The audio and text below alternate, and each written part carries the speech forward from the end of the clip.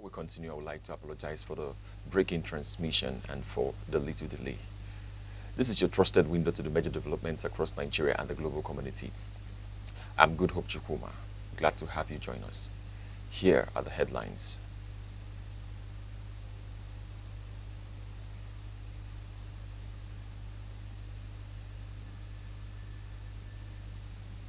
Independent National Electoral Commission reschedules 2027 presidential election to January. Mr. Peter Obi pledges resolve after surviving armed attack in Edo State. On the foreign scene, Ghana Navy rescues 71 fishermen after mid-sea pirate attack. On business, Nigeria Customs Service and Nigerian Navy strengthen collaboration to secure maritime trade corridor. Now the news in details. The presidency has strongly defended the newly signed Electoral Act 2026, dismissing criticisms from opposition parties as misleading. In a statement, the special advisor to the president on information and strategy, Mr. Bayo Onanuga, said claims that the law undermines democracy are false and irresponsible. According to him, the amended act blocks loopholes previously exploited for vote manipulation and result interference. He insisted that opposition parties are reacting because the new framework removes advantages linked to past electoral practices.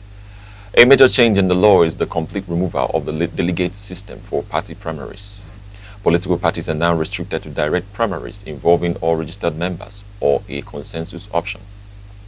The president said the model strengthens internal democracy and aligns with global test practices. On electoral transmission of results, Mr. Onanuga clarified that real-time upload remains valid, but physical form EC8A will now serve as a legal safeguard in case of technical failure. He stressed that the Aneke result viewing portal is for transparency only, urging critics to focus on reform rather than misinformation. Meanwhile, Nigeria's electoral calendar has changed following the implementation of the Electoral Act 2026. The Independent National Electoral Commission, INEC, has fixed the presidential and National Assembly elections for January 16, 2027. INEC Chairman Professor Joash Amukwiton confirmed that governorship and State House of Assembly elections will now hold on February 6, 2027. The adjustment moves the polls forward from the earlier February timeline. The Commission said the shift also responds to concerns raised by Muslim groups over a possible clash with Ramadan. Party primaries will now take place between April and May 2026, while presidential campaign begin on August 19, 2026. INEC also announced the Osun State governorship election has been rescheduled to August 15, 2026.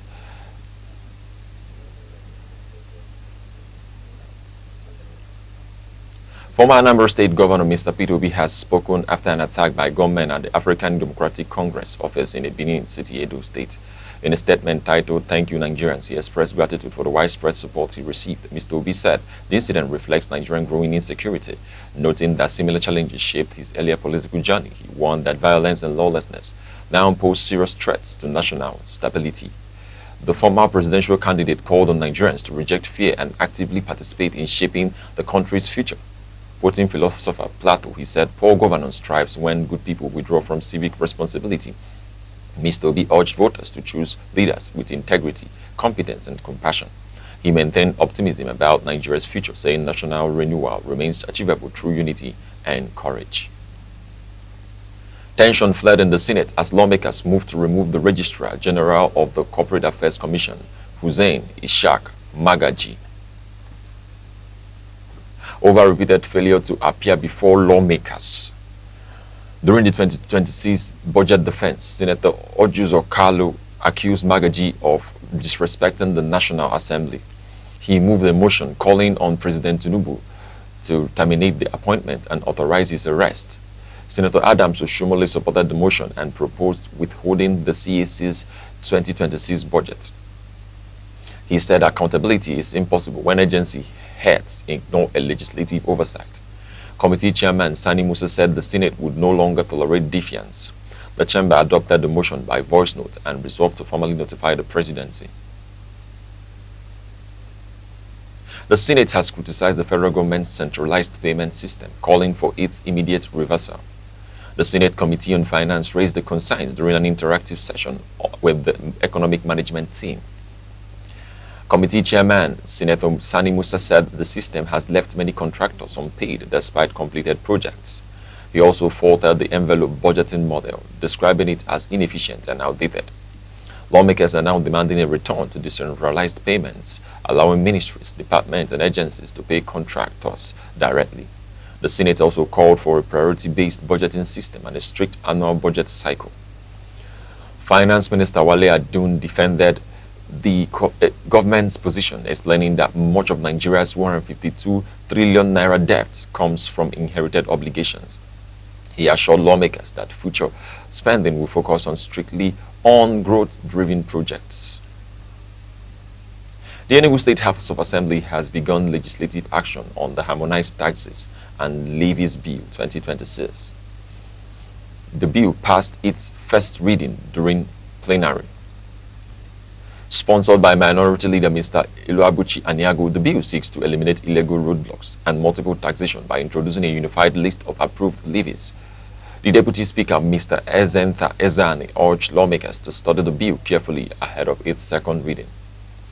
The proposed law also introduces digital payment systems to improve transparency.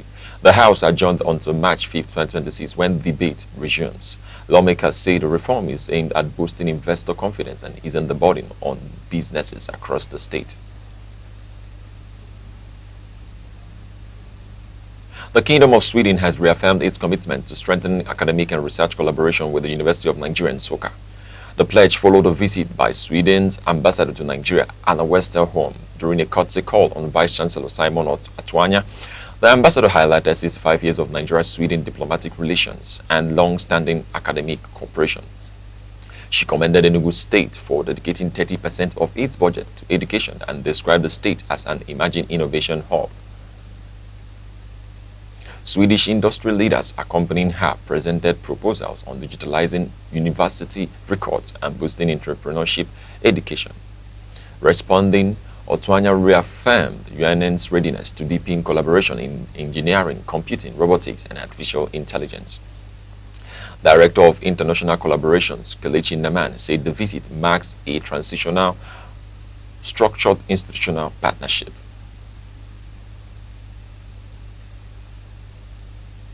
News around the globe is coming to you live from Aneke TV. Remember, you can stay connected with us on all social media platforms: Facebook, X, Instagram, TikTok, and YouTube, all at Aneke TV. Now, a quick recap of the major stories making the headlines. The Independent National Electoral Commission has rescheduled the 2027 presidential election to January.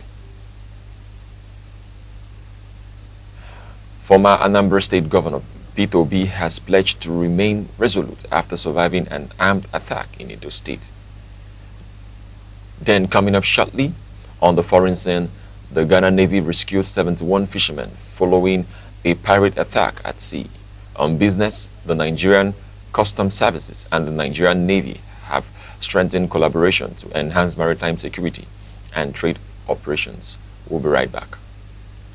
Every second, the world changes, markets rise, leaders speak, stories unfold. To keep up, you don't just need news, you need clarity, you need speed, you need perspective. That's why Aneke TV brings you the global pulse. Accurate, reliable, right when it matters most. Aneke TV. Move with the world.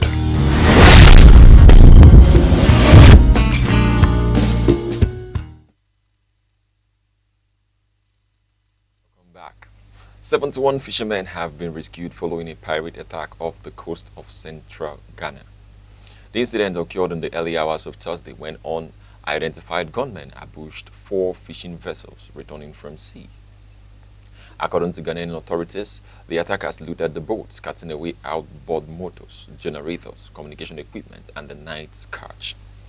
The fishermen were left stranded before being rescued by the Ghana Navy and the Air Force.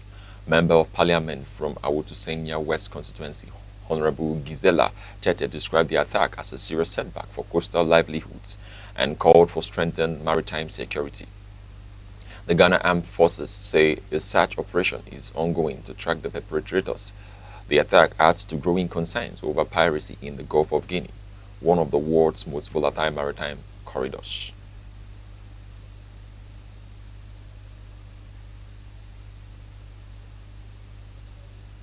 Poland's Prime Minister of Foreign Affairs, Mr. Radoslaw Sikorski, has reaffirmed his country's strategic alliance with the United States while stressing the need to protect Poland's national interests. Addressing Parliament in Warsaw, Mr. Sikorski stated that while the U.S. remains Poland's key military partner, cooperation must be based on mutual respect.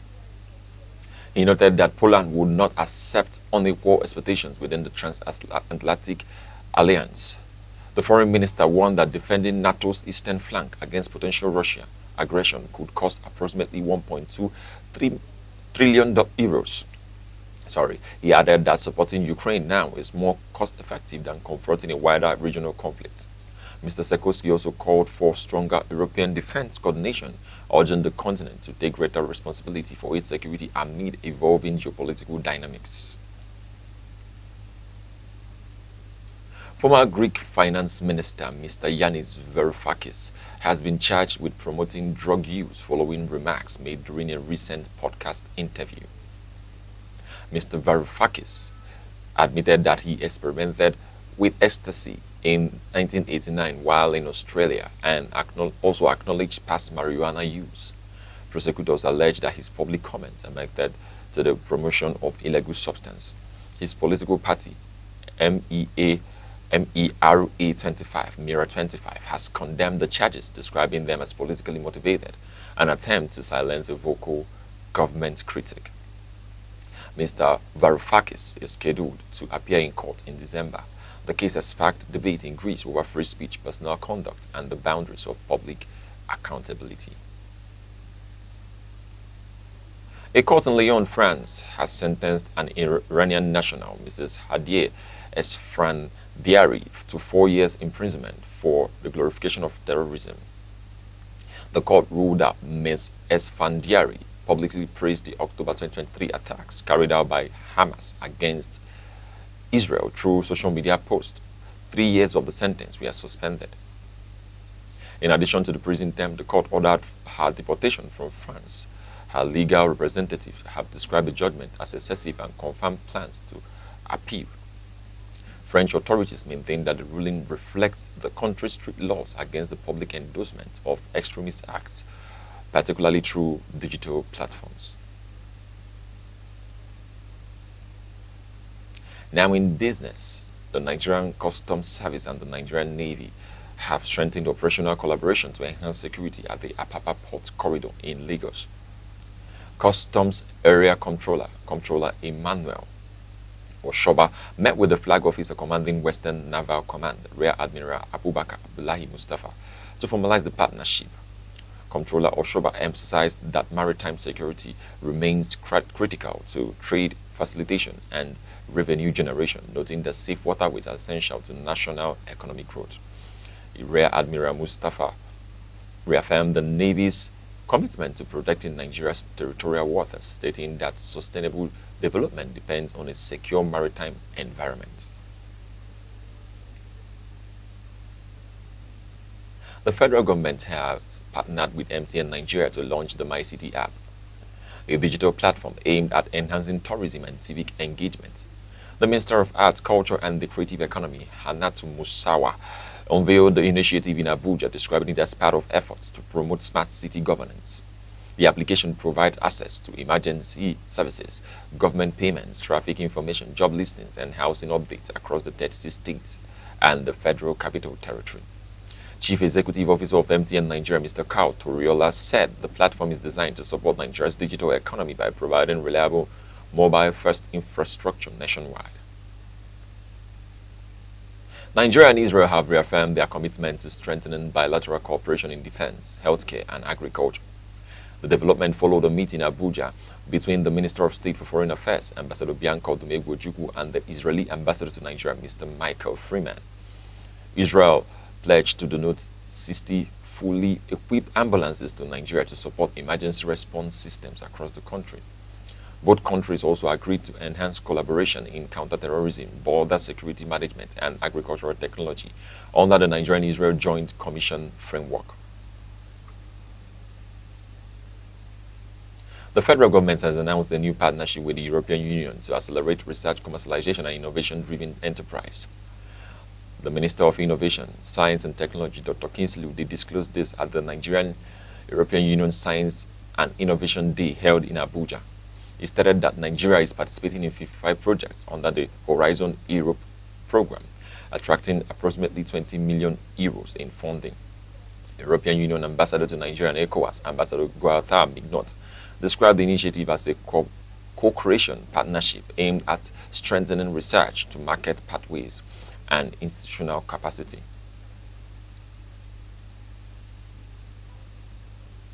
Now in sports, head coach of the Super Eagles, Mr. Eric Chelle, has dismissed reports linking him to the managerial position at Olympique de Marseille in France.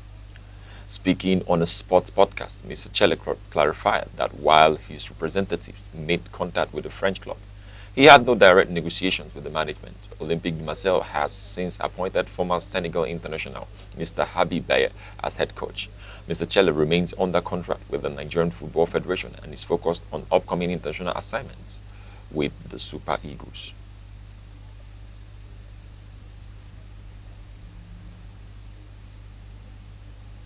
Super Eagles forward Victor Osimhen has been named in the UEFA Champions League Team of the Week. The recognition follows his decisive performance for Galatasaray in their playoff second leg against Juventus. Osimhen scored in extra time to secure a 7-5 aggregate victory, earning the Man of the Match award. The striker's inclusion further highlights his impact in European competition this season. And now in entertainment, Nollywood actress Mrs. Mercy Johnson Okogie has announced the release of a new book focused on guiding children aged 10 to 13 through puberty. The actress disclosed that she is also enrolled in a functional medicine program at the Rockwell School of Holistic Medicine. In addition, she has been appointed special advisor on public engagement and advocacy to the governor of Edo State, Senator Monday Ubebolo. Mrs. Johnson Okogie says she remains committed to balancing her public service, academic pursuit, and her family responsibility. And finally, before we go on news around the globe, a recap of our top stories. The chairman of the Independent National Electoral Commission, Professor Josh Amupiton, has announced the rescheduling of the 2027 presidential election to January as part of early preparations to ensure a smooth and credible electoral process. The Commission says the adjustment is aimed at strengthening logistics, of security, coordination, and overall election management nationwide. Former governor of Anambra State and presidential candidate of the Labour Party in the 2023 general election, Mr. Peter Obi, has reaffirmed his determination to continue his political engagement after surviving an armed attack in Edo State. Mr. Peter Obi described the incident as unfortunate but maintained that he remains committed to democratic principles and national development. On the foreign scene, the Ghana Navy rescued 71 fishermen following a pirate attack off the coast of central Ghana. The operation, carried out in collaboration with the Ghana Air Force, ensured the safe recovery of all crew members, while security agencies continue efforts to apprehend the perpetrators. In business, the Nigerian Customs Service and the Nigerian Navy have strengthened operational collaboration to secure the Apapa Port Corridor and the safeguard maritime trade. The partnership focuses on enhancing port security, preventing smuggling, and improving revenue generation through coordinated enforcement strategies. That's the news around the globe on Aneke TV. For more news and live updates, follow us across all social media platforms: Facebook, X, Instagram, TikTok, and YouTube, all at Aneke TV. I'm Good Hope Chukuma, thanking you for watching.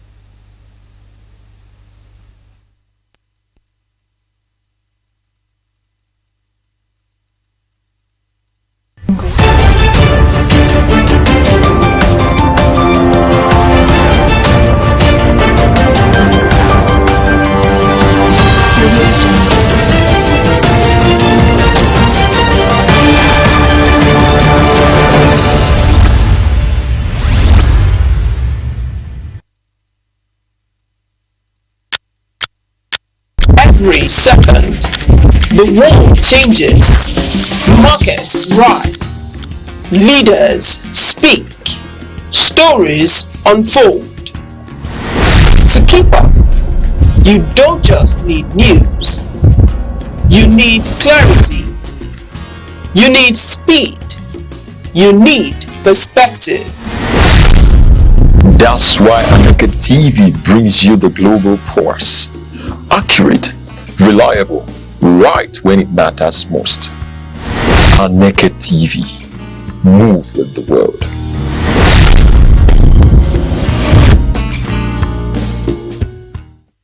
My name is Dr. Emmanuel Ihechi Asonye.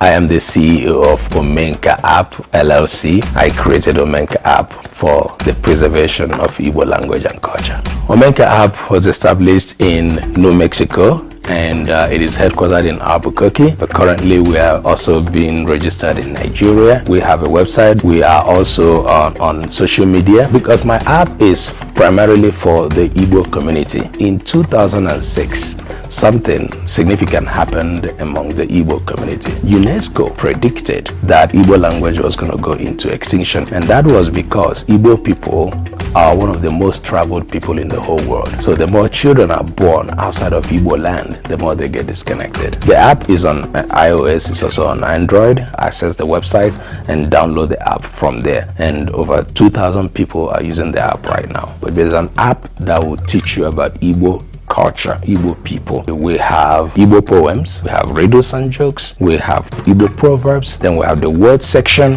where you are going to search Igbo words. Whatever word that you can find in English, you want to make sure it is found in the app in Igbo language. And I encourage everybody from their communities, you can do what we're doing in Omenka app with your own language and with your own culture. Do not allow your culture or your language to die.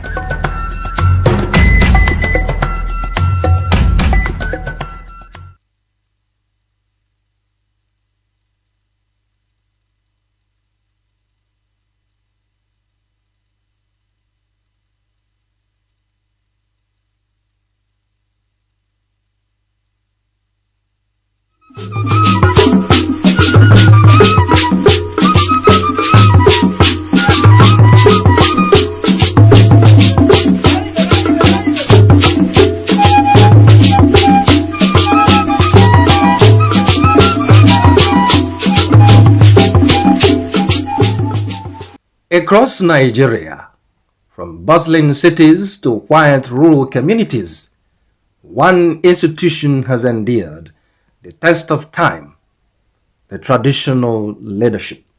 Long before modern governance structures emerged, these institutions were the heartbeat of society, providing leadership, justice, and social cohesion in ways that remain indispensable to this day. Traditional institutions are not merely ceremonial. They are custodians of Nigeria's rich and diverse cultural heritage. From the Obas of Yoruba land, the Emirs of the North, to the Igwe and Obi of Igbo land, traditional rulers preserve centuries of customs, language, festivals, and rituals. They ensure that the stories, values, and identity of their people are not lost in a rapidly changing world. What sets these institutions apart is their organic legitimacy. Unlike elected officials whose authority depends on periodic votes, traditional rulers derive their influence from ancestry, community consent, and deeply rooted cultural norms. This legacy makes them trusted arbiters, moral authorities, and stabilizing forces within their communities. Their position above partisan politics allows them to mediate dispute and guide society with a unique combination of wisdom and authority. At the grassroots level, traditional institutions are indispensable for governance and social order. They resolve dispute, manage land and chieftaincy matters, and acts as intermediaries between local communities and government policy. In rural areas where formal structures are often distant or overstretched. The presence of these leaders ensures continuity, fairness, and accessibility in governance. Beyond mediation, traditional rulers are catalysts for development. They mobilize communities for education, healthcare, and infrastructure projects, while acting partnerships from governments and private entities. Their influence ensures that development initiatives are participatory, culturally appropriate, and sustainable. In this way, traditional leadership becomes a force for progress as well as preservation. Traditional institutions also play a vital role in maintaining security by leveraging local knowledge and community networks. Rulers provide essential intelligence and oversight, collaborating with security agencies to prevent and mitigate conflicts. Their involvement strengthens community resilience and reinforces the social contract between citizens and the state. Equally important is the moral and ethical dimension of traditional leadership. These institutions instill values of respect, integrity, communal responsibility, and peaceful coexistence. In a society grappling with ethical and social challenges, the guidance of traditional rulers remains a vital instrument for fostering discipline and virtue. In a nation as diverse as Nigeria, traditional institutions serve as a bridges of unity. They manage ethnic and cultural diversity, promote dialogue, and encourage mutual respect, while preserving distinct local identities. Through their wisdom, they help maintain harmony and stability across communities that might otherwise be divided. The traditional institution is far from a relic of the past.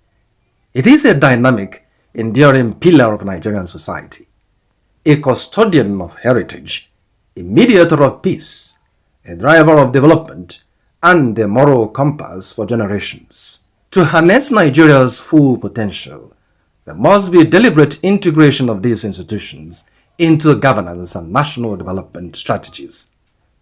For in preserving the past, guiding the present, and shaping the future, traditional leadership remains at the very heart of Nigerian life.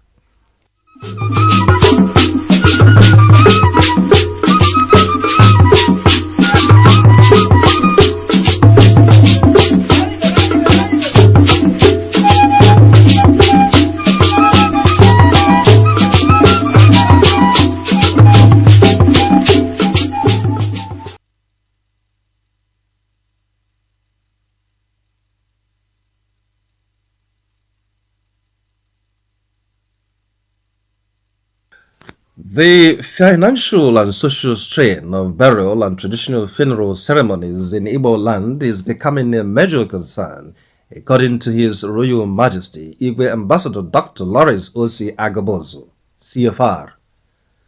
The elder statesman and respected traditional ruler raised the issue during a lecture delivered at the just concluded 4th Synod of the Catholic Diocese of Enugu held at the Jubilee Hall of the Holy Ghost Cathedral, Enugu. Speaking on the theme burial and traditional funeral ceremonies in Igbo land and their burden on the people, Igwe Agabozo traced the evolution of funeral practices from pre-Christian times to the present. He highlighted how modernization, religion, and social competition have significantly altered traditional customs. Recalling pre-Christian Igbo society, he explained that burials were swift, often conducted within 1 or 2 days due to the absence of mortuaries. Death were viewed as having spiritual causes, prompting families to consult diviners rather than medical experts. Burials were classified based on social status, with home burials for prominent persons, communal grounds for married or disadvantaged individuals, and even forests for criminals or those believed to have died abominably. Lavish second burials were traditionally reserved for traditional or successful individuals, although early missionaries condemned some practices, including alleged human sacrifices. Igwe Agabozo noted that Christianity helped eliminate discriminatory and dehumanizing burial rites, particularly those involving evil forests. Over time, population growth and migration contributed to the decline of village cemeteries, while modern mortuaries allowed families to delay funerals for extended periods, a factor now contributing to rising burial costs. Modernity has influenced a lot of changes in Igbo funeral rites, the monarch observed. He expressed concern over the growing culture of funerals for the living, where families stage elaborate ceremonies to display wealth and social status, often beyond their means. He condemned practices such as prolonged mortuary stays, house constructions, or renovation to meet burial standards, and the emerging first and second burials into extravagant events. Highlighting a recent example, he cited a high-profile burial where 200 cows were reportedly donated, describing it as inactive, as indicative of the trend. These displays place a huge burden on middle and low-income families, he warned, noting that many now take loans to fund burials of relatives who died in poverty. Efforts to curb excessives are underway. Several Igbo communities have shortened burial durations and abolished oppressive widowhood practices or rites. The Catholic Church has also introduced regulations limiting how long a corpse may remain in a mortuary.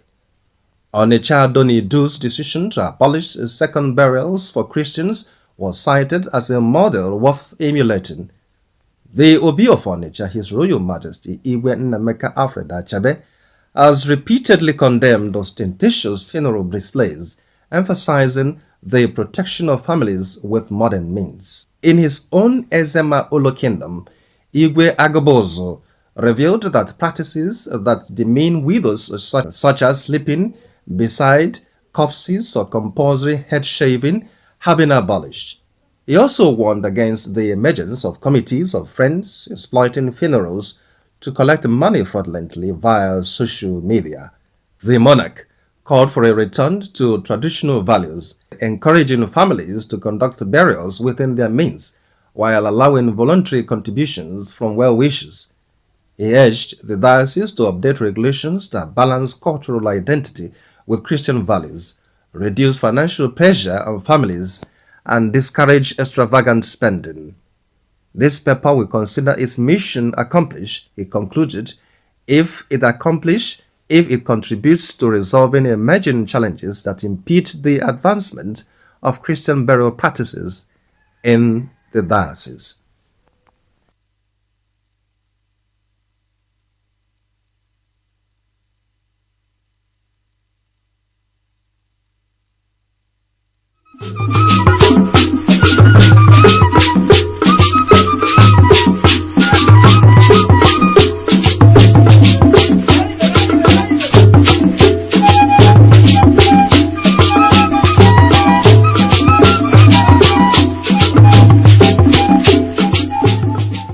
Across Nigeria, from bustling cities to quiet rural communities, one institution has endured the test of time: the traditional leadership.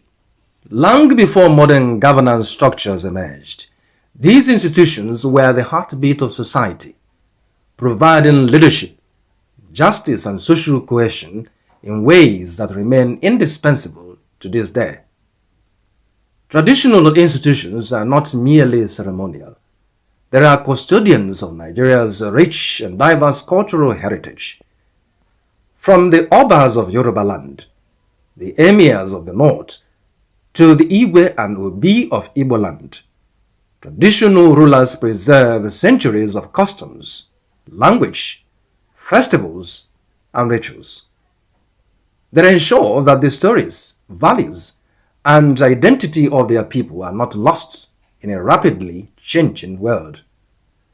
What sets these institutions apart is their organic legitimacy. Unlike elected officials whose authority depends on periodic votes, traditional rulers derive their influence from ancestry, community consent, and deeply rooted cultural norms. This legacy makes them trusted arbiters, moral authorities, and stabilizing forces within their communities. Their position above partisan politics allows them to mediate dispute and guide society with a unique combination of wisdom and authority. At the grassroots level, traditional institutions are indispensable for governance and social order. They resolve dispute, manage land and chieftaincy matters, and act as intermediaries between local communities and government policy. In rural areas, where formal structures are often distant or overstretched, the presence of these leaders ensures continuity, fairness, and accessibility in governance. Beyond mediation, traditional rulers are catalysts for development. They mobilize communities for education, healthcare, and infrastructure projects, while acting partnerships from government and private entities. Their influence ensures that development initiatives are participatory, culturally appropriate, and sustainable. In this way, traditional leadership becomes a force for progress as well as preservation. Traditional institutions also play a vital role in maintaining security by leveraging local knowledge and community networks. Rulers provide essential intelligence and oversight, collaborating with security agencies to prevent and mitigate conflicts. Their involvement strengthens community resilience and reinforces the social contract between citizens and the state.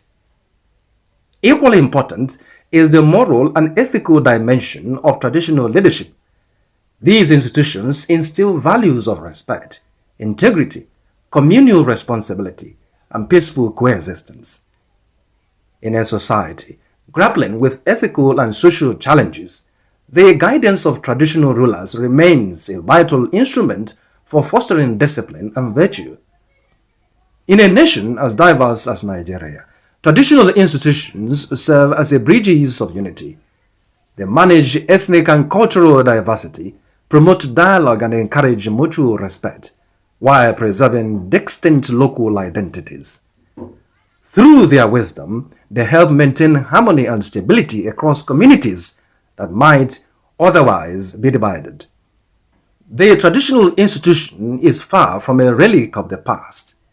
It is a dynamic, enduring pillar of Nigerian society, a custodian of heritage, a mediator of peace, a driver of development, and a moral compass for generations. To harness Nigeria's full potential, there must be a deliberate integration of these institutions into governance and national development strategies. For in preserving the past, guiding the present, and shaping the future, traditional leadership remains at the very heart of Nigerian life.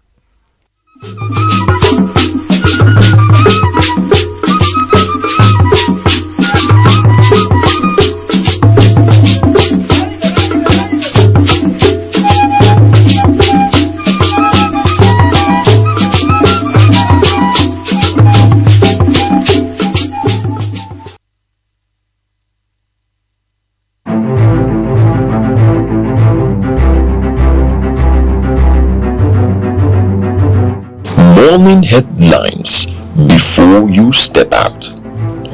Midday updates while you work. Evening analysis when the day winds down.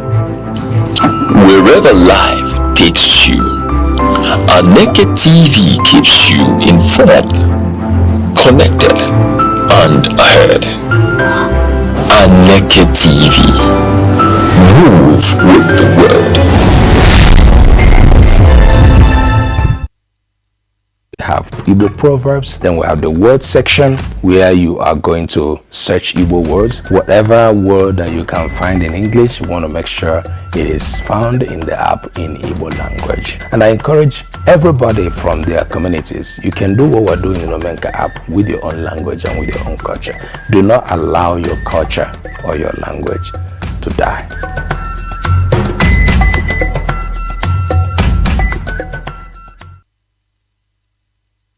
Nigeria's march toward the 2027 general elections is more than a routine democratic circle.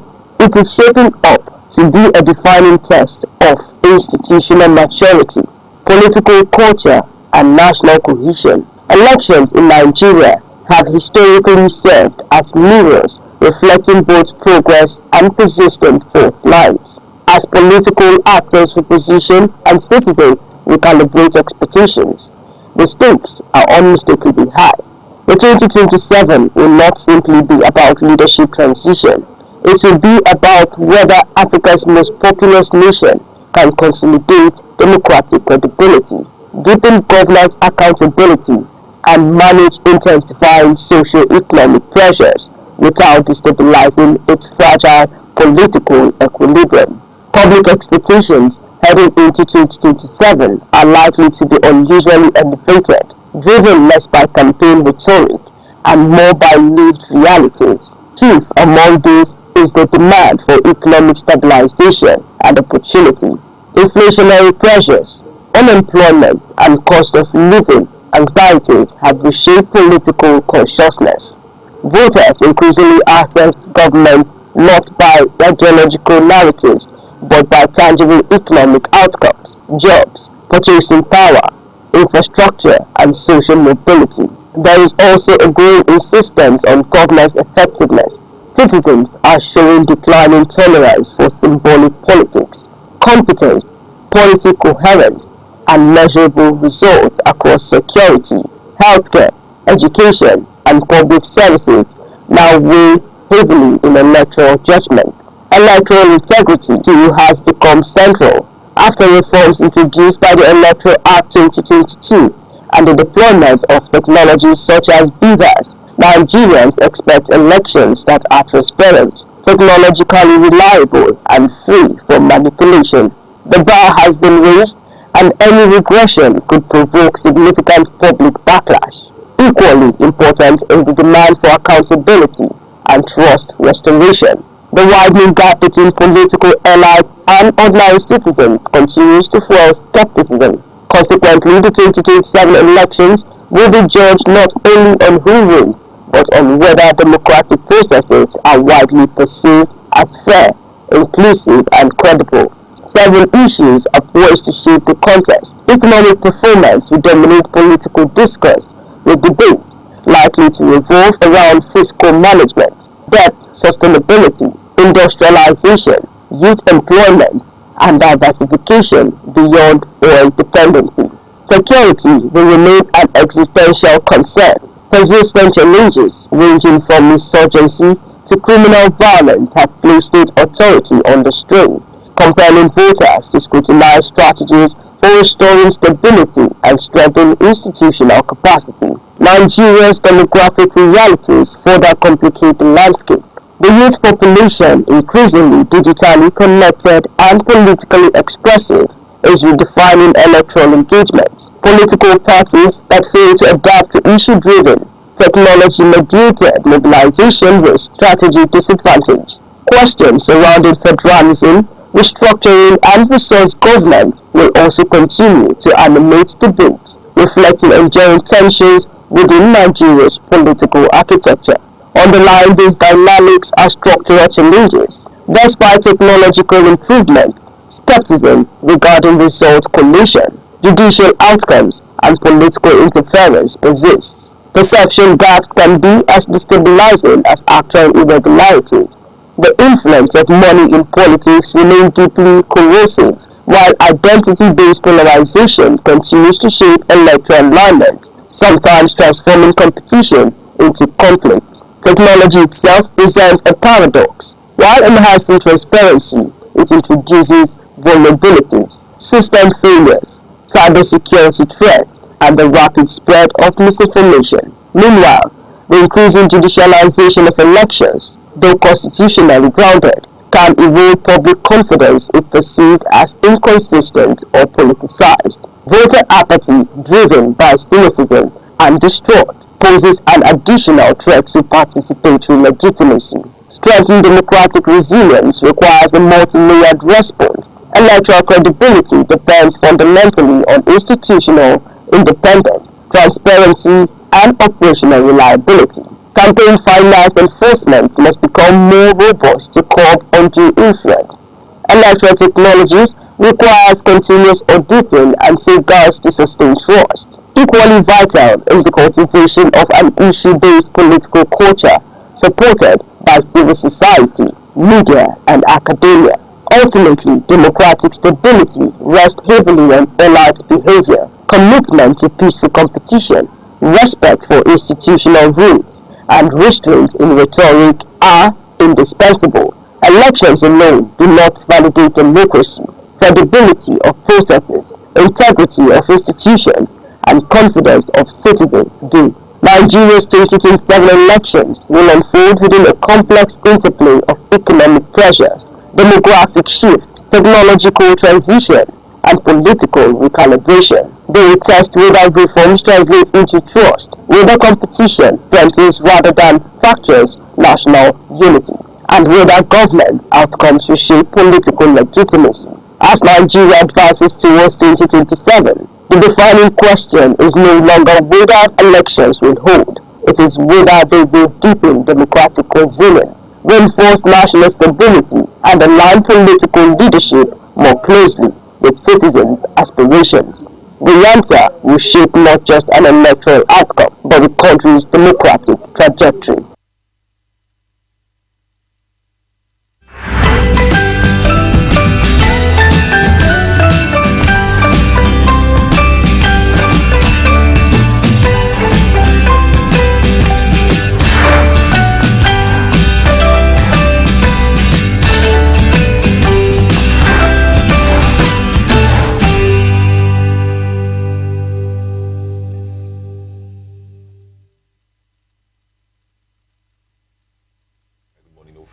Pleasant greetings to everyone watching. You're tuned in to Sunrise on Aneke TV, where the day every sunrise begins with brightness and delightfulness. Today marks it a day that you have to know and know what it is. And I am Good Hope Chukuma, bringing you the best of it from our studio here in Enugu. And good morning to you, our global audience. I'm Uche Osai. Wherever you are, at home, in your office, or in transit, thank you for letting us into your space this beautiful morning. We're here to refresh, inform, and motivate. It's Friday, 27th day of February 2026. So it's another new day, new and wonderful edition of Sunrise. So it's a power-packed morning with the latest news, weather, business stock update, hot topics, and that Sunrise pack that help you own the day. So, relax, enjoy the cruise, because the sunrise is here. All right, coming up shortly, we'll kick things off with a quote of the day, something thoughtful to shift your perspective and help you stay well driven or focused. Then, it's straight into the day's top headlines. All the key news update that you need to remain informed will be shared hot and tasty. We'll also give you a full weather forecast for cities across the southeast and beyond, so you know what to expect before stepping out. And later, we'll wrap things up by bringing to you a business update and the sports update as well. However, before we get into the quote proper, we apologize for not being on top of the hour due to some technical issues. All right, now to our inspiration segment, and it's coming from Nelson Mandela. Our inspiration segment for today is coming from Nelson Mandela. It says, "A winner is a dreamer who never stops." A winner is a dreamer who never stops. I'm sure you're thinking about that. Well, this quote reminds us that winning does not begin with trophies, applause, or public recognition. It begins quietly in the heart of someone who dares to dream. Every great achievement first existed as a thought, an idea, or a vision that seemed impossible at the time. A dreamer sees beyond present limitations. They imagine a better future, a higher level, a greater version of themselves. But what separates a casual dreamer from a winner is persistence. A winner refuses to stop dreaming even when there are delays, disappointments, or failures. They hold on to the vision when results are not yet visible. There will be obstacles, there will be criticisms, there will be moments of doubt, but the true winner keeps going. They adjust, they learn, they grow. Yet, they never abandon the dream. Stopping is the only real defeat. So winning is not just about talent or luck. It's about endurance. It is about believing long enough, working hard enough, and standing firm long enough for the dream to become reality? Well, in simple terms, if you keep dreaming, keep working and refuse to quit, you're already on the path of a winner. Mr. Che, I would like to know your thoughts All on right, this. please, if you can kindly give me that quote one more time, you know. Okay, it says, a winner does not win when he... A winner is a dreamer who never stops. A winner is a dreamer who never stops. And a winner does not win when he stops, just in retrospect. All right. When we speak to dreams and winners, you know, is one thing to have dreams. Yeah. Another thing is to realize the dream. But the underlying issue here is persistence. You know, persistence is the only, you know, vehicle that would carry you into realizing your dream or sustaining you as a winner. You know, is one thing to have dreams. Realizing it is another thing. Then when you've realized that dream, sustaining it, Okay. becoming a serial winner is a class of its own. So for me, it's a mentality thing. We need to have a mentality shift for us to be able to realize our dream, for us to be able to navigate the life's ups and downs and get to that pedestal where we become winners. Is easy. Anyone can dream. Yeah. It's easy for anybody to dream. But beyond dreaming, you realize that it's not everybody who has dream is able to realize that dream. Yes. That is where it takes discipline. Is wanting to dream, and we encourage everyone to dream. But another thing is to be disciplined enough to realizing that dream. And when you've realized that dream, it becomes like an addiction where you get to win and you want to remain a winner. You know, and when you cited Nelson Mandela, Yeah. you know, one can take away from the life of Nelson Mandela as one who never gave up in the face of challenges. And what does that tell us? That to realize your dream, there has to be challenges on the way. But you need to stay, you know, you need to be steadfast. You need to be patient, consistent, climbing, tilling till you get to that place. Just like Nelson Mandela, remember the challenges that Nelson Mandela had to go through from prison to president, you know, undergoing torture until apathy was jettisoned in South Africa. Apartheid policy was killed, and he became, you know, a unifying factor in South Africa, you know, and that speaks to dream Yes. and being a winner. He had a dream that one day South Africa will be freed from that apartheid policies, and it did happen. He underwent torture, but he was persistent. And when he realized that, you know, he was there, a winner, unifying South Africa. So his life is a typical example to this quote, that for you to remain at that level, you need to have that mentality shift, that you need to be persistent, you need to be consistent, and you need to go out of your way. So let me speak to my brothers in the market this morning, especially the one who is here to set out. It's good to have dream, but beyond having dream, you can dream all you want on that bed, but you need to get out from that bed this morning. You need to step out. Stepping out is the first way to working towards the realization of that dream. It's not just enough that you want to be an entrepreneur. You start with what you have in your hands. What do you have in your hand? What do you see around you? That's where you start from. You do not wait until the policy becomes better or until President Bola Ahmed Tinubu starts to share 1 million naira per household. No. Start with the coins in your hand. Start with the biro in your hand. Start from where you're standing. Stand with the sand where you are. That's the way to go. And when you've taken that step, that's the only way you've set out to realize that dream. So even if you're in the marketplace, yes, you have a dream to be an importer, and you do not have that resources yet, you can go into groupage, get your friends, pull resources together, and collaboratively you can begin to import. And from there, you start to move, and to a point you can handle it alone. So thank you very much for getting this quote from Nelson Mandela. But one thing for me is key: the mentality to go beyond dreaming, where you become a winner. That's what it takes to realizing dreams. Dreams are nothing if you do not work on it, if you're not patient and persistent to get to where you see it manifest. It will end up in your head and men will not see it. Remember those men that we admire. Look at Mike Adenuga. Look at Dangote, Aliko Dangote. Look at Tony Lumelu. Mentioned but a few. These are men who they didn't just have dreams. They worked on it, toiled on it day and night. And today they are the yardstick for measuring success as entrepreneur in businesses, in telecom, or anywhere you are. So stand up from where you are this morning. Take a step. Work towards it. It's achievable. And you can realize that dream.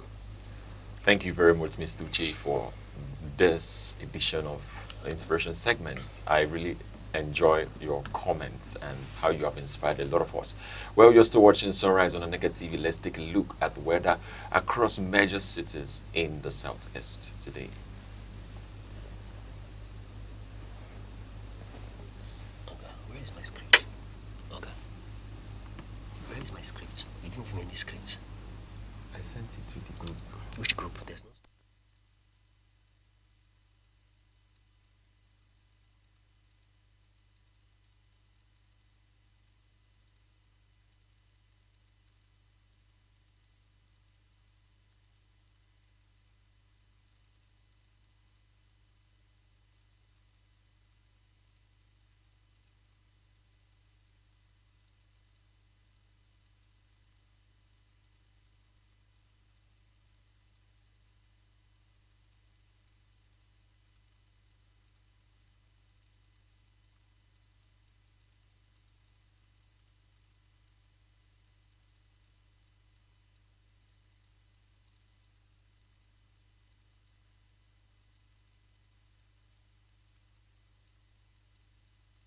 State conditions remains mostly overcast with temperatures between 26 and 27 degrees Celsius. The air will feel warm through midday before scattered rainfall cools things down towards the afternoon. It's a good idea to keep an umbrella nearby. And good morning, Enugu. Welcome to the cold city. The morning begins with warm cloudy breaks. Temperatures are likely to range from 27 to 29 degrees Celsius, making it one of the warmer spots in the region. Today, brief sunshine may push the heat slightly higher before rain showers arrive to cool the city later on. Good morning, Abakaliki, Ebonyi State. Residents should prepare for a warm and slight sticky day with temperatures hovering between 27 and 28 degrees Celsius. Cloud buildup is expected from late morning, followed by moderate showers that will freshen the atmosphere. And good morning, Imo State. Welcome to my favorite city of Owerri. Expect a mild but humid day with temperatures between 26 and 27 degrees Celsius. Cloud cover will remain steady and rainfall is likely at intervals, creating damp but comfortable evening conditions. Good morning, Omahia, Abia State. The day opens with calm skies and noticeable humidity. Temperatures will range between 26 and 28 degrees Celsius. Expect a mix of cloudy intervals and light to moderate showers later in the day. Roads may become slightly wet by evening, so commuters should move carefully. So, wherever you are in the southeast today, stay safe, stay cool, dress light, and do remember that either rain or shine, we've got you covered. And this is your weather report here on Sunrise at Aneke TV. We'll take a short break and we'll return with more updates. Stay with us.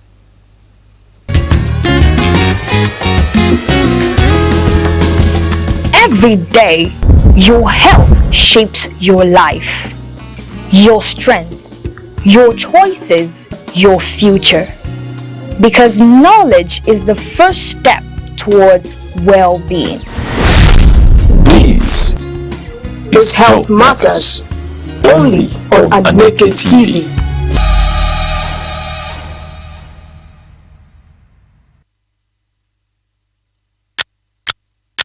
Every second, the world changes, markets rise, leaders speak, stories unfold.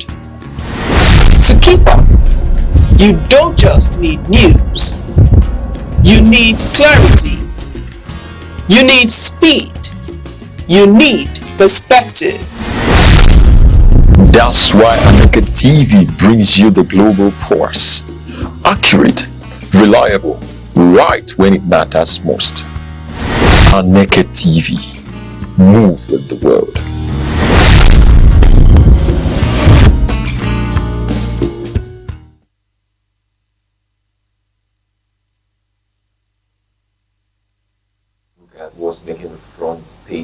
headlines across major newspapers today. Alright, and joining us this morning for the in-depth analysis of these key news issues is Aneke TV's in-house analyst, Mr. S. Aaron. Mr. S, it's a pleasure to have you this morning. Thank you for having me. Okay. And of course, I welcome our viewers who are there standing by for us. Alright, and how has he been all this while? Well, I think the country is trying, except that inflation is beginning to take a toll again. Alright, just hold that thought. We'll go on a short break, and when we return, we'll continue to look at the headlines.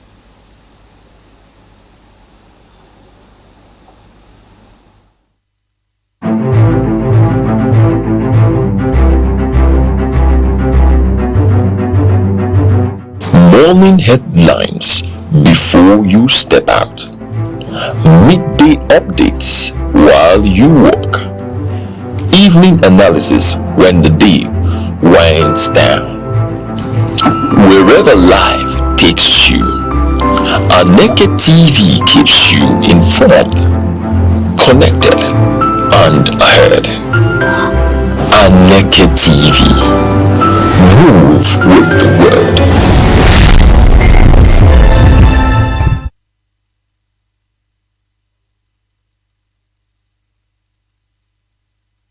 Nigeria's march toward the 2027 general elections is more than a routine democratic circle. It is shaping up to be a defining test of institutional maturity, political culture, and national cohesion. Elections in Nigeria have historically served as mirrors reflecting both progress and persistent fault lines. As political actors reposition and citizens recalibrate expectations, the stakes are unmistakably high. The 2027 will not simply be about leadership transition. It will be about whether Africa's most populous nation can consolidate democratic credibility, deepen governance accountability, and manage intensifying socio-economic pressures without destabilizing its fragile political equilibrium. Public expectations heading into 2027 are likely to be unusually elevated, driven less by campaign rhetoric and more by lived realities. Chief among these is the demand for economic stabilization and opportunity. Inflationary pressures, unemployment, and cost of living anxieties have reshaped political consciousness. Voters increasingly access government not by ideological narratives, but by tangible economic outcomes, jobs, purchasing power, infrastructure, and social mobility. There is also a growing insistence on governance effectiveness. Citizens are showing declining tolerance for symbolic politics. Competence, policy coherence, and measurable results across security, healthcare, education, and public services now weigh heavily in electoral judgment. Electoral integrity too has become central after reforms introduced by the Electoral Act 2022 and the deployment of technologies such as BVAS. Nigerians expect elections that are transparent, technologically reliable, and free from manipulation. The bar has been raised, and any regression could provoke significant public backlash. Equally important is the demand for accountability and trust restoration. The widening gap between political elites and ordinary citizens continues to fuel skepticism. Consequently, the 2027 elections will be judged not only on who wins, but on whether democratic processes are widely perceived as fair, inclusive, and credible. Several issues are poised to shape the contest. Economic performance will dominate political discourse, with debates likely to revolve around fiscal management, debt sustainability, industrialization, youth employment, and diversification beyond oil dependency. Security will remain an existential concern. Persistent challenges ranging from insurgency to criminal violence have placed state authority under strain, compelling voters to scrutinize strategies for restoring stability and strengthening institutional capacity. Nigeria's demographic realities further complicate the landscape. The youth population, increasingly digitally connected and politically expressive, is redefining electoral engagement. Political parties that fail to adapt to issue-driven, technology-mediated mobilization risk strategy disadvantage. Questions surrounding federalism, restructuring and resource governance will also continue to animate debate, reflecting enduring tensions within Nigeria's political architecture. Underlying these dynamics are structural challenges. Despite technological improvements, skepticism regarding result collation, judicial outcomes, and political interference persists. Perception gaps can be as destabilizing as actual irregularities.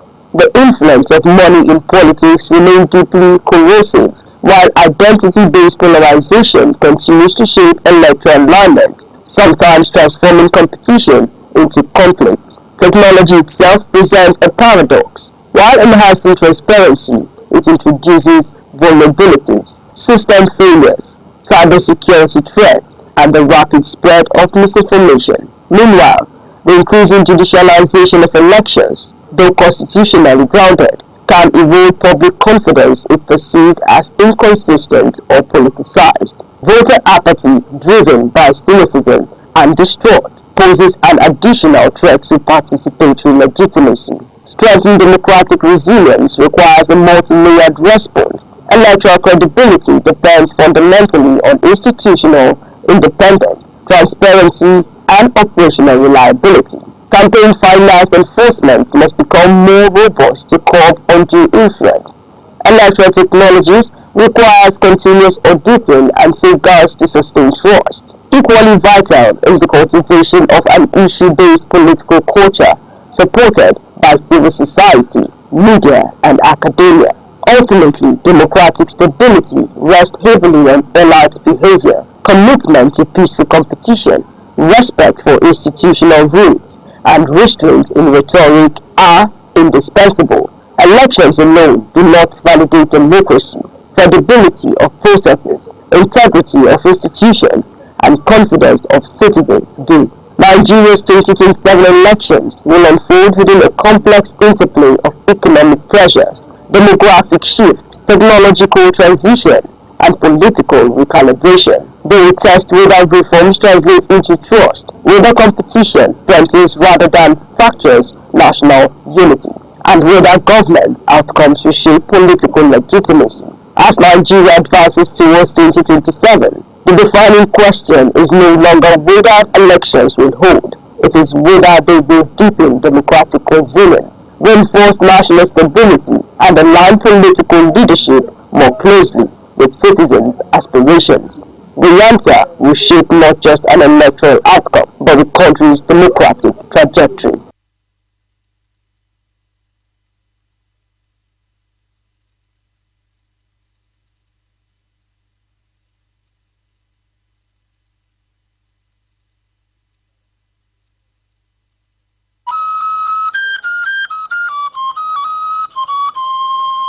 Need advert placements, coverage for events, or the latest news stories? Call 070-3043-7110 right now. Aneke TV, move with the world.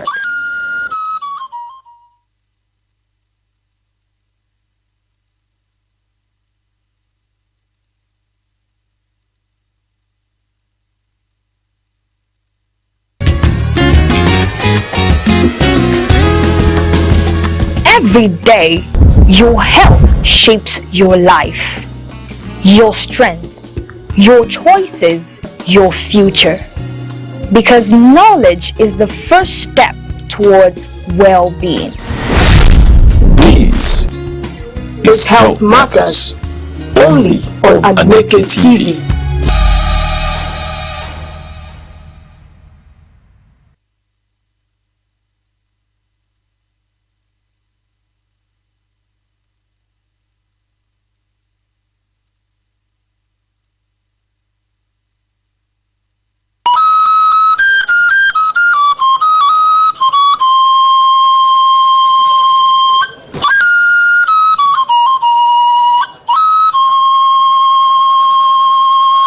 There are two types of kola nut produced in Nigeria: kola nitida, otherwise called goro, and widely eaten in northern part of Nigeria. Kola acuminata, also referred to as Igbo kola, is of local origin and occupies an important position in social, religious, and sacred ceremonies in Igbo society. It is seen as a vital and sacred fruit in Igbo land and serves as the major instrument of prayers connecting the ancestors. It cements discussions and also the fundamental bedrock of philosophy and proverbs. It is a symbol of welcome, unity, and peace. If kola nut contains one cotyledon, it is regarded as dump kola nut and thrown away. Kola nut with 4 cotyledons represents the 4 Igbo market days: Eke, Orie, Afo, and Nkwo. If kola nut contains more than 6 cotyledons, it signifies blessings and wealth, and it is celebrated. There is also another type of Igbo kola nut called Ojugo, which is referred to as the king of Igbo kola. The reproductive organ of the kola nut is referred to as the tongue, and it is removed after prayers and thrown to the spirit of the ancestors.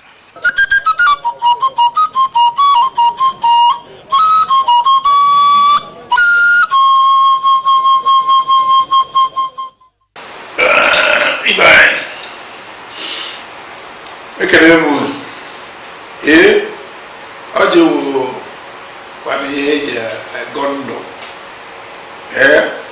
ndụ a na-atọka onye anara nke ya na ụlọ agwọ ibe anyị adị nọ ogologo ndụ arụ ike na ọdụmma ihe eji ene ndụ anya na onye nwere ihe eji ene ndụ anya na ịrụfụta nwere ya ịmara na nsogbu rere ya olise bụ anyị na-ekene gị Chukwu okike onye ogologo ndụ na ogologo anya na-ahụ udo na ọchịchị anyị na-ekene gị na-ekene gị maka tata na-ayọ maka echi maka na ọsọ gị maka eme echi anya mara na anyị adị ka echi na echi anaghị agwụ agwụgwụ na ihe ya adịrị anyị mma ndị be anya onwekwara ihe ọzọ na anyị enye ndị ichie dipụtara anyị na-ere nke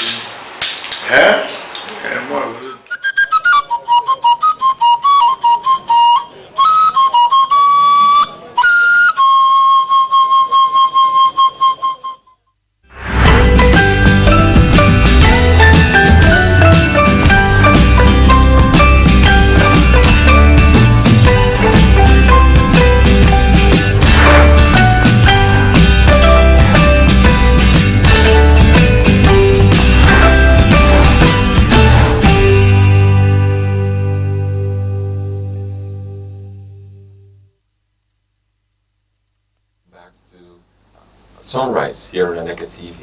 Let's take a look at the news and the stuffs making our newspaper headlines for today across the newspapers. In the nation, we have presidential election holds January 16th, governorship February 6th. In the Punch, we have Electoral Act. Senate rejects fresh amendment as Atiku Obi Amechi push back. Then in the Vanguard, we have 2027 Atiku Obi Amechi Mark Galadima Arebeshola reject electoral law. Then in the Daily Trust, we have opposition rejects amended electoral act. We also have bag of cement climbs to 11,000 naira. Now in the Daily Sun, we have 2027 INEC adjusts election timetable. Presidential NAS now January 16th. Guba February 6th. And we take it from the Punch. Today we are saying Senate rejects fresh amendment as Atiku Obi Amechi pushback. The Senate has rejected a fresh amendment to the Electoral Act, citing concerns over fairness and transparency. Prominent political figures, including Atiku Abubakar, Peter Obi, and Rotimi Amechi, have voiced strong opposition to the proposed changes. The move maintains the current electoral framework ahead of the 2027 election, keeping debates over reform alive. Mr. Chair, I would like to hear your thoughts on this. All right. One would maybe want to say that it is what it is, looking at the situation we are in for the sake of the religious nature of Nigeria. You understand that Ramadan is a very important religious festival in Nigeria, and we have to respect the cultures, and this for me are one of the reasons why there has to be a shift in dates. Aneke came earlier on with a February 20th date, and that we were told clashes with the Ramadan period, and there has to be an amendment. Remember, there was a time in this nation when a certain INEC chairman, under a certain INEC chairman, election was projected to take place on a Sunday. There was an outcry in Nigeria to that effect, that there's no way that negates the Christian faith being a day of religious worship, a day of very significant importance to the Christian communities in Nigeria, and we need to balance this. Above that and beyond, Mr. Rez, looking at these whole issues, what's your perspective on this? Especially coming from that religious perspective, where we have to respect the sanctity of our faith in Nigeria. Well, majority of the protests against the Electoral Act or the date of election may not fall on the religious aspect, yet it is part of why some Nigerians do not want the election to hold there.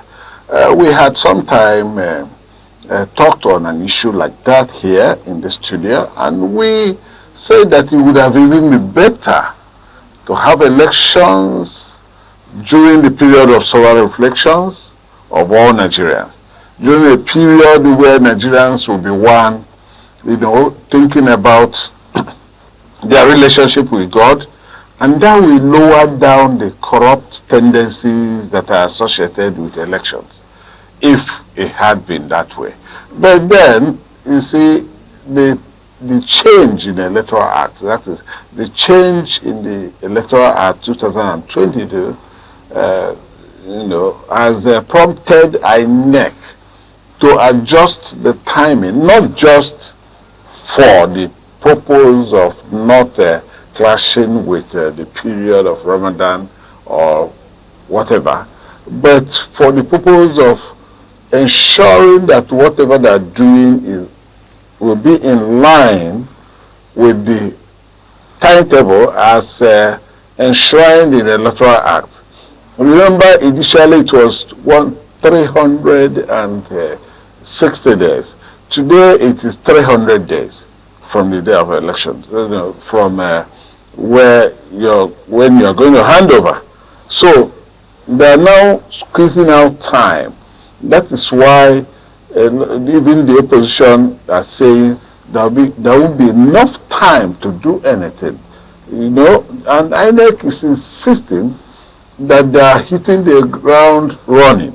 The opposition is also saying that release of fund should have been 1 year before the election to INEC, so that INEC will be able to, do all they ought to do, take care of all these things, the logistics and everything. But now the INEC may not meet up with these things, and that may result in what they may call not being free, fair, and credible. But you see, if they had all that time, INEC will be able to have the money as and when due and be able to disburse, use money for the things they need to use money for and all that.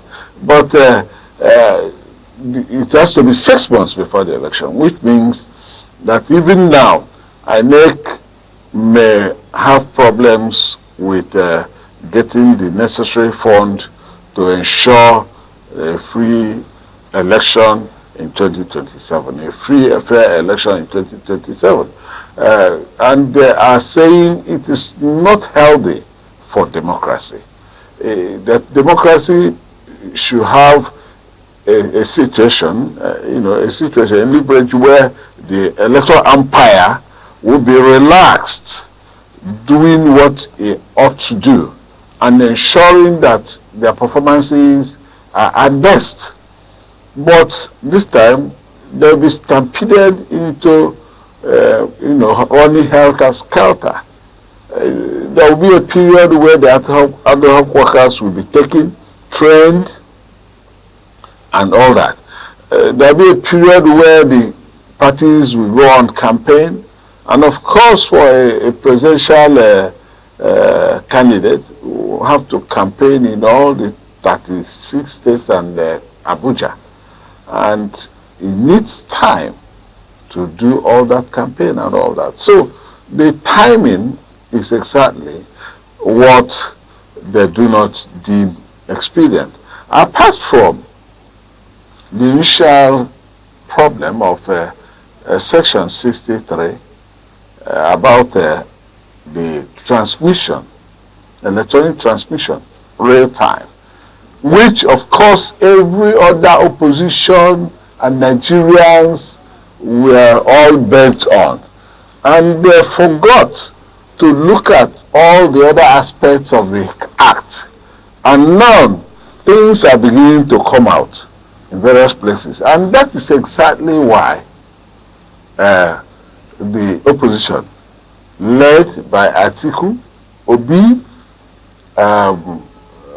Amechi, and others, are asking that the National Assembly should go back, the Senate should go back and revisit that act. But you see, it means that our election may be prolonged. It means that we will not meet up with time, given the fact that on 29th May, there will be a change of baton. A change of baton. Whether the incumbent wins or another person wins, there must be a transition. Somebody has to go in for another term. So, and if you talk about going back to the National Assembly, it means even the 300 days may not even be met. And it will now result a constitutional amendment, because the main framework, the ground norm, upon which the Electoral Act rests, is on the constitutional provisions. It means we will have to begin to amend the constitution for Nigeria's election to possibly be taken forward for the purpose of takeover. So there's a whole lot of things. All right. Thank you very much for that in-depth analysis. But you did mention issues around disbursement of funds, and given the time that we'll have. But there's equally an aspect I perhaps want to take a look at, being that this new date says January 16th and February 6th. Nigerians were coming back from holiday, and you understand that throughout this period, the election period, the nation has to be in a civic holiday mood. What is the economic implication of this for the country? Certainly within the period of elections, there are serious economic implications. Things seem to be halt. Economic activities seem to come to a halt, or less for domestic goods, things that you consume, consumables. That is where people go to market to bring in things they'll consume at home and all that. Because of the fact that, one, Nigeria electoral system, Nigerians have never been relaxed during elections. Why are they not relaxed? They are not sure of what will become of the election, whether turmoil will rear its head up. And therefore, excuse me, Nigerians go to market, buy goods that could possibly sustain them in case there are problems that could keep people at home and all that.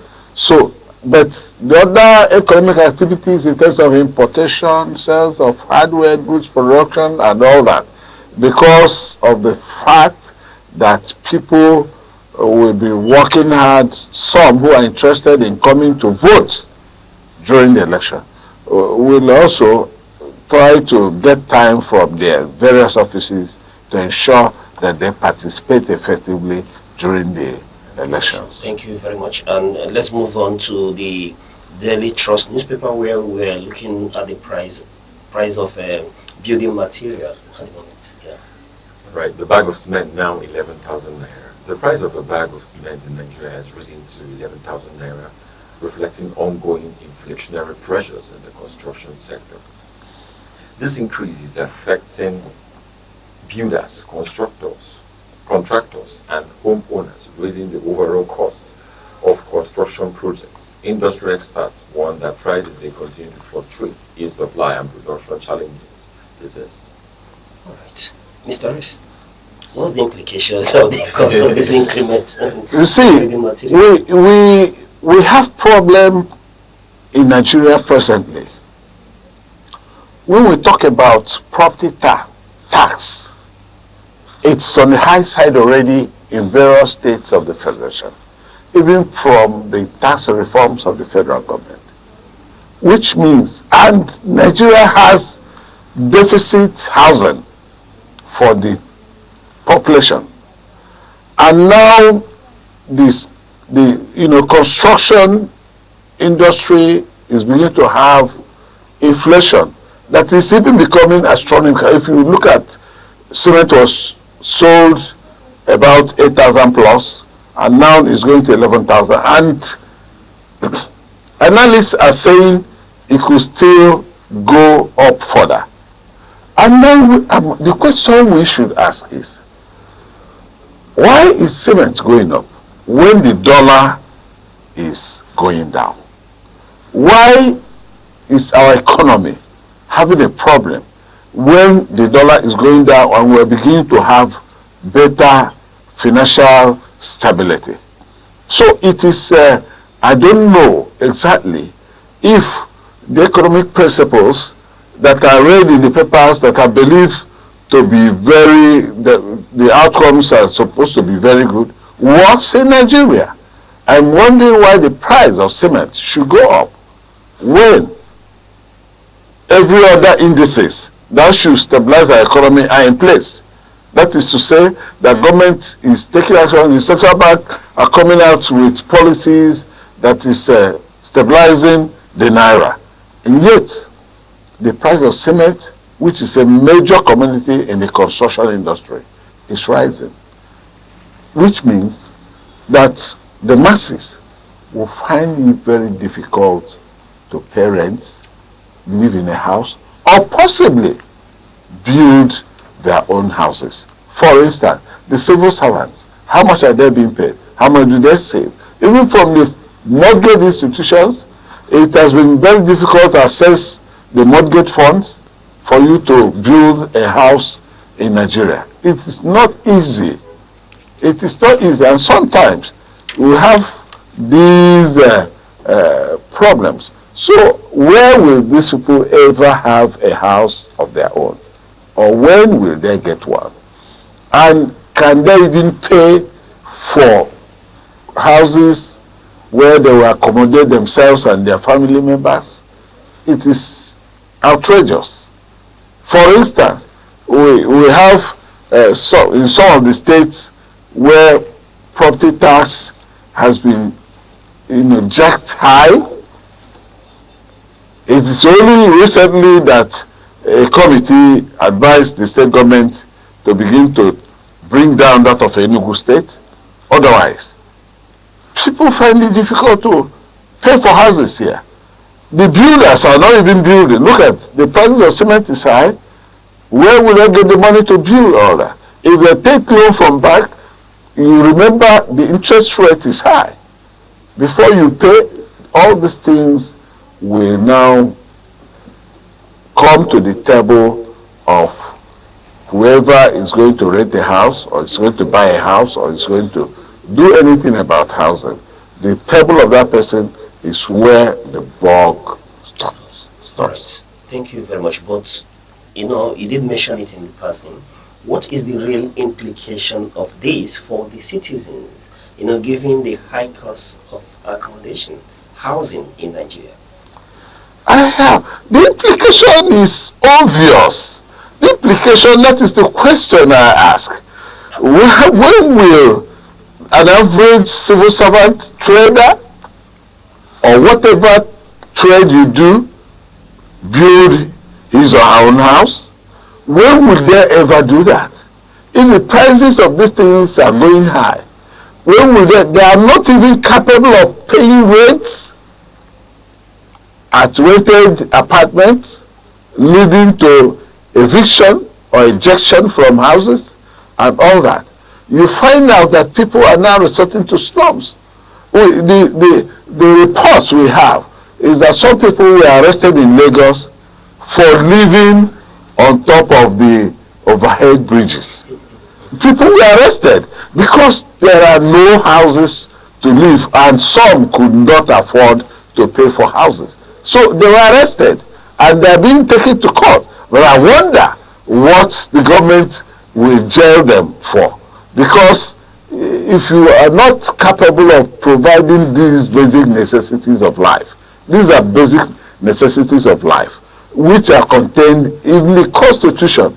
The Constitution provides that citizens should be able to have these basic necessities of life.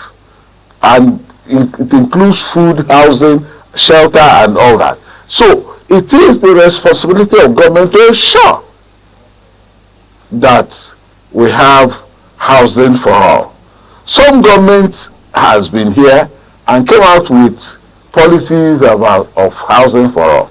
But I think the present administrations are laying less emphasis on housing for all. It is during the census that we uncovered that we have several million deficits on housing, which means a lot of people are not living on houses but are only squatting or living under thatched arrangements. All right. Thank you very much for that in-depth analysis. Governments should be responsible for providing housing for all. Thank you very much. That's quite apt. And government, you've heard from our analysts, you need to step up. The citizens, Nigerians, look up to you. There has to be a provision for housing. That's one of the basic things that governments need to provide for its people. Away from securing the life and property of citizens, you need to provide shelter as well. We hope to return to a period where we used to have massive housing scheme for the citizenry. That's the path to go. Thank you. All right, thank you very much for that. And this is where we call it a day here in our newspaper review on Sunrise. Next is Sports Update. Well, in the world of sports, like it is, and like I'll be saying, a lot keeps happening. And just at the nick of time, what we have today is the newspaper extra, what is happening. But before I get you the newspaper for you to see what's happening, today is the Champions League draw. Today is Champions League draw. Someone asked, what team will Manchester United face? I don't know the team, but we're going to see what happens at the end of the day. I just want to keep you there so that you know that by 5 p.m., 6 p.m., 7 p.m., the draw should be out and we will move to the next fixtures and what it is. Thank you very much. Thank you. All right, thank you for that update. And then moving over to the business update as of today, Friday, February 2027, 2026. The Nigerian business landscape is navigating a significant shift in monetary policy alongside several major corporate and regulatory developments. Looking at the monetary policy and macroeconomic indicators, the biggest news this week remains that Central Bank of Nigeria's decision on Tuesday to cut interest rate by 50 basis points to 26.5%. This pivot, when you take a look at it, is such that the Nigerian market, is tightening, taking a long tightening cycle, signaling CBS confidence that inflation is finally under control. And then speaking to inflation being under control, from January data showed headline inflation is easing for the 11th consecutive month to 15.10%, with a food inflation dropping even more sharply to 8.89%. And then when we look at the external buffers, the Nigerian Foreign Reserve, told you, has hit a 13-year high, of 50.45 billion, providing the strongest important cover nearly 10 months now, seen in a decade. And then looking at the financial market, which as of Thursday closed on a very bearish note, the stock market saw a third consecutive day of profit taken by investors, who are adjusting to the new rate of the environment. And then looking at the Asia Index AI, which dropped by minus 0.41% to close at 193,567.81 points. And then when we take a look at the market capitalization, we will see that the capitalization decreased by 515 billion naira, settling at 124.24 trillion. And then looking at the oil sector, one will see that only the oil and gas sector was able to, be a little bit upward and bullish, making a plus 0.12%, which ended in the green, while the industrial and banking stocks led the decline. And then when we look at the naira stability, the currency, yesterday remained stable, trading around 1,359 against the dollar in the official window, with the parallel market gap virtually closing at approximately 1,370 against the dollar. And then when we look at the key corporate and sector news, we'll tell you that in the telecom industry, the UK-backed Libra officially launched operations in Nigeria yesterday as a mobile virtual network operator, promising to disrupt the data market with competitive pricing. And again, MTN Nigeria had their rebound, with MTN reported a massive recovery with 5.2 trillion naira, in its report, signaling in the service revenue for 2025 and a return to profitability. They've committed 1 trillion naira in capital expenditure for 2026 to expand fiber and 5G infrastructure. And at the aviation sector, we'll see Aviation Probe, the FCCPC, has launched an investigation into local airlines following allegations of fare fixing that have caused domestic ticket prices to skyrocket recently. And in the energy sector, we'll see that Nigerian Bonny Light crude is currently trading at $71 per barrel, significantly higher than the 2026 budget benchmark of $64.85, providing healthy fiscal cushion for the government. And at the health sector, despite a total health budget of 2.48 trillion for 2026, reports emerged yesterday that actual capital expenditure released for health projects plummeted to near zero in the previous cycle, raising alarms about infrastructure decay. Then taking a look at regulatory and legal updates, in terms of taxation, new crypto tax guidelines are now in full effect, requiring monthly reporting from exchanges and subjecting gains to progressive income tax rates. And that's the much we can take for today on the business update. But please, we advise that before you make any incursion into the financial sector, especially with the Nigerian stock market, please do consult a certified financial analyst. This is due to the volatility of the market. Thank you. Thank you very much for that business update. And here we call it a day on this edition of Sunrise. Thank you for waking up with us. Till we see you same time, same station on Aneke TV on Monday. Have a good time. My name is Iko Chukwu. All right, Mr. Rez, thank you for those incisive, to the point, in-depth analysis this morning. Thank you, Mr. Uche, for having me, and thank you, viewer, for holding on for us as we go on Aneke TV. Keep watching us. All right, and I'm Uche Osai. On behalf of all of us here at Sunrise on Aneke TV, we say thank you for watching and keep watching till we come your way. Same time on Monday. Bye-bye.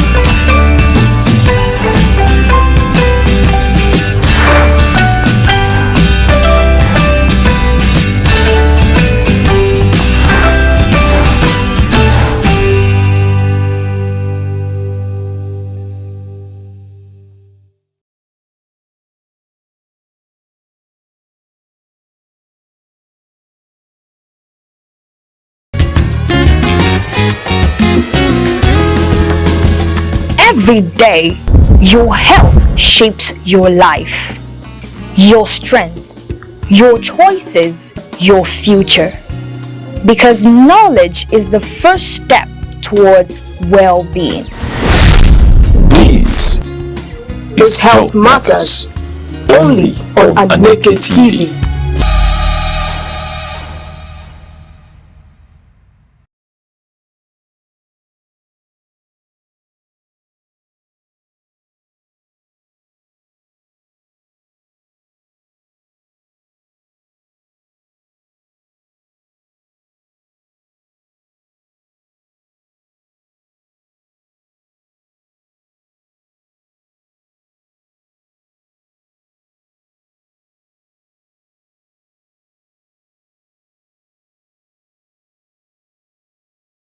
Nigeria's march toward the 2027 general elections is more than a routine democratic cycle. It is shaping up to be a defining test of institutional maturity, political culture, and national cohesion. Elections in Nigeria have historically served as mirrors reflecting both progress and persistent fault lines. As political actors reposition and citizens recalibrate expectations, the stakes are unmistakably high. The 2027 will not simply be about leadership transition. It will be about whether Africa's most populous nation can consolidate democratic credibility, deepen governance accountability, and manage intensifying socio-economic pressures without destabilizing its fragile political equilibrium. Public expectations heading into 2027 are likely to be unusually elevated, driven less by campaign rhetoric and more by lived realities. Chief among these is the demand for economic stabilization and opportunity. Inflationary pressures, unemployment, and cost of living anxieties have reshaped political consciousness. Voters increasingly assess government not by ideological narratives but by tangible economic outcomes, jobs, purchasing power, infrastructure, and social mobility. There is also a growing insistence on governance effectiveness. Citizens are showing declining tolerance for symbolic politics. Competence, policy coherence, and measurable results across security, healthcare, education, and public services now weigh heavily in electoral judgment. Electoral integrity too has become central after reforms introduced by the Electoral Act 2022 and the deployment of technologies such as BVAS. Nigerians expect elections that are transparent, technologically reliable, and free from manipulation. The bar has been raised, and any regression could provoke significant public backlash. Equally important is the demand for accountability and trust restoration. The widening gap between political elites and ordinary citizens continues to fuel skepticism. Consequently, the 2027 elections will be judged not only on who wins, but on whether democratic processes are widely perceived as fair, inclusive, and credible. Several issues are poised to shape the contest. Economic performance will dominate political discourse, with debates likely to revolve around fiscal management, debt sustainability, industrialization, youth employment, and diversification beyond oil dependency. Security will remain an existential concern. Persistent challenges ranging from insurgency to to criminal violence have placed state authority under strain, compelling voters to scrutinize strategies for restoring stability and strengthening institutional capacity. Nigeria's demographic realities further complicate the landscape. The youth population, increasingly digitally connected and politically expressive, is redefining electoral engagement. Political parties that fail to adapt to issue-driven, technology-mediated mobilization risk strategy disadvantage.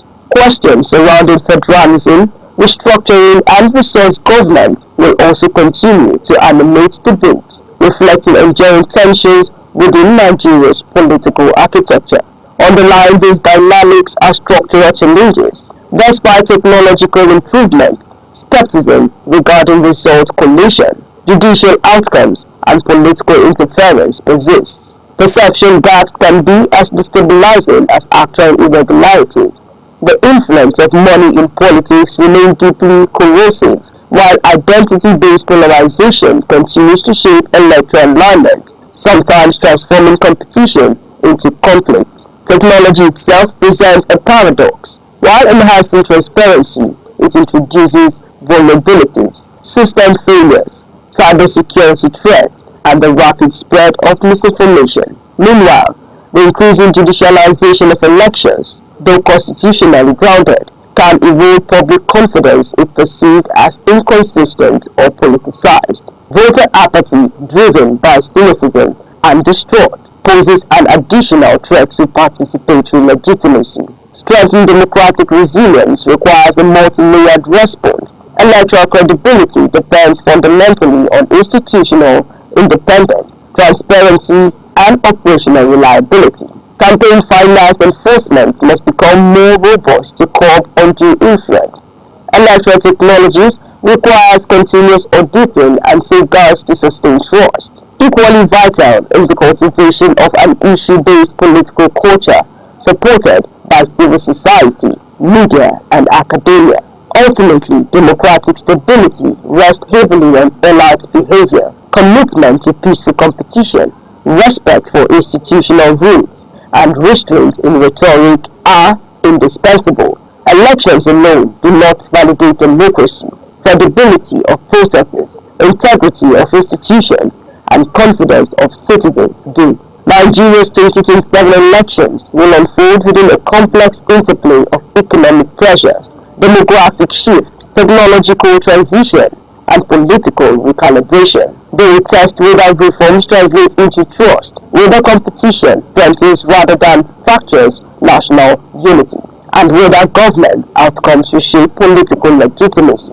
As Nigeria advances towards 2027, the defining question is no longer whether elections will hold. It is whether they will deepen democratic resilience, reinforce national stability, and align political leadership more closely with citizens' aspirations. The answer will shape not just an electoral outcome, but the country's democratic trajectory.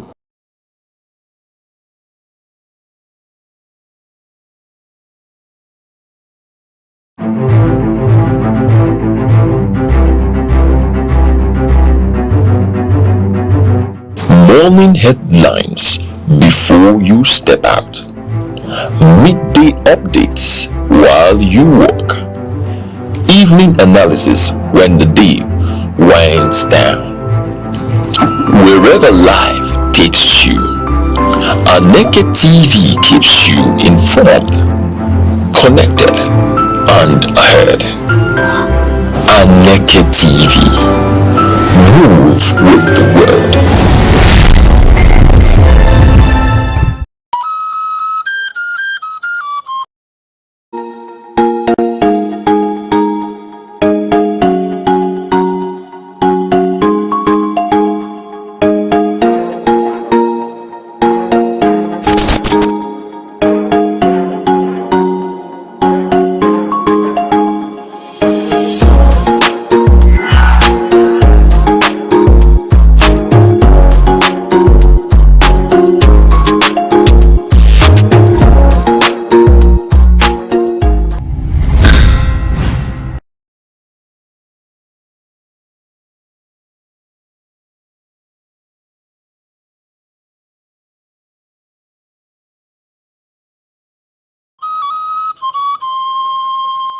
advert placements, coverage for events, or the latest news stories, call 070-3043-7110 right now. Aneke TV, move with the world. Once again, in a special way, welcome you.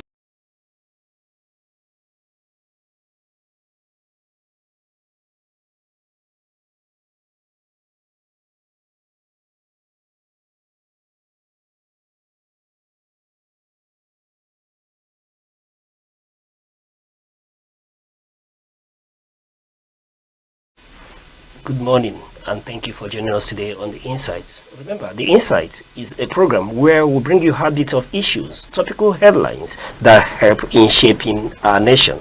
And this morning, we'll be looking at watching Nigeria through the political lens. Nigeria today is a country where almost every headline, from fuel prices to insecurity, has a political story behind it. Watching Nigeria through the political lens means we are asking in every situation who holds power, how that power is used, and who ultimately benefits and is left behind. In this conversation, we'll step back from the day-to-day drama and examine the deeper forces shaping our democracy, the strength of our institutions, the behavior of our political parties, the role of citizens now in play in holding leaders accountable. By the end of this program, our goal is just to analyze Nigerian politics, but to help viewers also to know how their own daily experiences, whether from Lagos, Kano, Enugu, or Port Harcourt, is directly connected to political choices made in their name. And joining us this morning to analyze these issues is Dr. Ima Agu. Doc, it's always a pleasure to have you around. Pleasure is mine as well. All right. We're here in 2026. What's your view of Nigeria, speaking from the political angle, in summation? Well, for me, Nigeria is just like every other developing country that is currently facing challenges. We are facing challenges politically. We are also facing challenges when you look at the economy. We also face challenges, just like you and I experience security issues. We are also facing challenges from the relationship between the political actors and the masses. A lot of distortion. I think challenges everywhere. We are also facing challenges from the pressure which this current regime is facing from international organizations and international, very powerful countries. Because I know that membership of international organization is to a very large extent a limitation to our sovereignty. So we have all these issues, but I believe all these things will gradually, ease in as much as there is commitment on the part of our principal political actors and also on the part of the people that are led as well. If there is this consciousness from them to demand accountability from our leaders. So that is just my take on this. All right. Before we move down the lane, based on what you're saying, many Nigerians feel politics is distant from their daily struggles. And I want to ask, how concrete is this science? Or do you agree that politics in itself, is distant from the people's daily struggle? I don't think so. Essentially, but not exclusively, man is a political animal.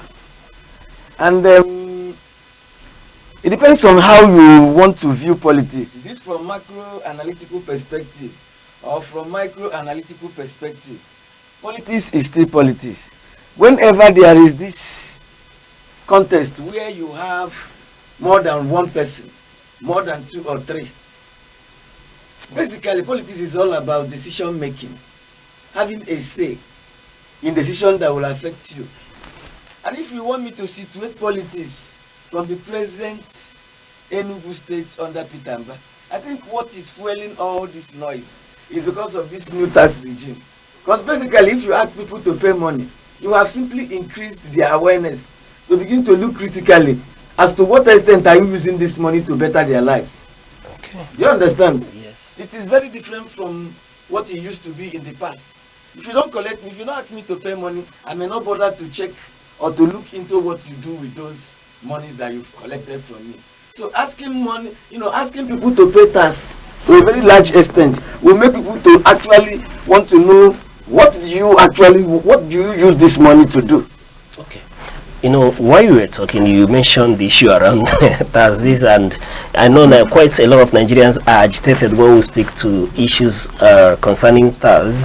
But I am asking this morning, we've stepped into 2026 proper, this January, and I want to ask you, what are the issues for you that you think should dominate the headlines, the political storyline, moving towards 2027?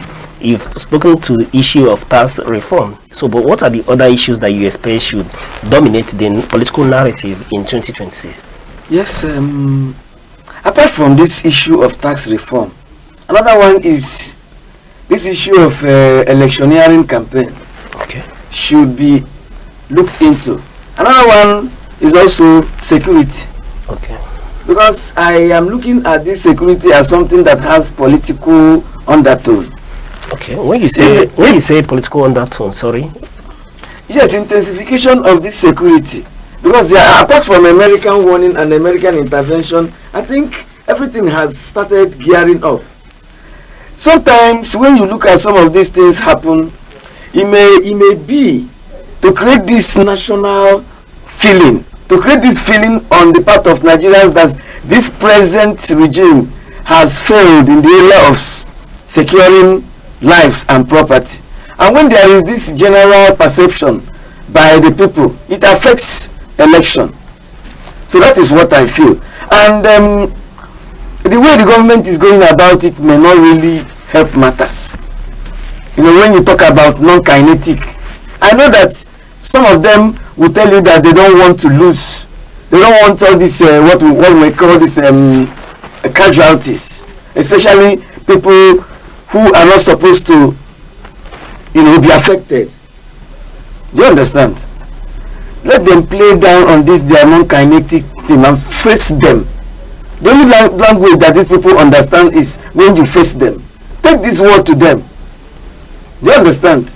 Especially when it has to do with using some of these technologies to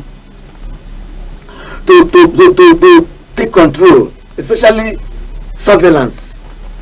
Do you understand? Yes. When you use technology to watch what they are doing and take the word to them, you see that you will win this war. All right. Okay, those are the security issues that will dominate the story going into 2027. But I want to ask, are you bothered that we may witness early campaign prior to 2027? That we may be entering campaign mode as early as 2026 is concerned? Campaign has already started. As if you look very well in some states, campaign has already started.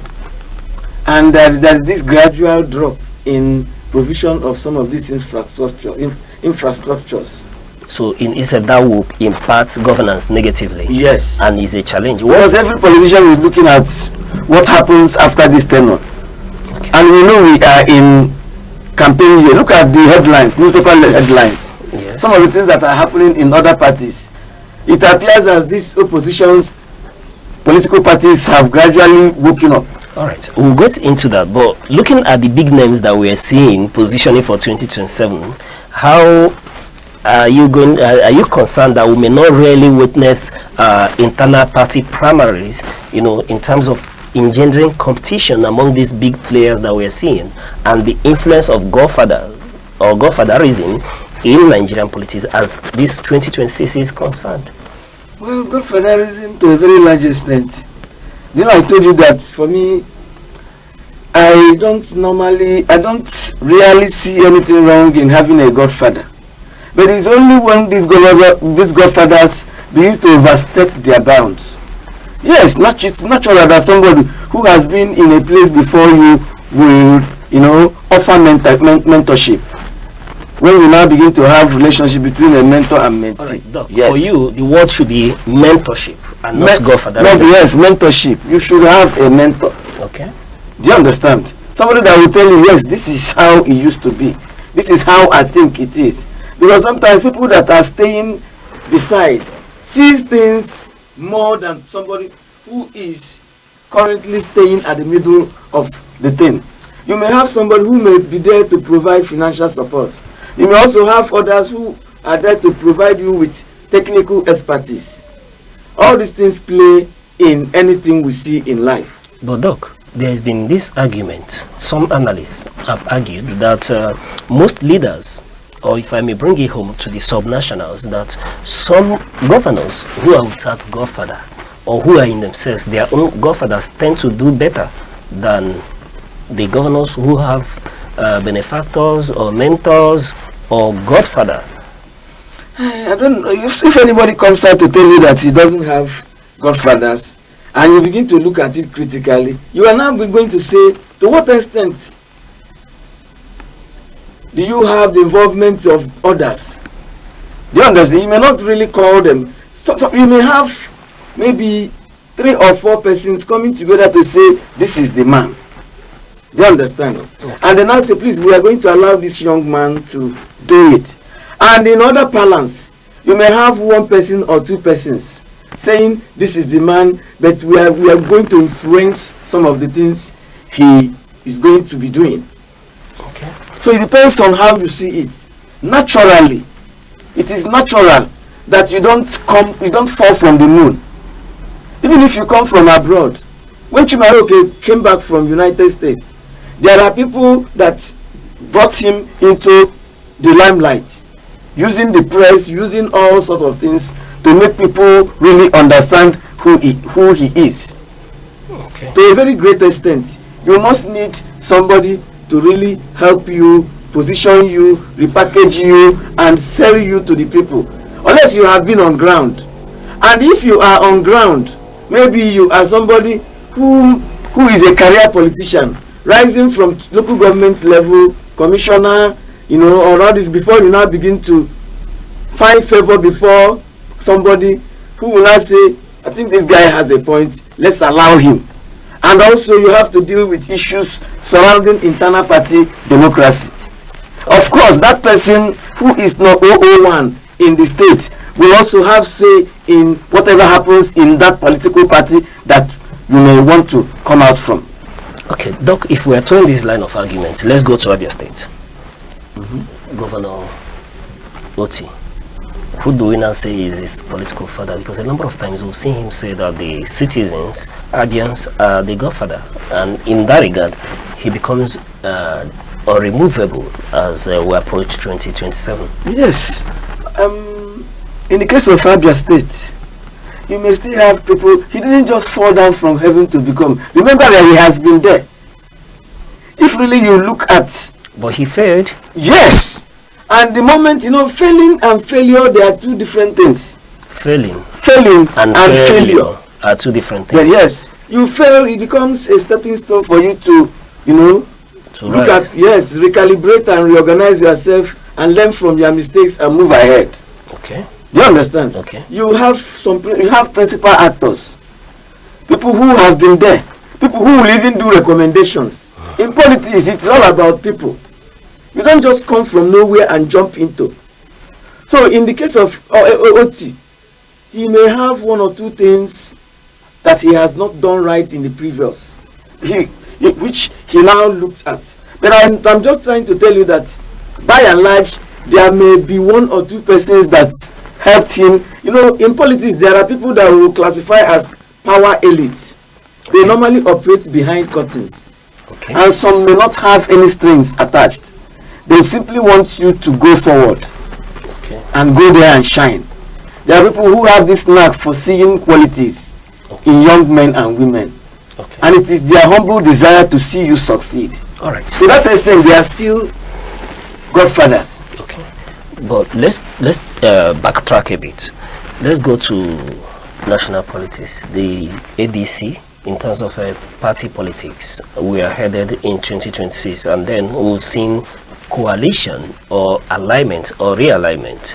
And looking at the ADC, for instance, we're seeing big wheels like former Vice President Atiku Abubakar.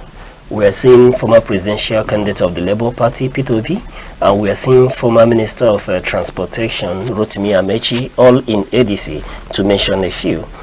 What do you think would happen with their primaries? Are you foreseeing an implosion where perhaps the former vice president may not step down for anybody? And do you see Peter Obi, who doesn't give shishi, going into that primaries?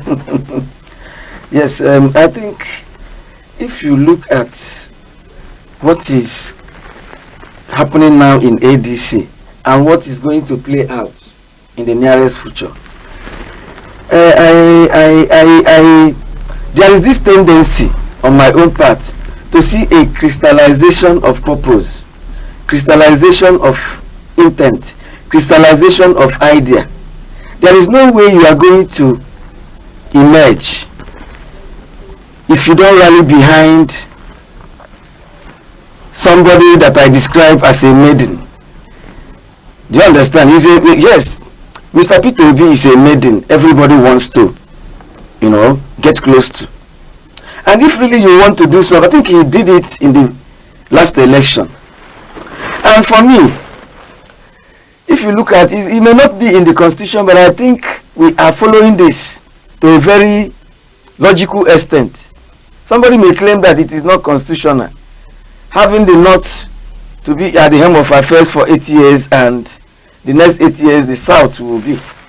And they are looking at Tinubu, who has taken the turn of 4 years, who may not be allowed to complete because of some of the things people say that is not doing well. Then Peter Obi, for them, is somebody, if really you want to beat, somebody who has this capacity, who has demonstrated this capacity of beating an incumbent, who can beat an incumbent. Atiku Abubakar, I think it will be easier for him to rally behind this young man, because people are saying that there may have been an agreement between him and Peter Obi, and for Peter Obi to have gone this far in the race. Say there may have been because if really you want to win, you have to feel your best. In as much as people are talking about primaries, and you're seeing Obi as the best. He is the best. He is the best. And if you look at another person from the north, say Tambua or Kwankwazo, then the game is over. Do you understand? Okay. And after these 4 years, there may be an agreement. Say Peter Obi, just go and conclude these 4 years, and I see a Peter Obi as somebody who would simply do these 4 years and go away. But one question mark is this: if you allow a Peter Obi to do 4 years, he will so restructure Nigeria to the extent of it will be difficult for anybody to go in there and do otherwise.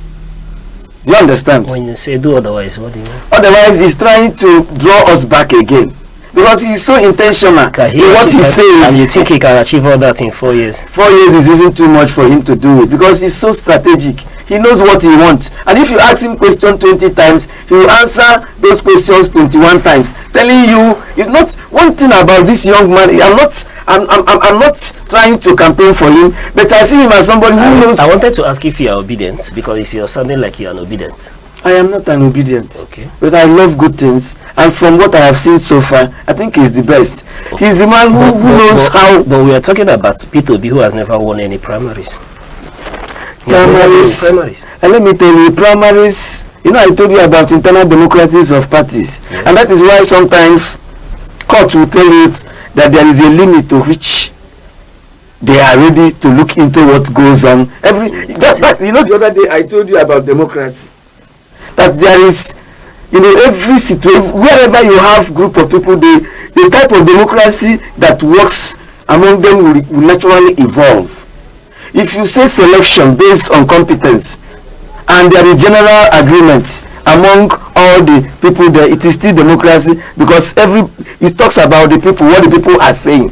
If you now say let people come out and let the principal actors come out and campaign, and you will still see a situation where there is this horse trading, vote buying. And I know that vote buying is very, very inevitable, where you have indirect election, delegate election, because you have number of delegates that can be bought.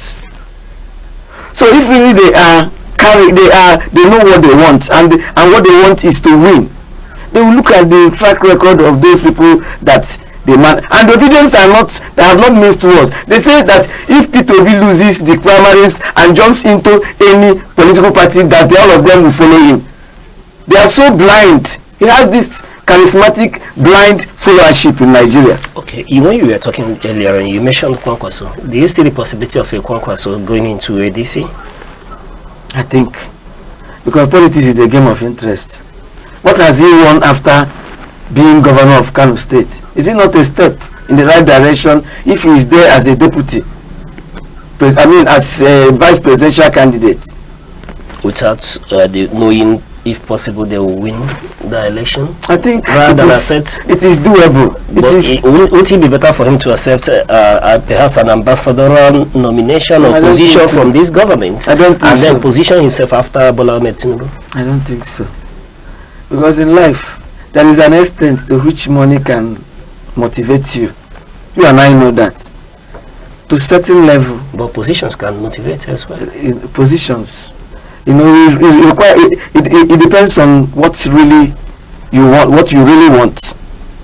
One person that I know would want to be president of Nigeria someday because he's a very ambitious man.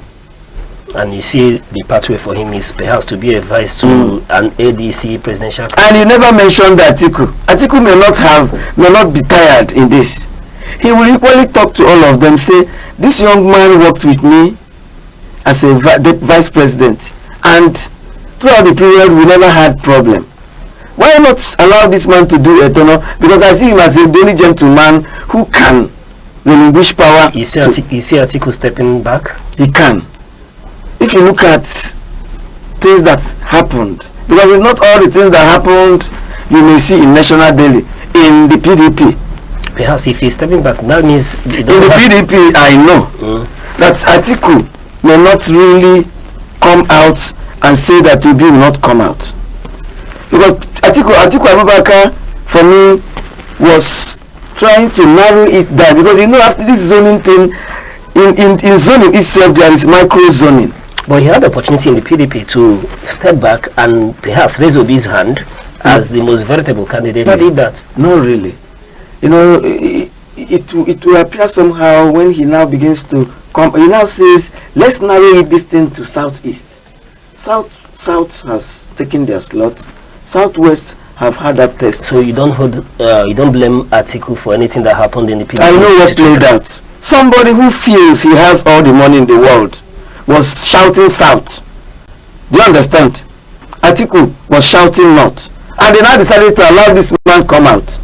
Only for them to realize that this man has his own interest. You know whom I'm referring to? I don't know.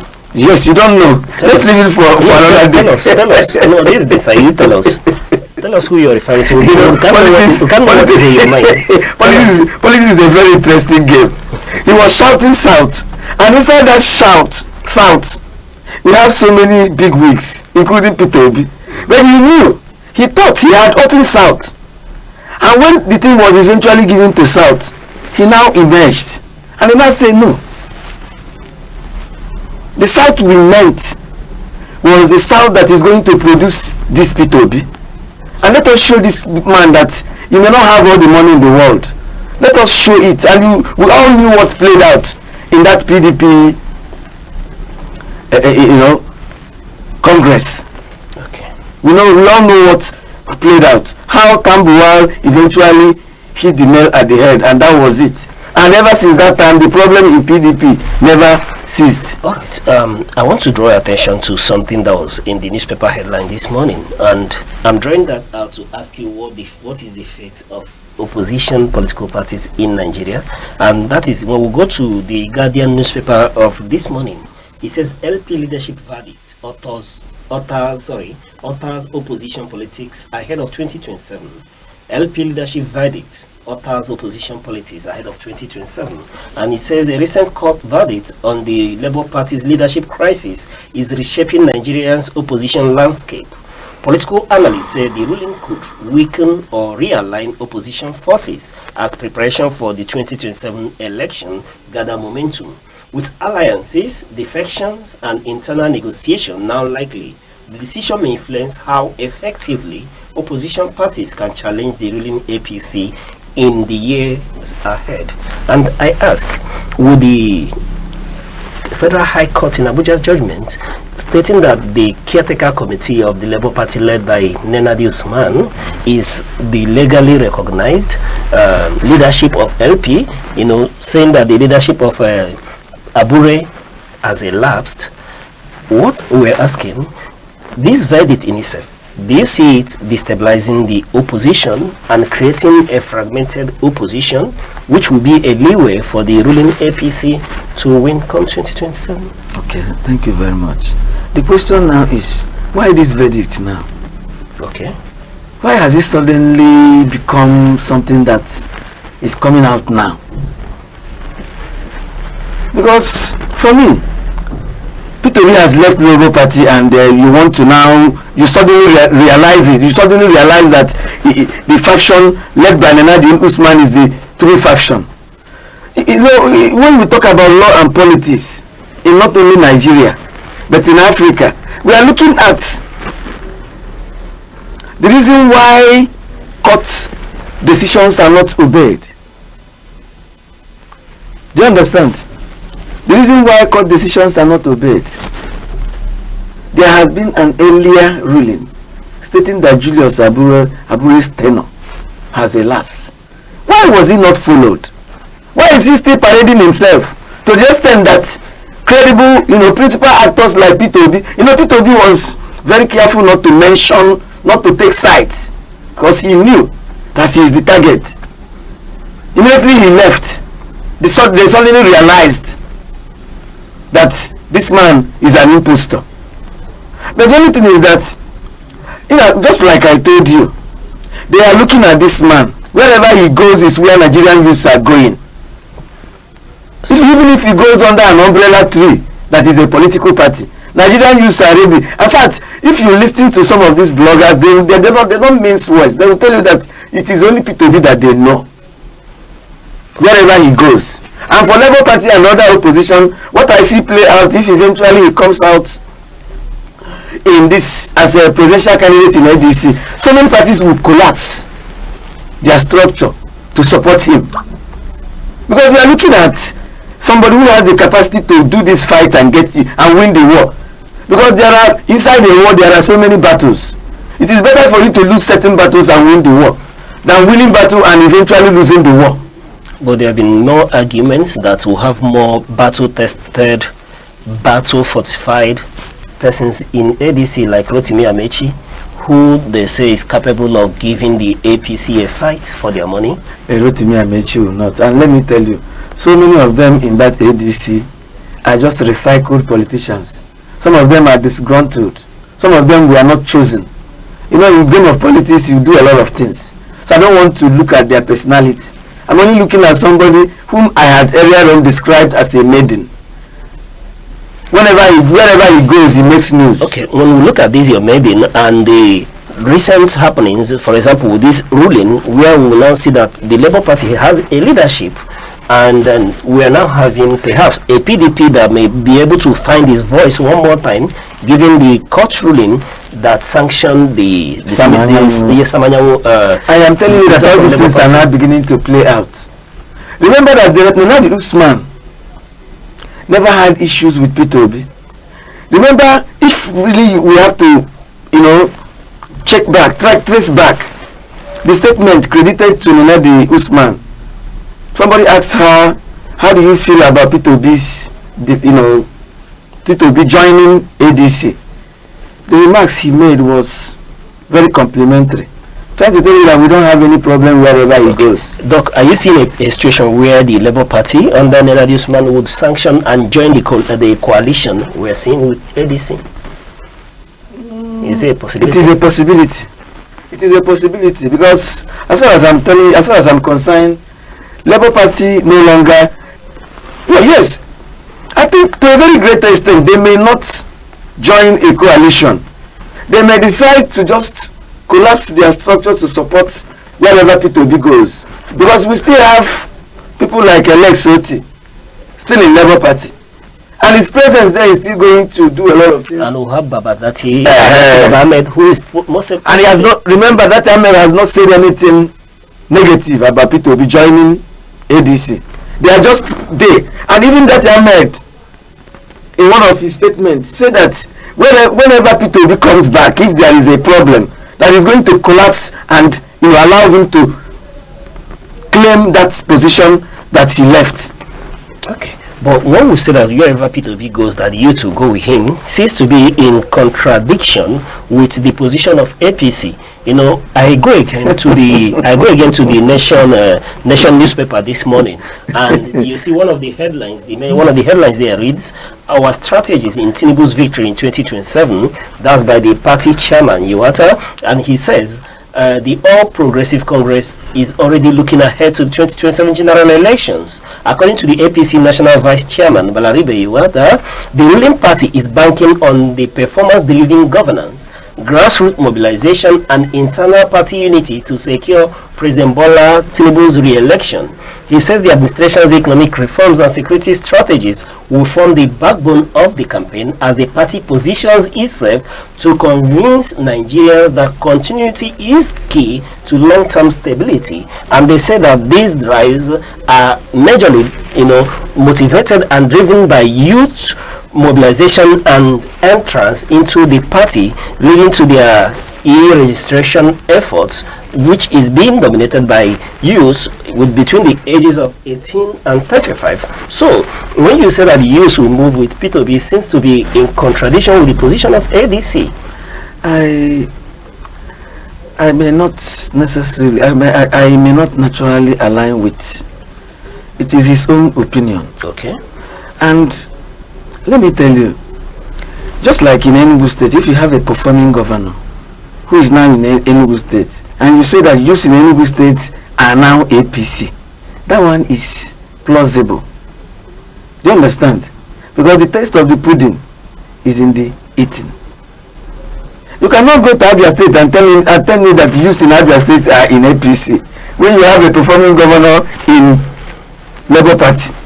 If you have a performing governor in Enugu, just like we have in Pitamba, and you tell me that Enugu youths are in APC, that one is a bit plausible.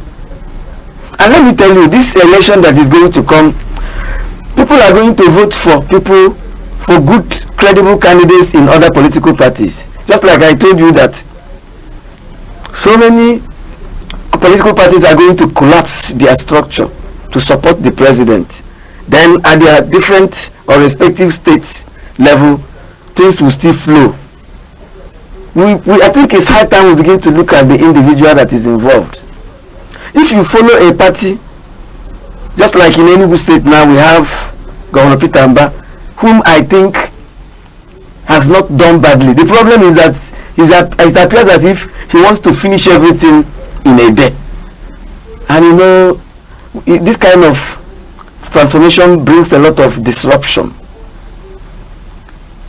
Do it bit by bit. That is for me. The only where I think he's not doing it well. Okay. Like this issue of 260 something smart school. It is a very wonderful idea. But for me, do it phase 1, phase 2, phase 3. Phase 1 may be first 100. I wish he's listening to what I'm saying. He's hearing you. Let him do first 100. If you do 100, finish it. Apart from the structure, equip it. Then look at the personnel. That one, when it is done and dusted, go into phase 2 and let us know that you are now entering into phase 2. Phase 1, if it's 100, give us 100 schools, so that whoever that goes to this 100 school will know that indeed something is different and not doing it everywhere. Just your position is that you think that Governor Peter Mba is putting all the fingers in his mouth at the same time. Yes, I think. And also, every other sector of the economy, look at what he's doing in the health sector. Go to hospitals, government hospitals. Go to Parkland now, you see a lot of things going on there. Is he not a human being? What I'm trying to say is, slow down these things. Whatever you want to do, I gave you this idea of smart school. Don't just scatter. Sometimes monitoring all these things becomes a problem. But he has people. Sometimes when you it is him that will know. Okay. Vicariously, when there is a mistake, we call Peter Mba. All right, because he's the only one that was elected. And if anybody who represents government misbehaves, is Peter Mba. Okay. That's what we know. Right. So that is why I say I think he should take it once after, and also I would always want him to look at the number of people that are going to benefit in a particular program or project. Okay. On that note, we'll go on a short break, and when we return, we'll continue to look at these issues. Okay. Advertise with us. Cover your event. Share your story. Call 070-30437110 today. Aneke TV. Move with the world.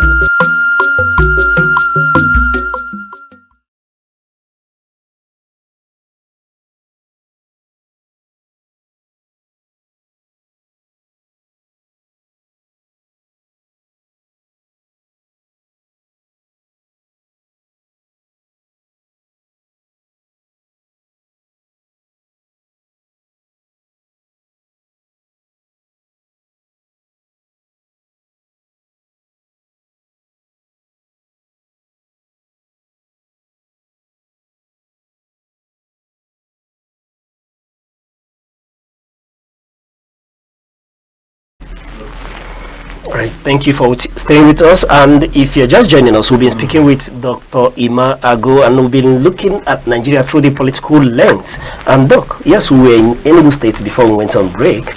And yes, you're making a point that the only man we know in Enugu State is the governor himself. He's the only one that is elected, and that he should carry on the development in phases and not go into all of them at once. That reminds me, let me ask you the issue around water in Enugu State. What's your assessment of the government's performance when it comes to water in Enugu State? Because you said the governor has done well and is doing well, but let's look at the water. Yes, if you look at the issue of water in Enugu State, water is running in some places, but in most places you don't have water. Okay. And for me, if you have been working with people and they are not delivering, let us know. If I were in the shoe of people to advise the governor, and every other person is talking about water, let us know those people that have disappointed us through you, that you have given certain responsibilities, and then, because I know the governor cannot be everywhere. If he says he's going to do something, definitely he must have committed some resources into those areas, and some people have been appointed to tell us those people, because tomorrow they may come out for us to support them in one thing or the other, maybe politically. Tell us that Mr. A and Mr. B was asked to do this and that. And sometimes don't sit in the confines of your office. Go out to find things out. Don't rely in all because all I know is that in leadership, structure of leadership or governance, I see it as having a lot of fence. There is this huge fence around the person who is at the helm of affairs. They don't allow you to even pick your calls. They don't allow you to move out. I know sometimes people will say that they met Sullivan alone, driving himself. Sometimes you visit, and I want to advise him to listen more to some of these radio programs where people phone programs, where people say things the way it is. I know that some of them may be misleading, but that is how you find out the majority of the opinion of the people that are. Nobody is saying that he's not doing well, but I think there have been delays. Okay. And misappropriation. If you ask somebody to do something and the person fails to do it, change that person, and better still, let us know, because we are watching you. We don't see those people. It is you that we know. And I think I told you that this tax regime has opened a lot of vistas in the lives of people in the state. If you ask me to pay money and I pay money, I will want to look at what you are doing. It is not like this, quite unlike this in the past, when we wait for allocation to come. Some of us don't even bother ourselves with what you do with it. Now that we are in the tax regime, people will demand for accountability. Okay. I think there have been delay, but I would want him to address us. All right. But tell us who and who is behind this delay, because what you said you are going to do, you have made that comment, and I know a lot of resources must have been committed into it. Okay. But while you were talking before, you talked about his developmental strides, and what we're making analysis, the APC and the opposition. For example, you said that in a state like Enugu State, if someone comes to tell us anything, perhaps we would have to see, we've seen a performing governor, and we'll tell you that such a governor will be going back, may not be far-fetched. But I want to ask this time around, in Enugu State, do you see the oppositions making inroad, especially with Peter Obi now in ADC proper?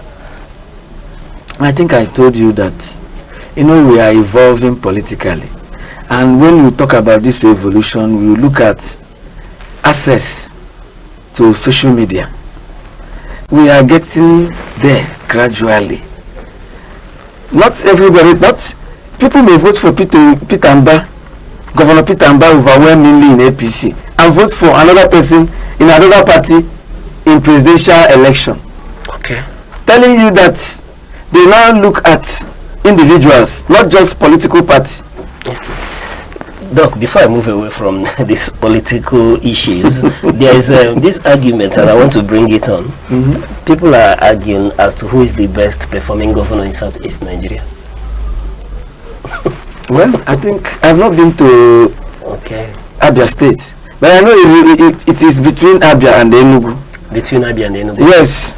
Why do you say that? Because this is, I see it in the news, developmental strides of Governor Alex Oti. Okay. And I live in Enugu. I go to Abia occasionally. I see what is happening there. And I know that there has been a lot of transformation. Okay. All right. I know that there is a lot of transformation in Enugu. Okay. Yes. Do you understand? So with that level of transformation in Enugu, you now believe that it should be left between Abia State and Enugu?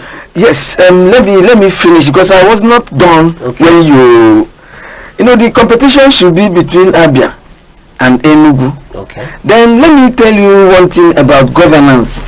Perhaps most people have not really looked into this. Whenever you want to do something, it is very good, it will be very nice for you to look at people that are going to be target beneficiaries. How many of them? Do you understand? Target beneficiaries. Like this smart school. When you look at the target beneficiaries, you see that this man has scored a very good point. But the fact is that he has not finished the school. Imagine a situation where all the smart schools are done. Look at the multiplier effect. And I think he's the only governor in Nigeria that has committed more than 30, I think it's 32% of the whole budget to education. That is human resource capacity development. In that area, governance, when you look at the tangibles and those things that are symbolic, those things that you can't even see or touch. But we are looking at things that are done. And also the rate at which you see transformation. Roads, especially some of these urban roads. You start it today, tomorrow it's finished. You go there again, you see that there has been a lot of changes. You understand? I think both governors for me stand out. I would equally want them to do a lot in the area of security. Okay. Because I have my own, the way I look at things. I would want him to look, especially my own governor. Okay. I would want my governor to look into security. Okay. You know, security issues are not supposed to be discussed in the open. But I have my own suggestion. Okay. He should try to replicate whatever he's doing. You know, whenever you want to get results, try to make people take responsibility. Local government chairman, you know, you are ruling people. You are the head of affairs. Every local government is made up of autonomous communities. At every autonomous community, you have hamlets, you have households, you have PG, you have the Igbe. Let us move from the basis to state.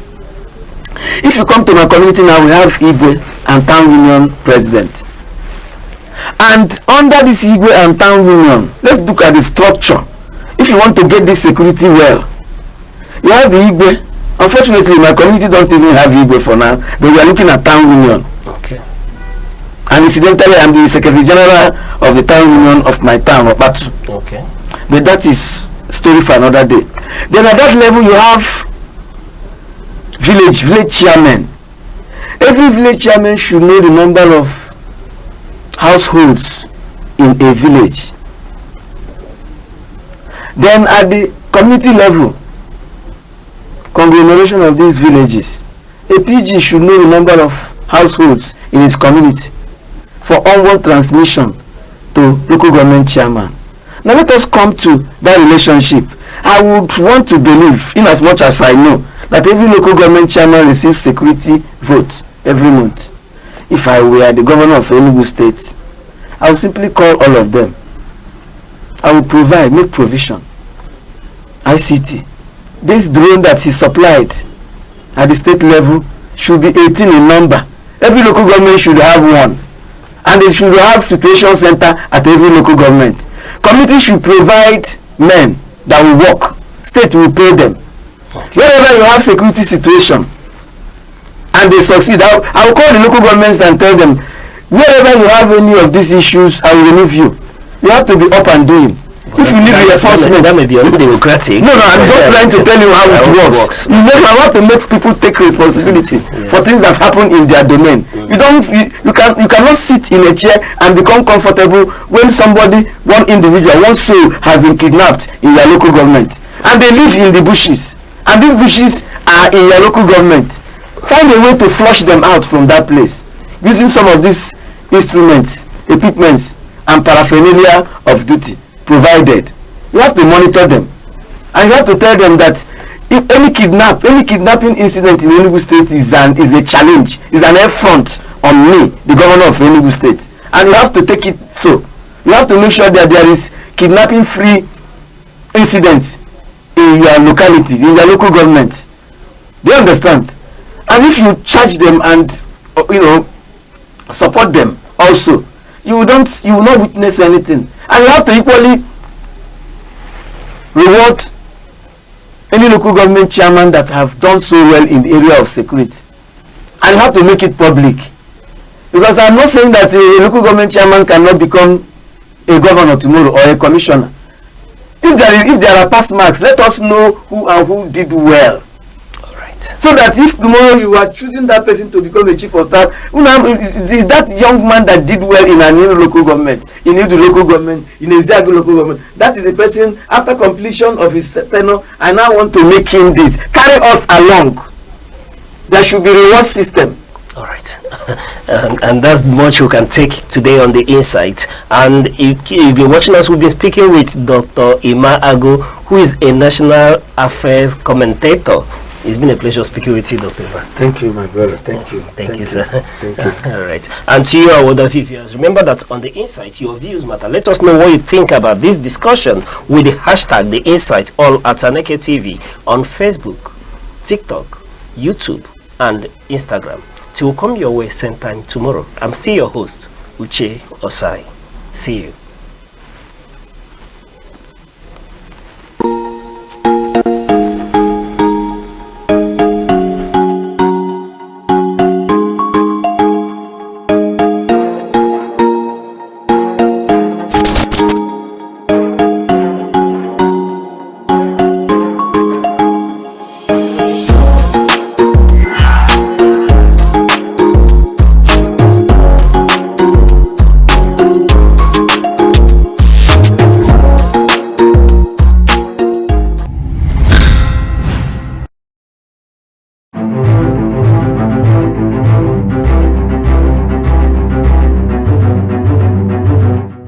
morning headlines before you step out, midday updates while you work, evening analysis when the day winds down.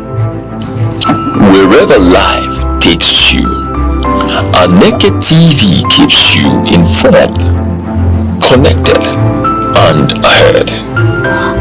Aneke TV. Move with the world.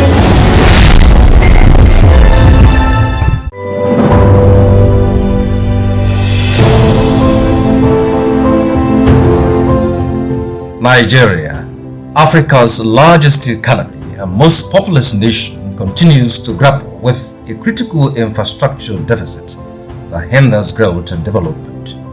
Reliable electricity remains a major challenge. Although Nigeria has the capacity to generate 12,000 to 13,000 megawatts, supply to homes and businesses is inconsistent. In 2023, only 61% of Nigerians had access to electricity, leaving around 87 million people without reliable power, the largest electricity access gap in the world. This shortfall forces businesses to spend billions of dollars annually on backup solutions like diesel generators, diverting resources from investment and job creation. Transmission losses, generation inefficiencies, and gas supply challenges further suppress per capita electricity consumption, affecting productivity and competitiveness. Transport infrastructure also lags behind demand. While Nigeria has an extensive road network, over 70% of roads are in poor condition, slowing the movement of goods and people, raising transport costs for farmers and traders. Rail development remains limited, with only about 3,500 kilometers of operational track, insufficient for a country of over 220 million people. Overall, Nigeria's infrastructure stock, including roads, power systems, bridges, water systems, and digital networks, is estimated at about 30% of GDP, far below 70% international benchmark. This gap continues to constrain productivity and foreign investment. Water and sanitation infrastructure also fall short, leaving millions without access to safe drinking water or adequate sanitation. These affect public health, school attendance, and economic participation. Digital infrastructure is another critical area. Broadband penetration and data center capacity remain limited, concentrated mainly in Lagos, while other states lag behind. Every second, the world changes, markets rise, leaders speak, stories unfold. To keep up, you don't just need news, you need clarity, you need speed, you need perspective. That's why Aneke TV brings you the global pulse. Accurate, reliable, right when it matters most. Aneke TV. Move with the world.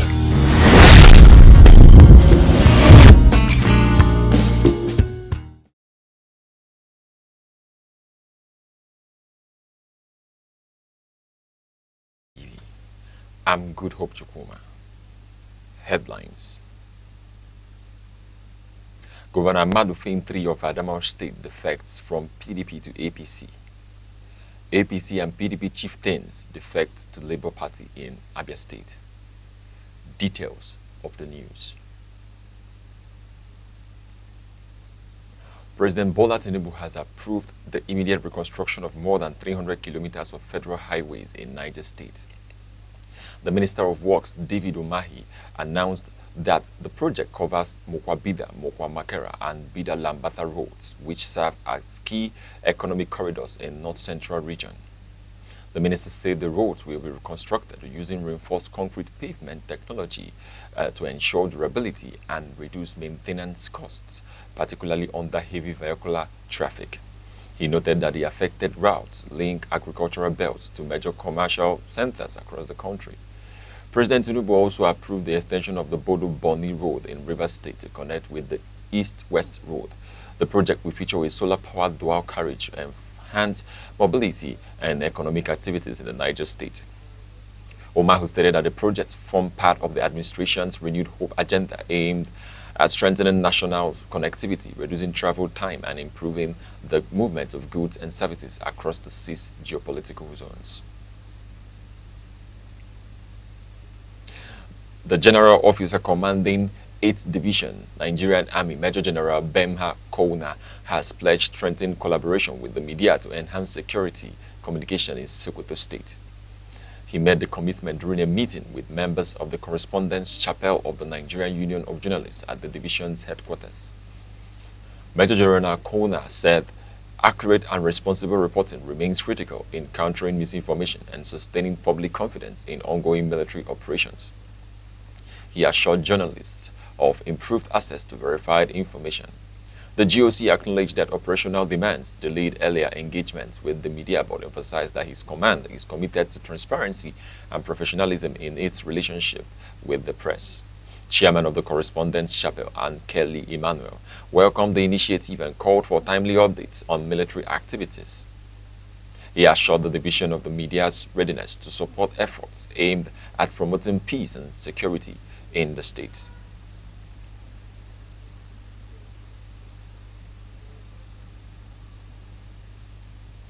The federal government has commenced construction of a new corporate headquarters for the Nigerian Airspace Management Agency in Abuja at a cost of 21.6 billion naira. Minister of Aviation and Aerospace Development, Festus Kiyamo, performed the groundbreaking ceremony. Kiyamo said the project will replace existing outdated structures and consolidate the agency's administrative and operational units into a single modern facility. The first phase, awarded to Messrs NHD Interbis Projects Limited, is scheduled for completion within 30 months. The new complex will house a state-of-the-art traffic management center to enhance surveillance of Nigeria's sovereign airspace. The minister noted that integrating executive management with real-time operations will strengthen safety oversight and emergency response capacity. Managing Director of NAMA, Ahmed Farouk, described the project as critical to the future of air navigation services in Nigeria. He assured that due process was followed in the award of the contract and pledged adherence to global best practices.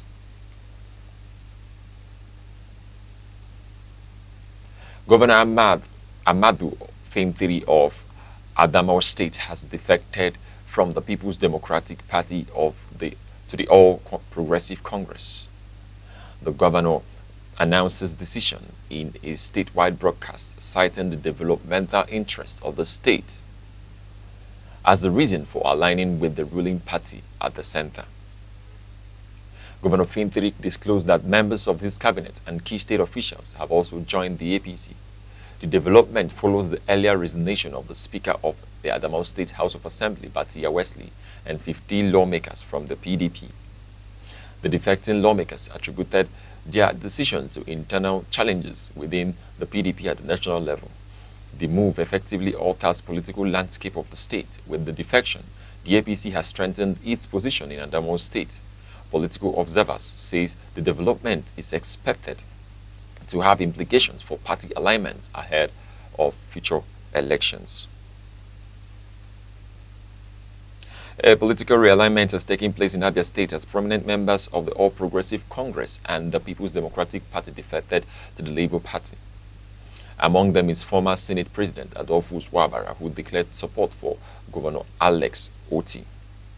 The endorsement occurred at a gathering in Okwa East local government area, where the defectors pledged support for Governor Oti's second-term bid. They described the decision as a commitment to continuity of development initiative in the state.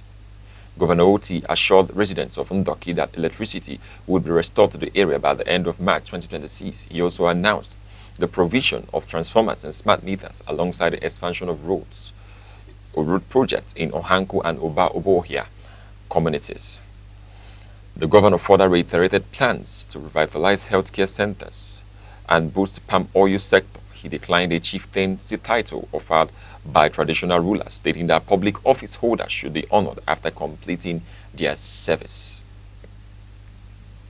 The Lagos State House of Assembly has ordered a 2-week suspension of demolition activities in Makoko and Shogunle communities. The directive followed deliberations aimed at addressing concerns arising from recent clearance operations. Lawmakers said the suspension will allow government officials to engage affected residents and finalize compensation arrangements. They emphasized the need for dialogue to ensure a peaceful resolution. The Assembly also adopted a zoning policy restricting development within 500 meters of the Third Mainland Bridge corridor. The policy includes a 250-meter setback from the bridge and an additional 250-meter buffer beyond designated high-tension lines to safeguard public infrastructure. Chairman of Yaba Local Council Development Area, Bayo Adefuye, confirmed distribution of relief materials to displaced residents. The Assembly directed the communities to constitute 10 members with government interface representative on compliance and resettlement plans. You are watching Aneke TV news across the country. Remember, you can follow us on Facebook, X, Instagram, TikTok, and YouTube, all at Aneke TV. Now, a quick reminder of major developments in the news. Governor Amadu Umaru Fintri has officially left People's Democratic Party to join the All Progressives Congress. Coming up shortly, key leaders from both APC and PDP in Abia State have defected to the Labour Party. We'll be right back.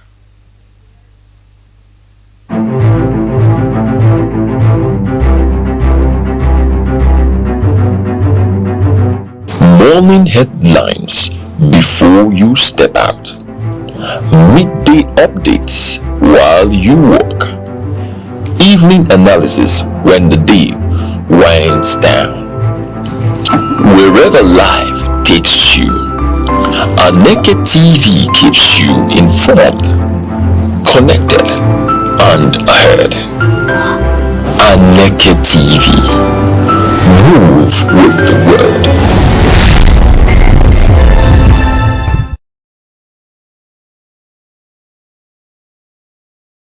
State Dr. Kadri Obafemi Hamzat has urged young people in the state to move beyond identified societal problems and begin providing practical solutions. He made the call at the 2026 Leadership Summit held in Alausa Ikeja, stressing that youth must transition from potential to purposeful leadership. Dr. Hamzat said young people are critical stakeholders in the future of Lagos and we must see themselves as drivers of transformation. He emphasized that sustainable progress in a fast-growing megacity like Lagos requires innovation, resilience, and ethical leadership. The deputy governor proposed what he described as a new generational contract under which the older generation must invest in and mentor young leaders while gradually creating room for them to assume greater responsibilities. He added that as Lagos continues to position itself as a global hub, it requires leaders with technical competence and strong moral values to address challenges such as urban planning, environmental sustainability, and economic growth. A civil society organization, Human Rights Monitoring Agenda, HOMA, has called for an investigation into the detention of 4 petroleum tanker drivers currently held at the Kirikiri Maximum Security Custodial Center in Lagos. The group staged a protest at the NNPC depot in Ejibo, alleging that the drivers were arrested after reporting an attack by a rival faction within the petroleum tanker drivers branch of Nupeng. According to HOMA, the men were arraigned and remanded while those accused of attacking them remained at large. HOMA Director Mr. Buni Isiak identified the detained drivers as Kabiru Salami, Hazim Adeniran, Sahid Alebweleye, and Oladeji Ramon. He described their continued detention as unjust and capable of escalating tensions within the sector. The organization is urging the Inspector General of Police to order a probe into the circumstances surrounding the arrest and prosecution, warning that the dispute could disrupt operations in the petroleum distribution chain if not resolved urgently. The Bauchi State Police Command has deployed additional security personnel to Al-Kaleri local government area following renewed bandit activities in parts of the state. The deployment covers Guana, Digari, and Kafin Duguri communities, where security agencies say criminal elements attempted to infiltrate from neighboring states. The operation involves the police, the Nigerian Army, the Department of State Services, and the Nigerian Security and Civil Defense Corps. Police Public Relations Officer Ahmed Mohamed Wakil said the action followed a comprehensive security assessment of border communities. He assured residents that the situation is under control and urged those who fled their homes to remain calm. The Commissioner of Police, Bauchi State Command, Awa Musa Mohammed, reaffirmed that there will be no safe haven for criminals. He called on residents to provide timely and credible information to security agencies, assuring them of confidentiality. The Joint Admissions and Matriculation Board, JAMB, has won accredited registration centers against charging candidates above the approved fees for the 2026 Unified Tertiary Matriculation Examination. In a statement issued by its Public Communication Advisor, Dr. Fabian Benjamin, the board clarified that the registration fee remains 7,200 naira for candidates not taking the mock examination and 8,700 naira for those opting for JAMB for the mock. JAMB described reports of a fee increased as false and misleading, maintaining that the approved charges have remained unchanged since 2019 despite rising operational costs. The board urged candidates and parents to report any center found engaging in overcharging or other sharp practices, warning that the offenders will face sanctions.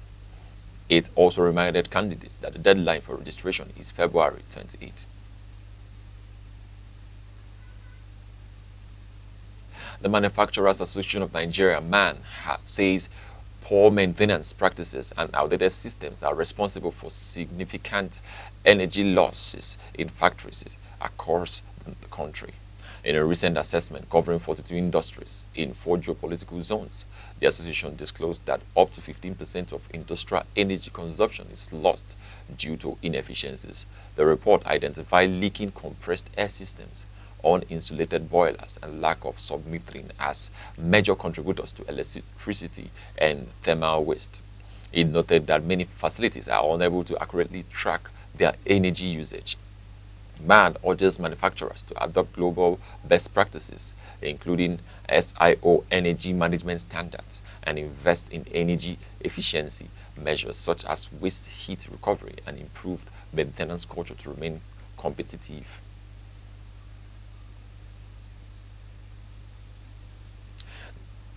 In sports, Nigeria is set to participate in blind sambo at the 2026 World Cup scheduled for April 11 to 12 in Yerevan, Armenia, with 2 female athletes representing the country. Rukoya Taiwo will compete in the 54-kilogram category, while Elizabeth Aseso will feature in the 59-kilogram division. The event will hold at Gazprom Training Center and Sports Complex. Vice President of the Nigerian Sambo Association, Mr. Sherif Ahmed, described the development as a milestone for inclusive sports in Nigeria, noting that the country has continued to make progress in the discipline since its debut in 2024. The association expressed confidence in the athletes' preparedness, citing Nigeria's previous international appearances and medal successes as motivation for a strong outing at the championship. Former FC Porto forward Bruno Moraes has urged patience regarding Super Eagles striker Terem Murphy following his recent move to the Portuguese club.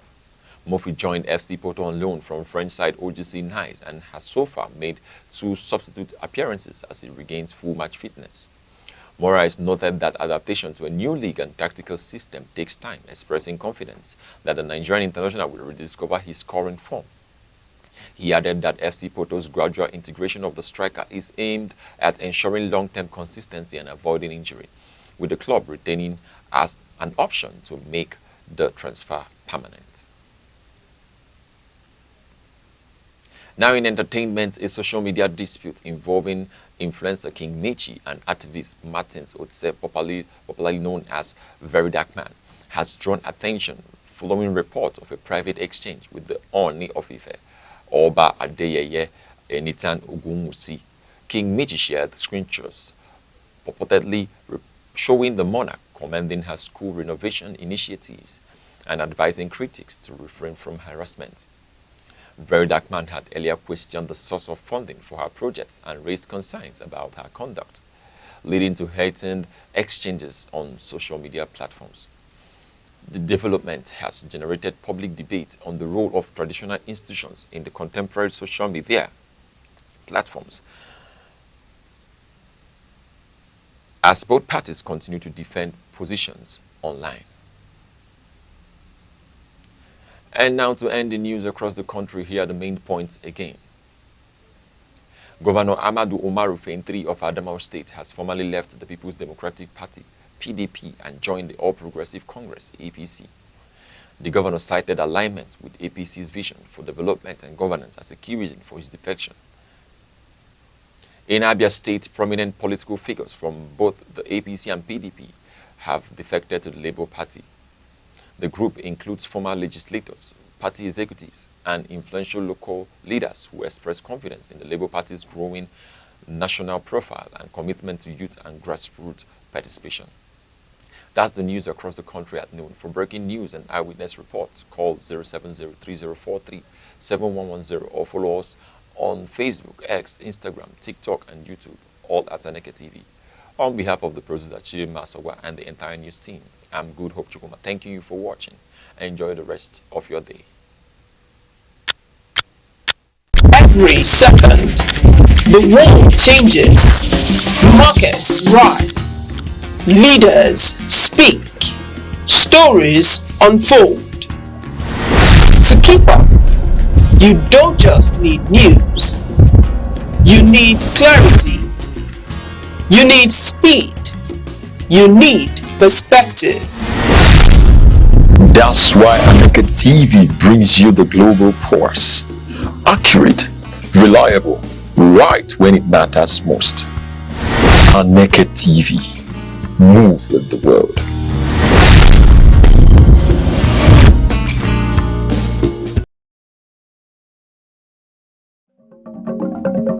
Chimamanda Adichie.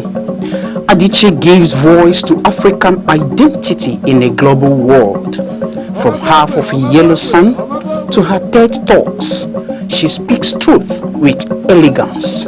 She urges us to reject the single story and celebrate complexity, a modern cultural beacon.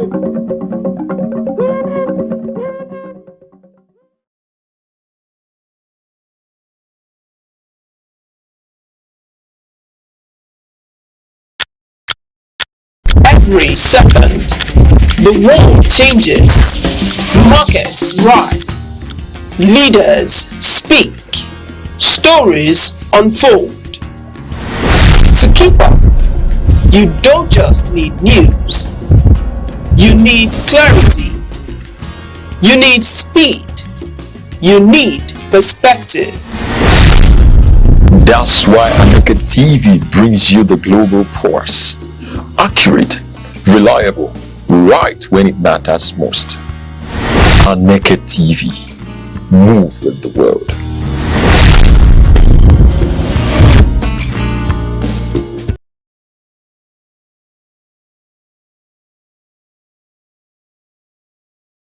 As the Christmas and New Year holidays approach, the Enugu State Police Command Chimamanda Adichie. Adichie gives voice to African identity in a global world. From half of a yellow sun to her TED Talks, she speaks truth with elegance. She urges us to reject the single story and celebrate complexity, a modern cultural beacon.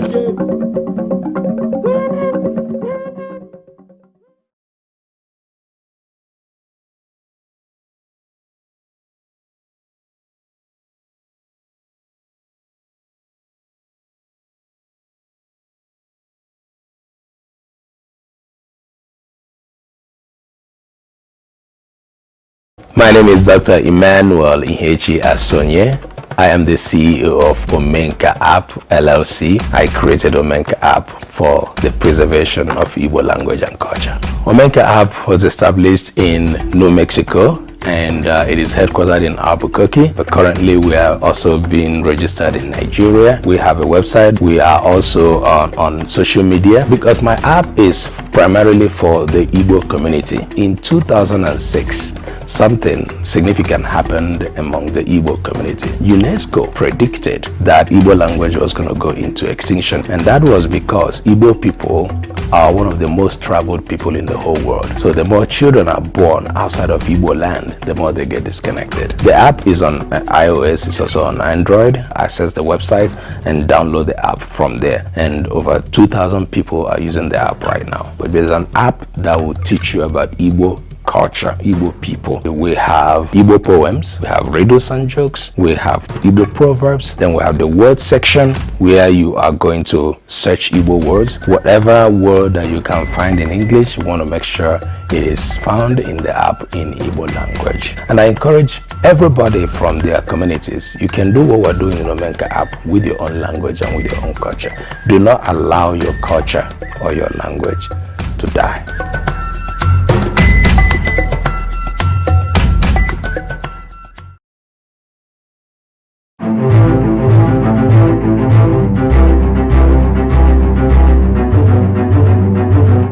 Morning headlines before you step out.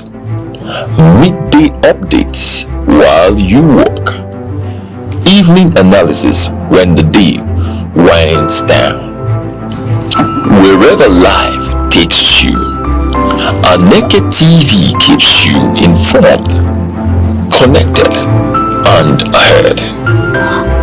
Aneke TV. Move with the world.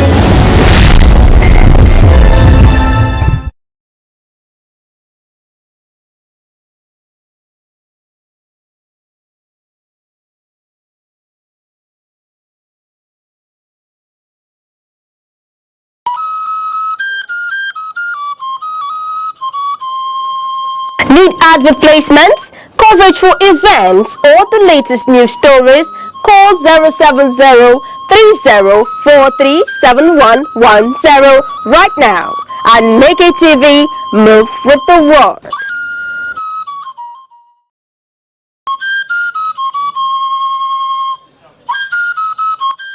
From the tiniest cells to the farthest galaxies, life holds secrets we are only beginning to uncover. Why are we here? What connects us all? What unseen forces shape our destiny? Join Professor Jude Udenta as he explores the wonders, the questions, and the revelations that define existence. Mysteries of life, where every answer sparks a new discovery.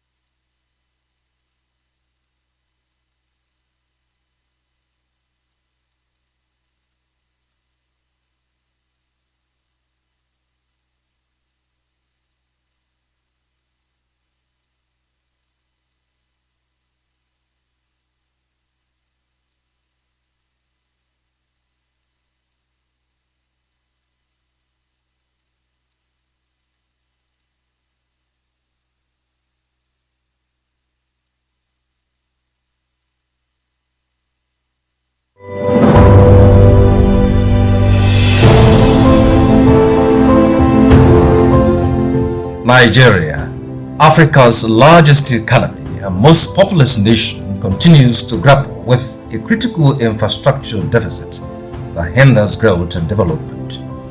Reliable electricity remains a major challenge.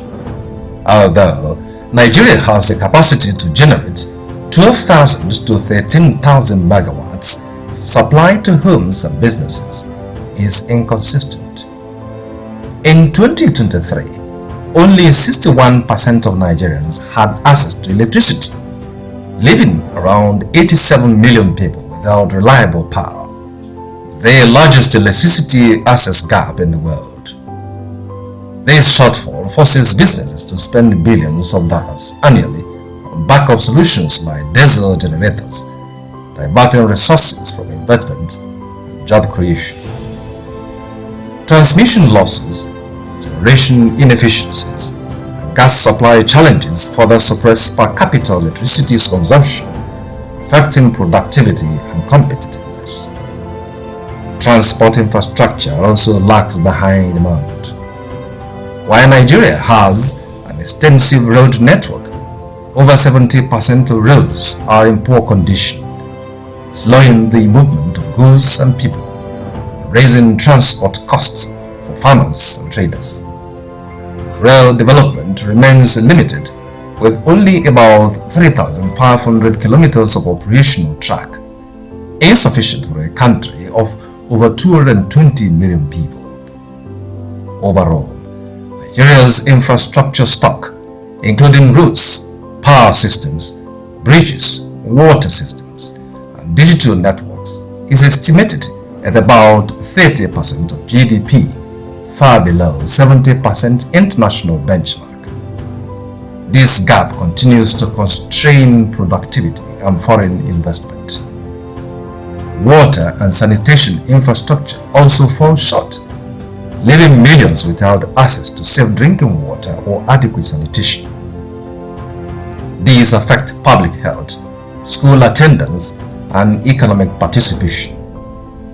Digital infrastructure is another critical area.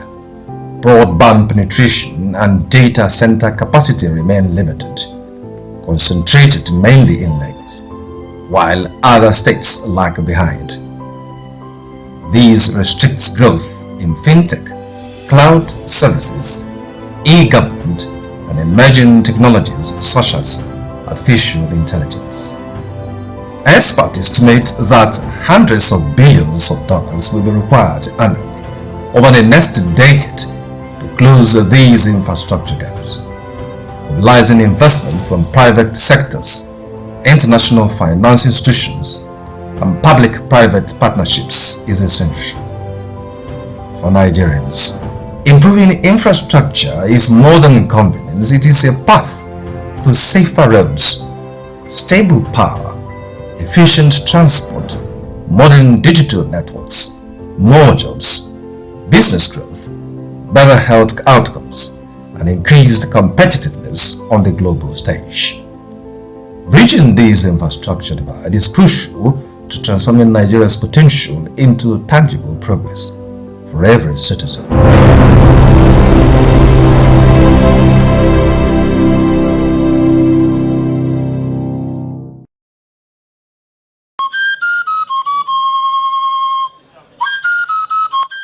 From the tiniest cells to the farthest galaxies, life holds secrets we are only beginning to uncover. Why are we here? What connects us all? What unseen forces shape our destiny? Join Professor Jude Udenta as he explores the wonders, the questions, and the revelations that define existence. Mysteries of life, where every answer sparks a new discovery.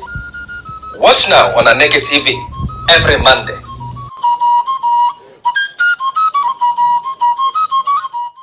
Welcome listener or welcome viewer. Today we are looking at a development which really, and maybe it was there before the war, but I think it was really after the war that people started talking about it in the southeast Nigeria, and maybe other parts of Nigeria later. But in the southeast Nigeria, people started talking about ritual money, ogwego. You know, and really, it's one of the mysteries of life, because last time when we met, one of our friends here made the point that there's something like ogwego that is about working very hard. But some other people still believe that there is ogwego. That's ritual money, that people have made it. So, I mean, so many things are happening. Just like somebody I met outside was telling me that there's so many types of love. So with me in the studio today to look into this thing, whether it is true or not true, whether there are forms of it or nuances of it or not. We have by my left, we always start with the left, by my left today. Mazi Aneke Gabriel Ogbonnaya Anichukwu. Gabriel, welcome to the program. Thank you, Prof. I'm not going to put you up because I've called you Ogbonnaya. So Junior has been taken care of. Exactly. So we have a reverend here. Sometimes I get confused whether he's Oka or Carlo, Reverend Uche. So, but I know him as Reverend Uche Carlo Oka. Reverend Oka, welcome to the program. God bless you, sir, my prof. Thank you. So, ritual. Let me start from the spiritual side as a pastor. Is there anything like ritual money? Well, as much as I know, there is something like the love of money, which beget the root of all evil. Okay. And the Bible disclosed to us that in the end time, that love of money will increase, will multiply. And many will give it to a lot of things and begin to do a lot of things in the West to get wealth. So there is what can be termed as ritual money. Okay. Yes. Yeah, because it is buried in the West to get rich or get wealth. Okay. We're going to come back to it because nowadays I'm going to come to you, Mazi Ogbonnaya Anichukwu.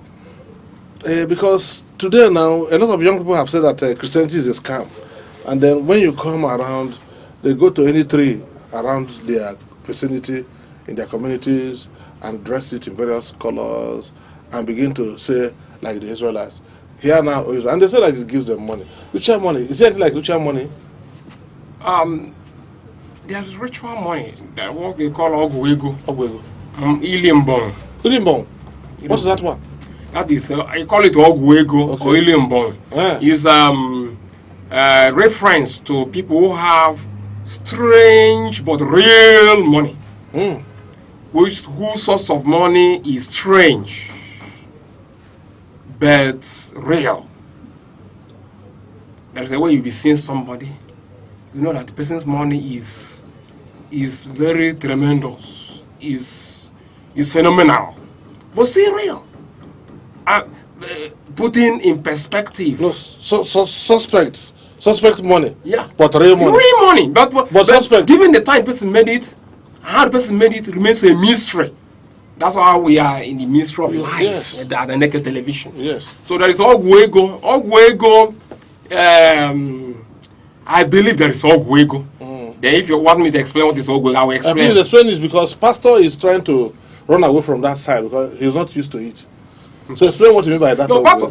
No, I know that every pastor and reverend, they study what we call demonology.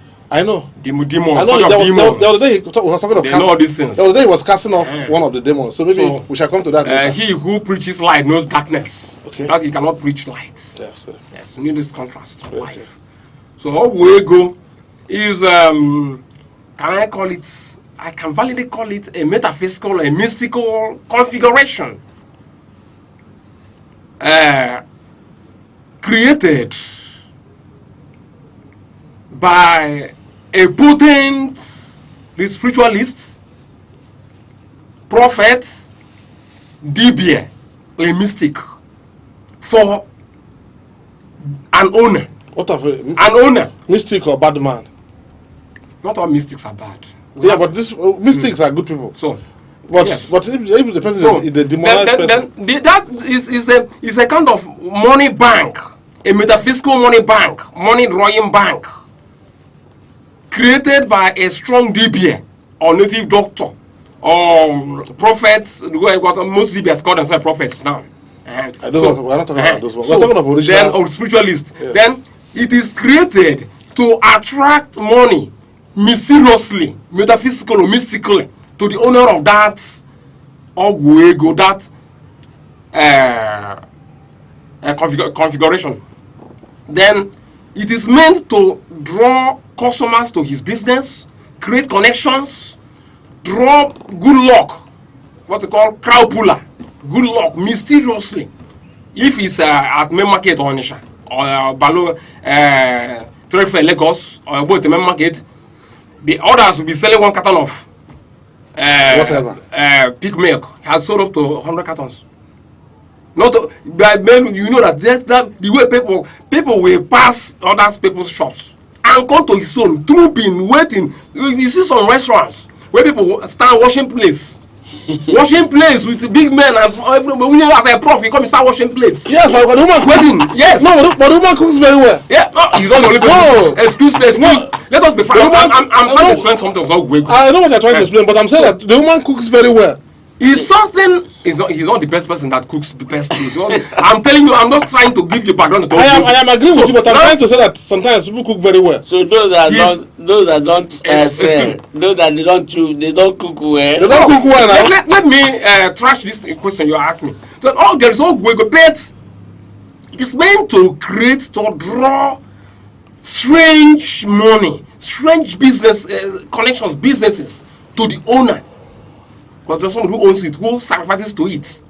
Have you seen to the one dedicated? Yes, dedicated to it.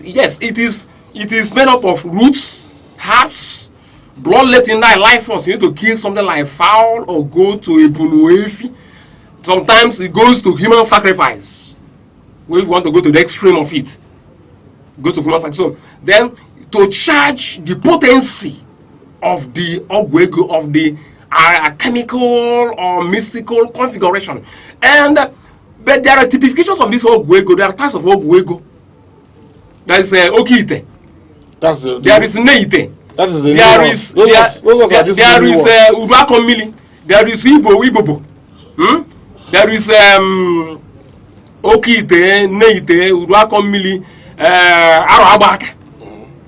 But the extreme one is okite, arabaka, ibobo. But ibobo is mostly used in the past for warfare. Iboba je jogo.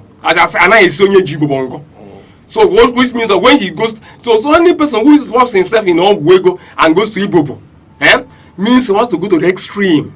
That's why unless he finishes his own container, no person will say. And you draw connections from far canapos of the earth, north, south, east, and west. So money will be flowing.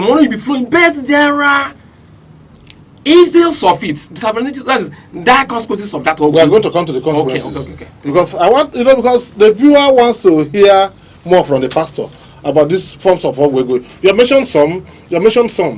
Maybe we agree. When we were growing, because I grew up at Asata partially. I know I started after the war in my village, there to St. John Abuani. Then 71, I landed here at St. Bridget, Asata. And then I've been around here. So I don't want to mention the names, but we used to see some people will say that their father used them to do, somebody will say, I don't want to mention any name now. I'll explain I don't want to mention any name. So they will say that this person was used by the father for Ogwego. They will say this girl was used by the father for Ogwego. They will say that house was left for Ogwego. Then they will say that this house is haunted because the person used it for Ogwego. So now they will say sometimes that there are big strange spirits inside that house, and that there are pythons coming out from the house, and the house will be left haunted and abandoned. So I don't know what so I'm trying to bring it down to us because I don't want to go to the consequences yet. Yes. So I want to go to these forms of this ogwego. I know you tried to mention that of food, which threw some of us out of eating houses. Washing plates, waiting. Washing plate because the person knows how to cook. Now, but I want to know because there was one place I ate ofonubu in at Abakaliki. I've not forgotten that ofonubu until today. Okay. It's almost 20 years. The thing is still holding you. I don't know what you mean by that. But so these forms of ogwego. First of all, is it even real? Forget about is it real? Do we have anything that's ogwego? I believed partially with what Mazi is saying. Okay. But the truth of the matter is that in making money or in having money, you need to understand the principle that controls money. Okay. There's a principle that controls money. And those principles that controls money, whether they are from the positive side or from the negative side, okay, you can call them ogwego because they are principle oriented. Okay. you can have some money and go and give to beggars, things like that, sacrifice. That is sadaka. It generates money. Yes. It generates favor. Yes. It quickens favor. Good. Bible says, he that giveth to the poor, lendeth to God. Good. And if you can lend to a big man like God, anytime you need a cash out, you cash out. Or we go go. Very good. Paying tithes. Bible says when you pay tithe, God opens the windows of heaven. Good. I'm speaking from the positive angle of Igbo.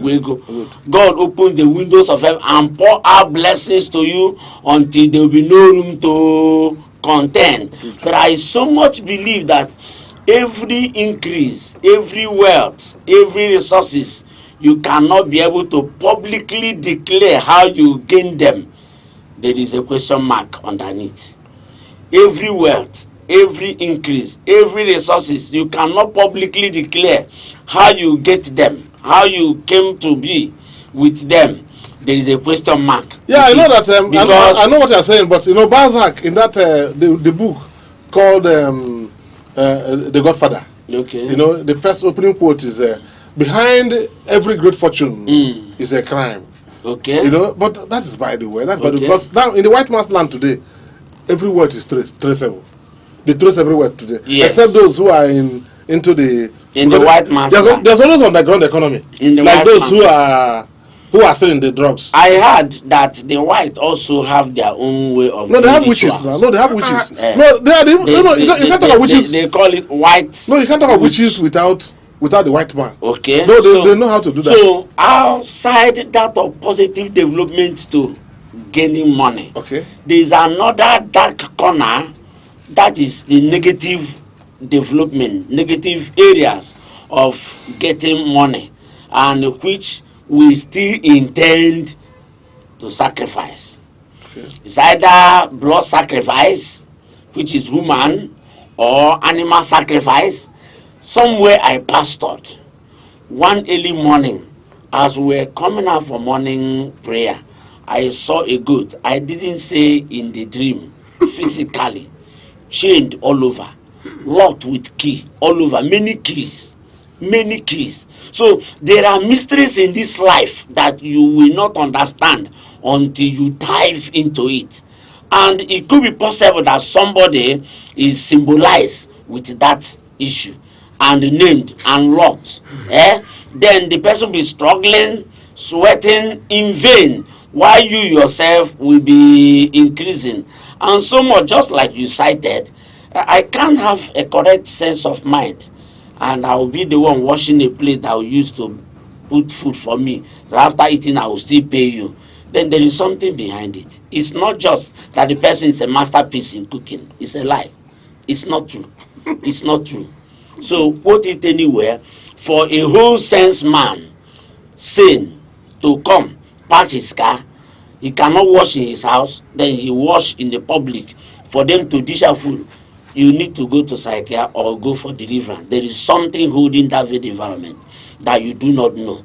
There's a sacrifice that is going on that you do not know. And with the whole benefit of that, Ogwego is underneath. Hey, that is serious. I never started this trouble because I know that when people I'm a peace expert. I make peace. No, I know that. Don't create trouble. Okay, because I know that when somebody knows how to cook or make good palm wine or do all those things, that people are ready to be happy among themselves. But fine. Now we have looked at one part of this Ogwego.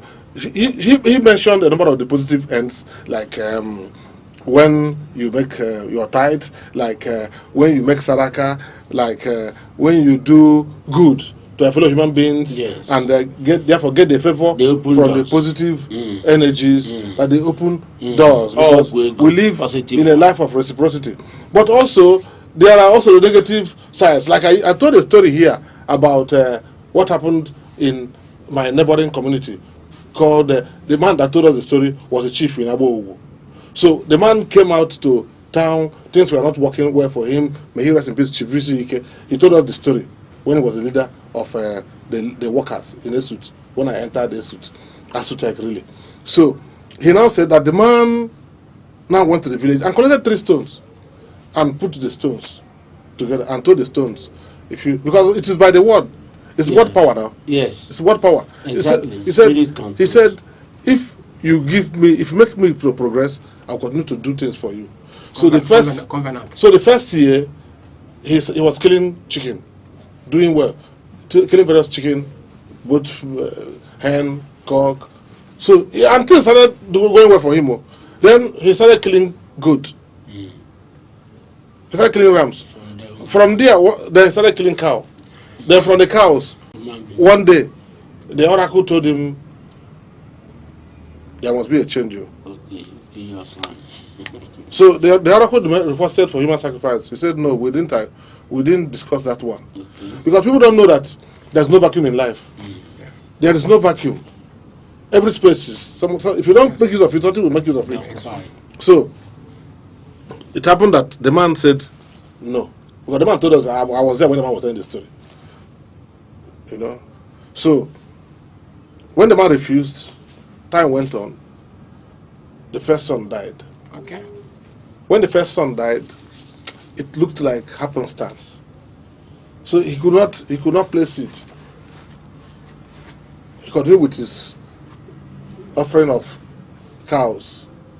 The second son died. Then the man gave a shout of grief to the community. He beckoned on the community. And then the community came together and destroyed the shrine. So, I don't know whether you call it Ogwego or not, but the issue is that, like you mentioned, there are all these energies, both positive energy and negative energy. Okay. Both positive energy and negative energy. And it is possible for people to have that. We will take our break, and then when we come back, we will now begin to look at the consequences of some of this Ogwego thing, because I love thinking of 1989-90, when we were thinking of living in bondage, and so on and so on. So we'll come back.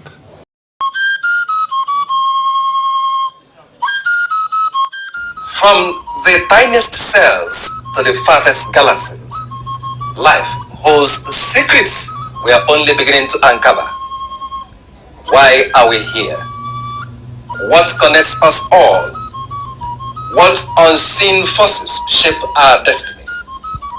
Join Professor Jude Udenta as he explores the wonders, the questions, and the revelations that define existence.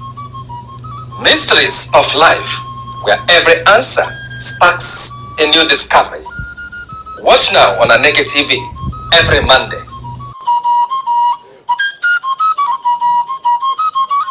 Yeah, so I want to thank, we must thank our brother Reverend Carlo Oka and our brother Mazi Obonaya Anichukwu for the insight so far as regards this ritual money, because it gives us the impression of there are the negative and there are the positive forces as regards Ogwego. Like we said, when I was growing here in Enugu, I used to see somebody that we used to call names.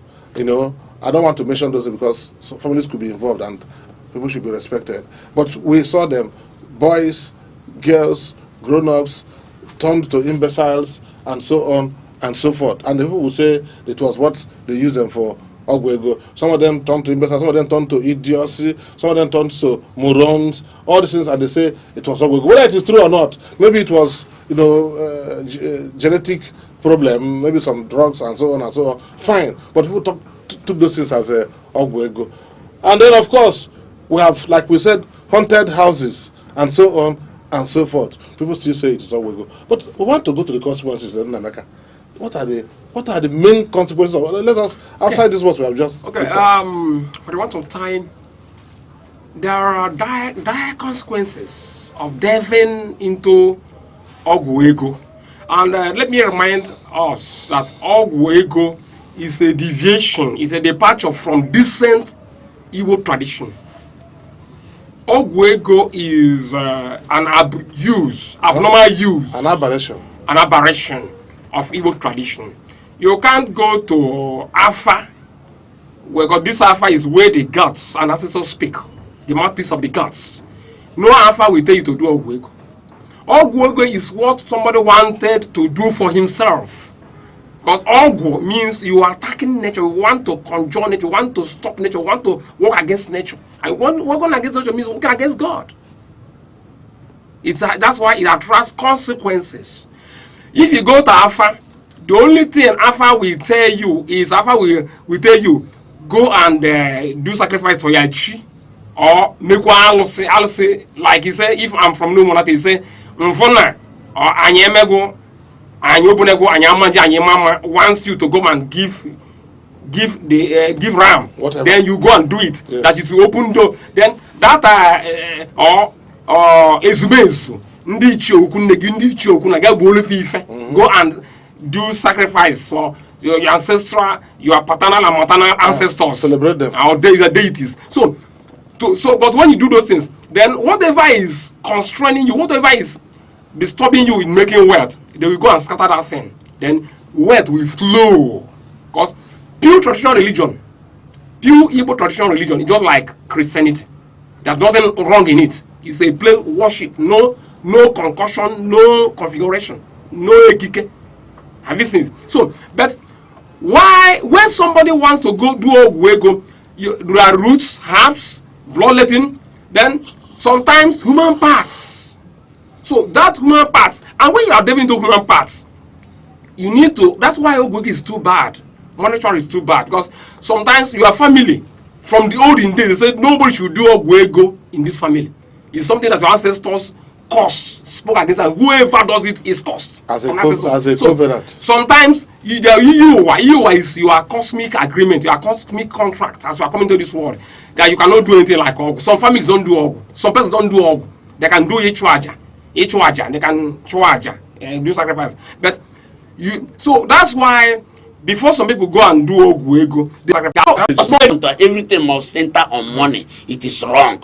People even use their newborn child to make money. It's true. Newborn child, you carry for 9 months. The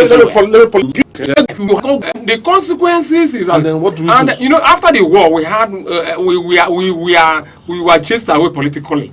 And economically. So that was when the genesis of this Ogwego started. It's not like Ogwego and Igbo tradition. It's an aberration. It is a negative importation into our cultural system. Okay. Anything that your chi does not give you will bring causes upon your life. Okay. Your chi is from day one. So, right from day one. In Igbo cosmology, there's what they call chi. Chi is who that gives you whatever you have, like at a particular time. When God said, Abraham, I will bless you with, as I said, at the set time of life. So your chi blesses you at the set time of life. So this all these children, all these youths going saying it's not tradition. So the dark consequence, any person who knows what Ogwego is should start with trace even your family lineage. Your lineage. Are you sure that somebody who does Ogwego will survive? Okay. Some towns, like my town, no more nothing. Our past ancestors said whoever does Ogwego must perish without Ogwego. Okay. And though you do Ogwego and so on, the dark consequence is that let's leave that. It is said Ogwego has evil consequences. It's not something let's you go to Ohafia. Yes. Yes. Because Ohafia people, they are rich. They were the people that started all this attack markets. I do not really want to believe that Ogwego is an aberration. It's imported. It's imported. I may not. It's abuse. I may not necessarily align to it. Okay. Because right from ab initio, people has had the quest to make money. Even while you are sleeping, there are people that want to make money. There are people that want to. You say, is the money coming from the sea? I will go there, sir. When we were small, we used to go to the stream. There's one girl that we swim with. The girl, and you collect it, and she will enter again. Sir, there is mystery in this life. There are people that make money. When they abuse the process, it will flash back. And you see the person pulling down his house, burning everything. Because that money must return to the source. Exactly. There are mysteries to wealth. But the one God gives to you, you have peace of mind to enjoy it. The Bible says, the peace I give to you is not as the world gives. I give you my peace, and that is for rest. But if it is the peace that the devil gives, it is temporal. Reverend, I think. And after that, crisis will feel everywhere. Let me polish this gift of Jesus. He said, I am going to give you a peace. Peace the world cannot take away and cannot understand. Very good. Are you know what I'm saying? Very good. Peace the world cannot take away Very good. and cannot Very understand. Good. They cannot understand it. You can't collect from the devil without giving back to the devil. He collects 10 times or 100-fold from what he has given to you. So it is important that if we must source for money and wealth, we source it in a godly way, in the fear of the Lord. You know, at times we try to go to life with shortcuts. No shortcut to progress. And shortcut, we cut our life short and pieces. But if you go through life with that long journey with God, one, you come out with experience. You come out with tutorial professorship to teach others your way, and they will follow your way. You come out with what we call a sense of responsibility. I can do this. Not having your certificate, you cannot do anything about it. You cannot defend it. But we all want to have money. We all want to. Everything must center on money. It is wrong. People even use their newborn child to make money. It's true. Newborn child, you carry for 9 months. Even the mother agrees with the father to do what? To use the baby for sacrifice, for momentarily satisfaction. For the moment. It's true. Then when the time to pay back will come, you see the person alive and rotten.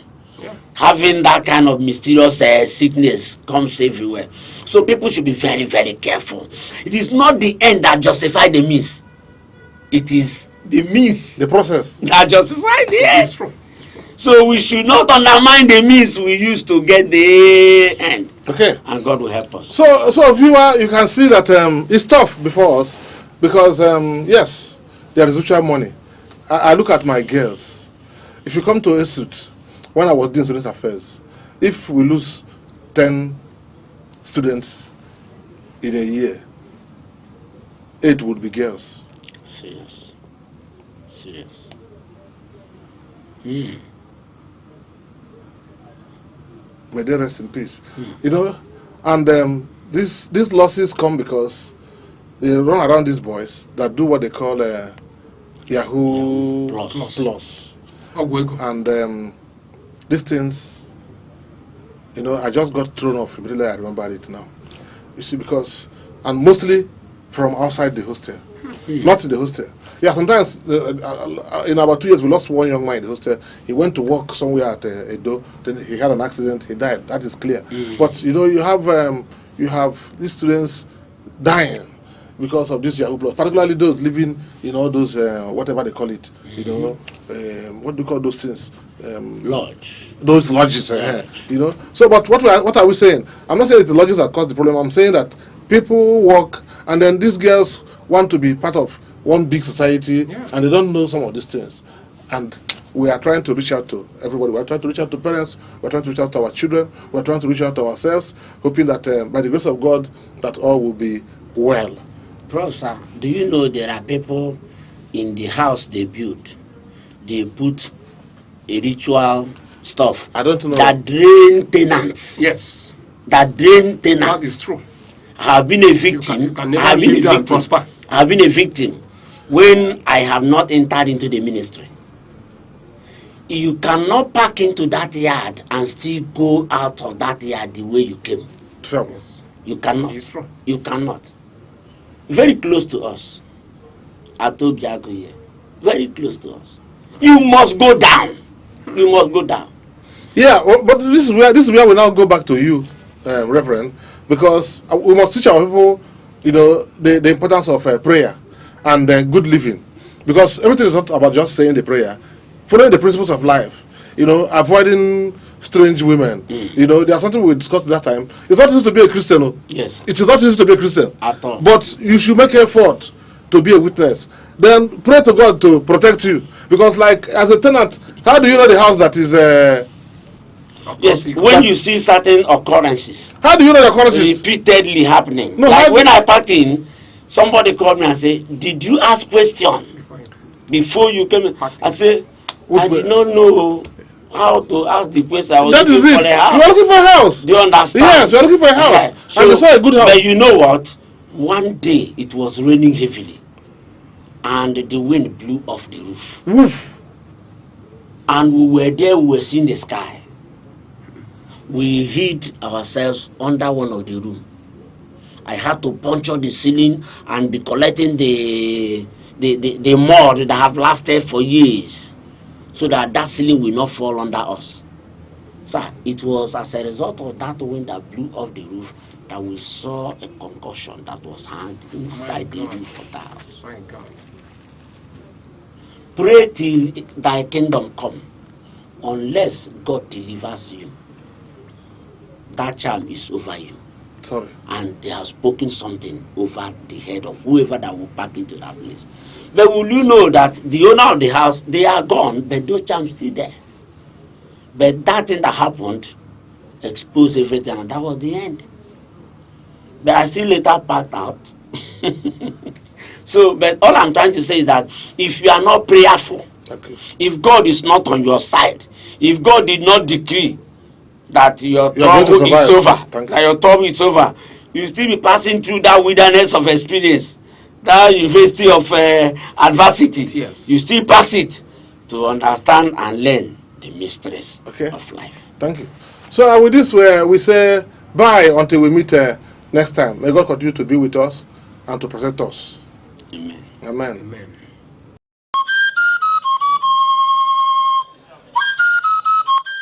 From the tiniest cells to the farthest galaxies, life holds secrets we are only beginning to uncover. Why are we here? What connects us all? What unseen forces shape our destiny? Join Professor Jude Udenta as he explores the wonders, the questions, and the revelations that define existence. Mysteries of life, where every answer sparks a new discovery. Watch now on Aneke TV every Monday.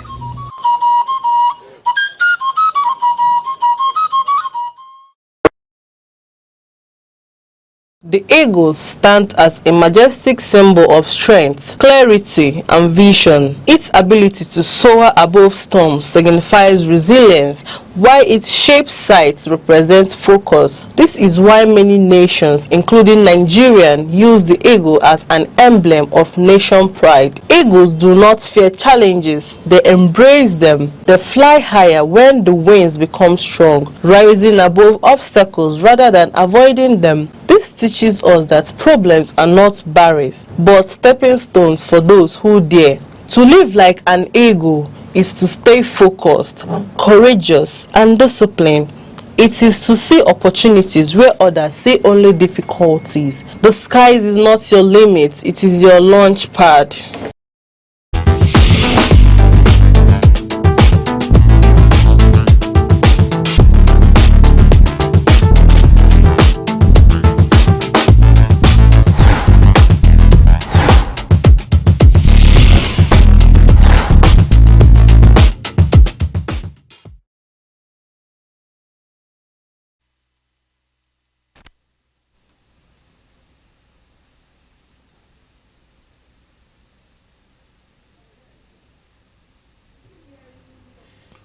You're welcome to yet another edition of our program, Arena on Aneke TV, Enugu, Southeast Nigeria.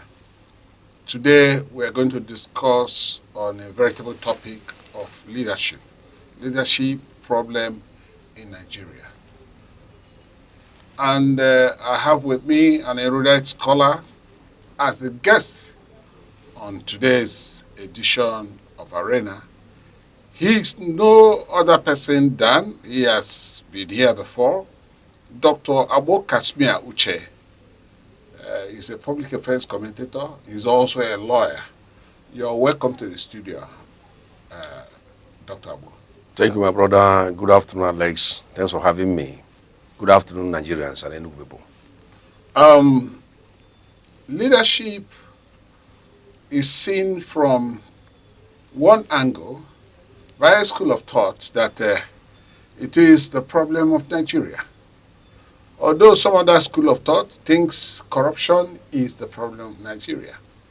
But whichever way, I believe that the moment the leadership gets it right, then the problem is halfway solved. Because we believe that the leadership will trickle down the ladder, and all other persons who are supporting that leadership will also do the same as the person at the helm of affairs. So we are talking about getting it right, getting a president that will be patriotic, that will have the will, that will be detribalized, that will not have ethnic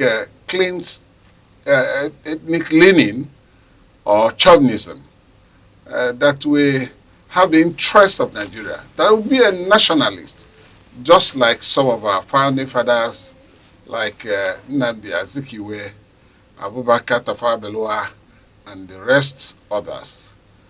That will be the problem. That will solve most of the problem we have in Nigeria.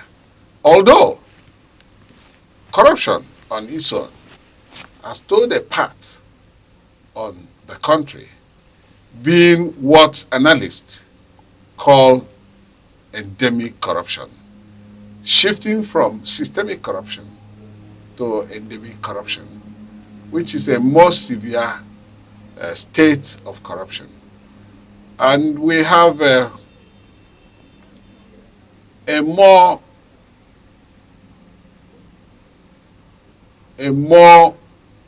radical kind of acceptance on the issue of corruption, where the moment anybody makes money, no matter from where he makes the money, it is seen to be legitimate from the eyes of most Nigerians, which is wrong.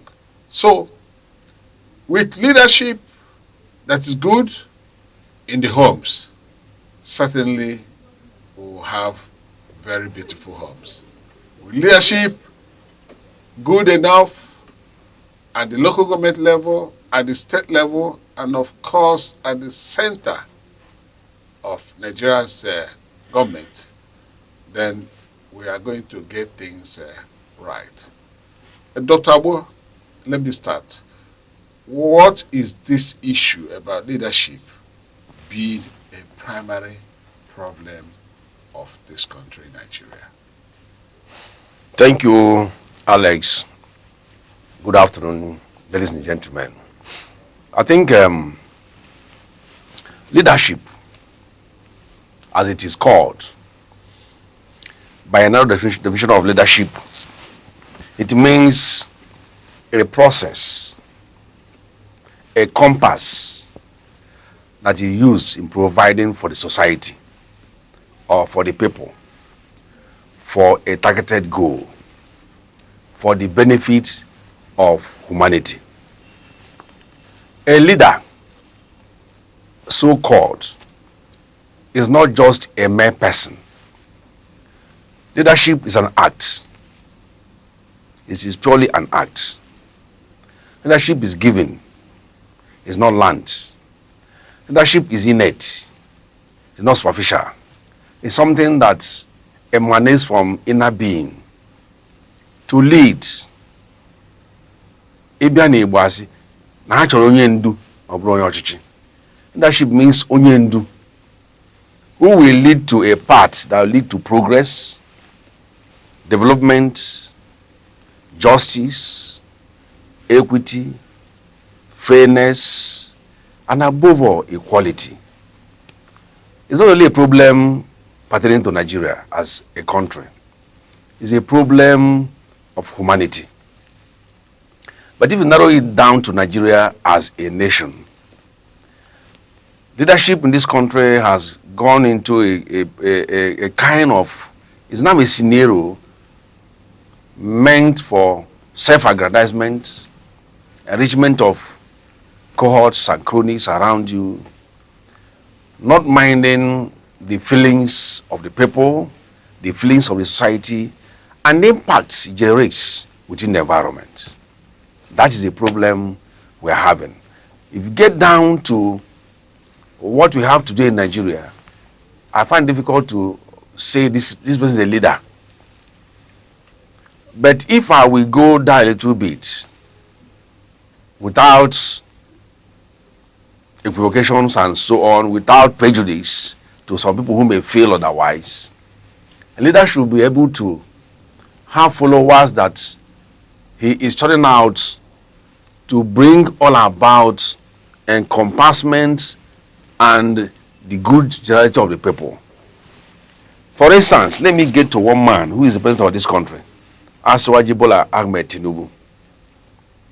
From the days of Nadeko, Nadeko came into being those who were fighting the military, who took over the power of this country from Babangida, Buhari, Babangida, Abacha, and so on. And the climax was the annulment of June 12, 1993 general elections that was won, that was acknowledged to have been won by late Mko Abiola. Tinubu was leading that Nadeko with Debanjo and his group, and from that very day to today, this man, Bola Ahmed Tinubu, has been able to churn out individuals that have led at various capacities in this country, and people have given them pass mark, not minding what is happening today in terms of not providing for generality of the people and a kind of bigotry, tribal cleavages, ethnic chauvinism, and so on.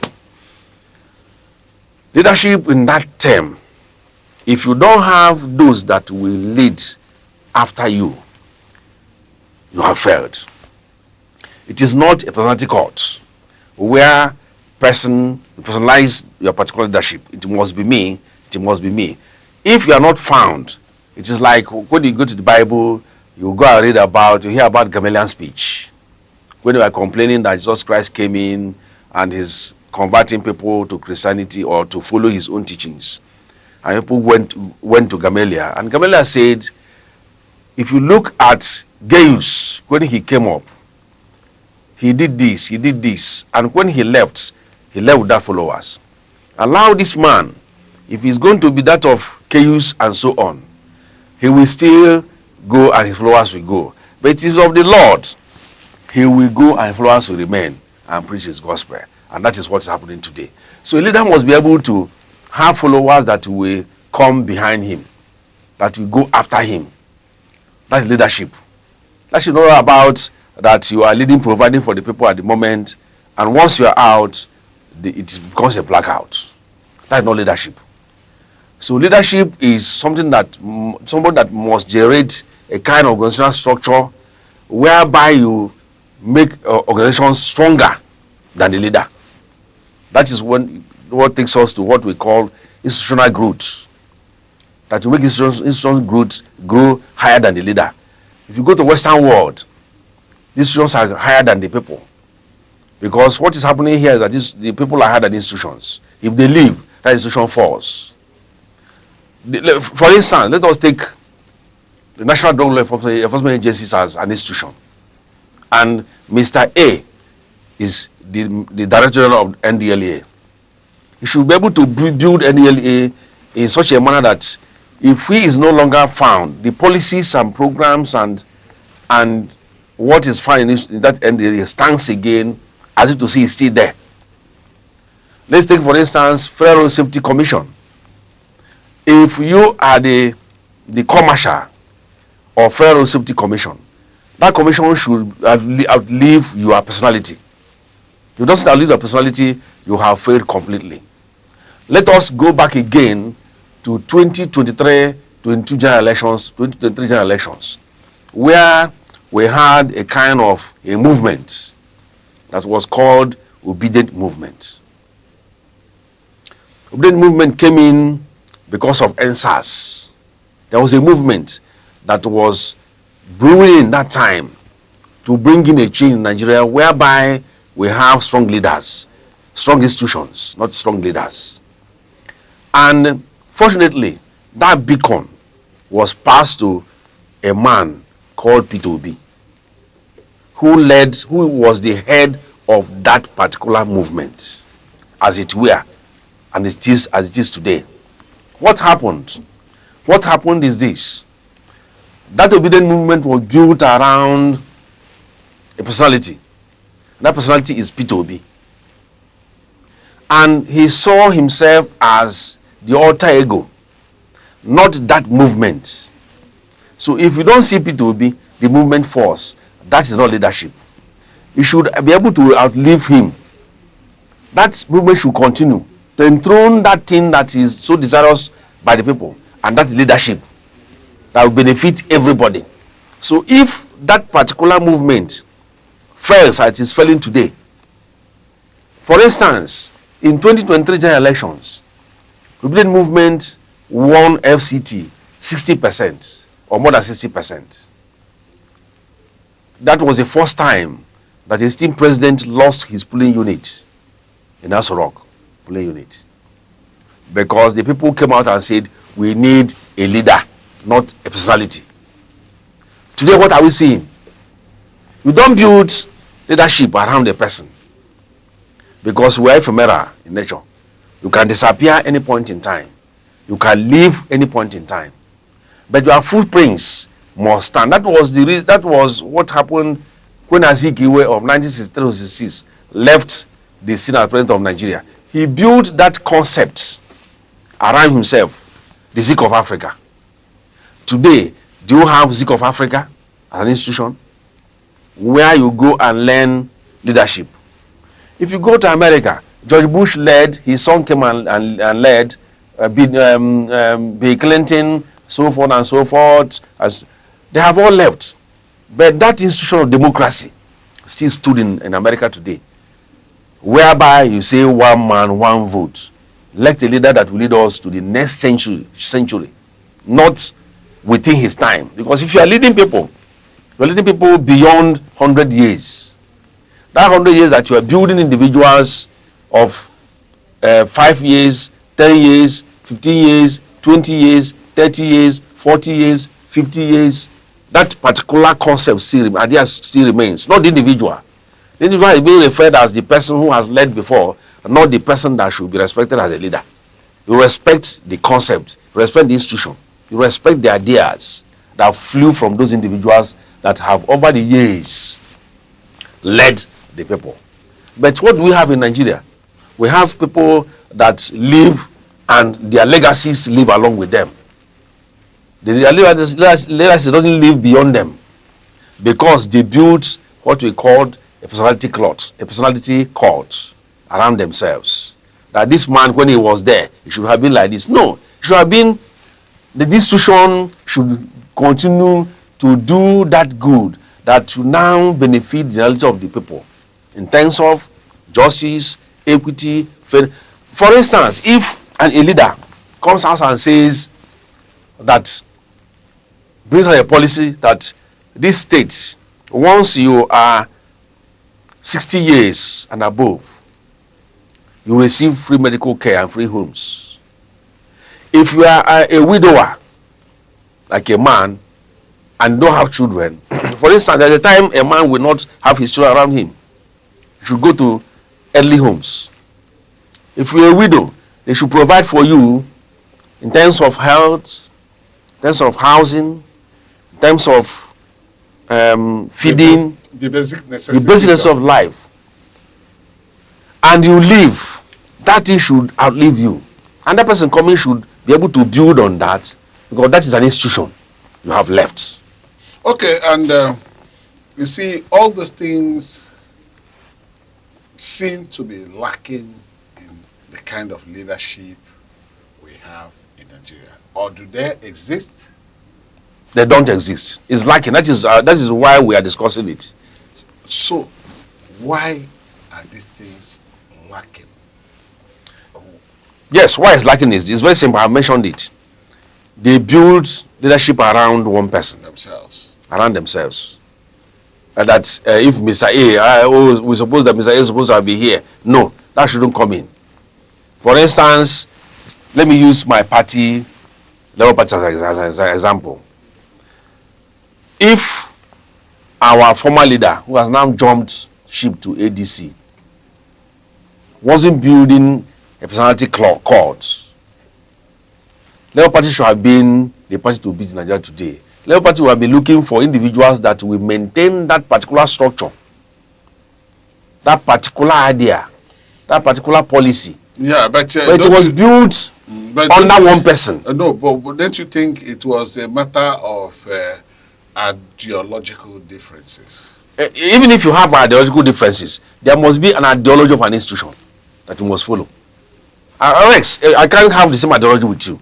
But if you find ourselves here, this particular studio, Aneke studio, has a concept, has a policy. Two of us should be able to subsume our own ideology into the concepts, the policies of Aneke TV. That is the institution we're talking about. You don't have to bring my ideology to bear on Aneke TV. If you bring it to bear on Aneke TV, you distort a lot of things and something will not go right. The workers will start challenging you because you are now bringing your own particular concept that is different from Aneke TV into the fold, and they will not be able to buy it. There will be clashes, and Aneke TV will fall yakata on the ground. Okay, and you think that now Obi is has crossed carpeted to another political party? Well, we're not going to, but yes, you know, we are talking about leadership. Yes. Do you think there couldn't be anywhere that could work? He could still work together with. No way. What he would have done? Let me come. What he would have done? Coming to what is called what he would have done. What he would have done is to do what Bola Ahmed Tinubu did. Bola Ahmed Tinubu works with adversaries. In Obi's factor, once you are against him, you are vilified. But not institution. So what? Let me come. Relax. We're not discussing Obi anywhere. We're not discussing any personality here. But it's not about leadership. What Ahmed Tinubu did was to build an institution. He was building an institution one by one and finding individuals to suit a particular stage in that build up to an institution. But in terms of my own leader, Peter Obi, he was building a personality, whereby if he gives away, that institution falls. So let me come. In the case of River State, for example, crisis between Obi and between Wike and Fubara. What stands out was the reaction of Mr. President. He would have stood beside one person, but that would have caused a problem for him in River State, because a sitting governor is a sitting governor. If Fubara decides to behave like Wike, there will be problem in River State. What did he do? He maintained the neutrality in River State. Mr. President. Yes, and brought them together and say, Odalonya, Obure Wungeta, Edalomondaloge, Obure, Manenda, Ihapeda, or the Kowogo. Vernacular, please. Yes, if you fall, if I fall for you, you fall for me. If I fall for you, I refuse to fall for me because it's a fight. So what he did was, Wike should fall for Fubara, Fubara should fall for Wike. And maintain that neutrality because he knew that if he takes sides with Wike that is working for him for FCT and maintain his ground on destroying PDP, he will lose River State and lose a lot. So he brought them together and said, let us work. What did our own brother do in Labour Party? What he would have done, what he would have done is to bring... In effect, you're beginning to tell us that Tinubu has distinguished himself as a leader. As a leader, yes. In this country. Of course, but forget about the policies that is hurting the masses. There's no way, if you want to build, I've said it here on air, here. If you want to build an edifice here on where this Aneke TV is situated, you must destroy this house. And by destroying this house, you are removing Aneke TV from here to a location that may not be suitable for them. A kind of 2 rooms or 1 room where they will not operate well. They will be complaining until this house is built, edifice is built, and they come back. But within that time of reconstructing this place, the owners of Aneke TV will not be happy with the person who has brought this house down. So you don't You must destroy to reconstruct. So what we are doing in Nigeria is to, I'm not speaking for APC, right? What we call in Enugu State innovative, disruptive innovation. Peter Mba called it disruptive innovation. And we have seen the extent of the disruptive innovation. He destroyed the old and he's bringing the new. But the masses will feel it because they are not used to that. Okay, look at presidential before and now. Go there. Look at the former, that's 300 bed of hospital that is now built at Rangers Avenue. Rangers Avenue. Go that place now and look at it and take the picture back how it were. Okay, look at the International Conference Center, a place where I will say was a dungeon for armed robbers and thieves. When they see they go in there, you can't find them again. Today, international conferences are being held. Today, I was a person that saw high tech something of Enugu. Right? The NBA for the first time came to Enugu and got relaxed in Enugu State. Right? Look at the innovation of 300 hotel within that international conference center. That 5-star hotel is built to attract international conferences in Enugu State, because they won't come here because Sneaky Lake has outlived its usefulness. It's no longer a 5-star hotel, and some managers of companies, CEO of companies, cannot afford to go and sleep there. So we must build that hotel that attracts foreign investors, what we call foreign portfolio investment, right? I'm not speaking for him, I'm not his spokesman, but I'm giving an example of what leadership is all about. There must be disruptive something, innovation, for something to come up. That's a leadership. Like we started from the definitions and what you have said so far, do you think we now have attained a position we can beat our chest and say, today we have a leader, just like they had in the days of India with Mahatma Gandhi? You have in the United States, you had the Lincolns, Jimmy Carter, Kennedys, and all of that. Can we beat our chest to say that we have arrived in terms of leadership, that we strengthen our institutions like you pointed at, or are we still on it, or are we still having problem with getting the rightful leadership? Alex, you better answer this question because we are not even near. We are far from it. You better answer the question.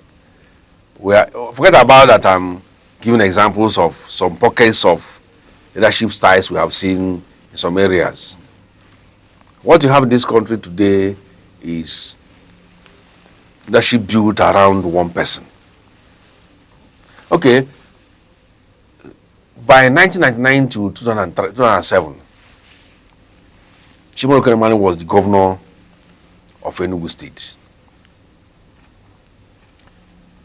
What I call leadership, he was able to produce all the governors that came after him, came from his leadership structure.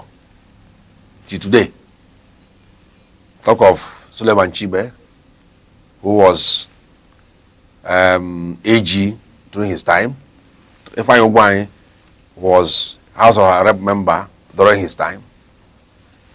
Peter Mba today as a governor was Chief of Staff and Commissioner for Finance during his time. So he has churned out leaders. That was the kind of leadership we are talking about. Forget about that. The people will now say, do we have elections to know whether they came rightly or wrongly? No. The issue that they came through a system of Ebano family. So he built that leadership structure that has produced 3 governors after him. That leadership. But that defies a lot of logic is what people will say, that there was no proper elections to test whether that his election structure would have produced these people if things were done right. Okay, but because that's a discussion of another day. No, it's not a discussion of another, because that is exactly where I am going. Yes. Now we are talking about, because we are practicing a democracy. Yeah. And that leaders come through elections, and the best out of those who vie for certain positions are elected through what one considers free, fair, and transparent. In principle. In principle.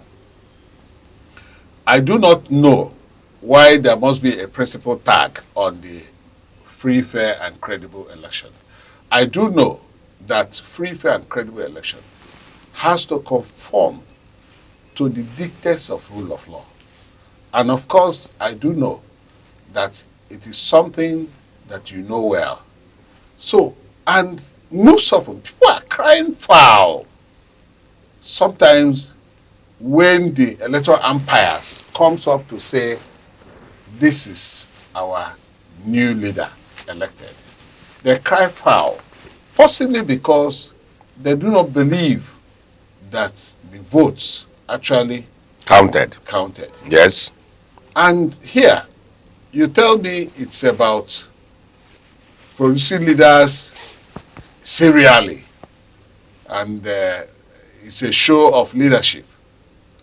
Well, I want you to juxtapose the crying foul of the generality of the masses to the kind of leadership you are talking about. Well, I will take it this way. The fact that they came from one lineup, as was said by me, doesn't necessarily mean that they are following the ideology of that leader. Because one thing is for a man to give birth to a son or a child, and that child to behave exactly as the father or mother. That is a very difficult thing to attain. You can hardly see a son or a child who is behaving the same way as the father. But what I'm saying is that if you had built that individuals, you should have built institutions that are stronger than individuals. For instance, in America, there is a committee in the Senate that only sees about appropriation. There are people that approve the money that Trump will use, not even the whole Senate. It's a committee, very powerful committee. That's an institution. And there's no way a pristine president will influence them. It cannot happen. That's an institution.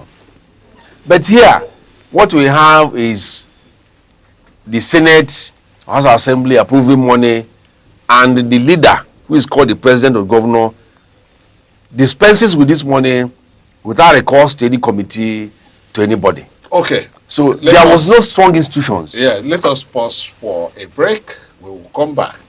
We will continue to discuss our topic, leadership problem in Nigeria. Yeah. Please, viewer, don't touch the dial. Stay tuned.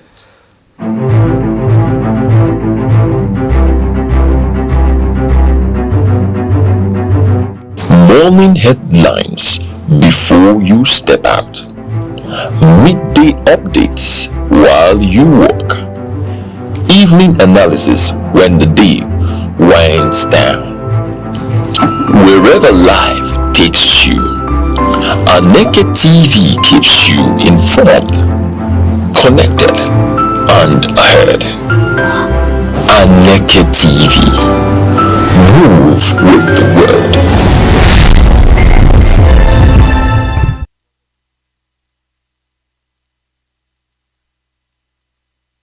And we're still on Aneke TV in Southeast Nigeria, and our topic on Arena is leadership problem in Nigeria.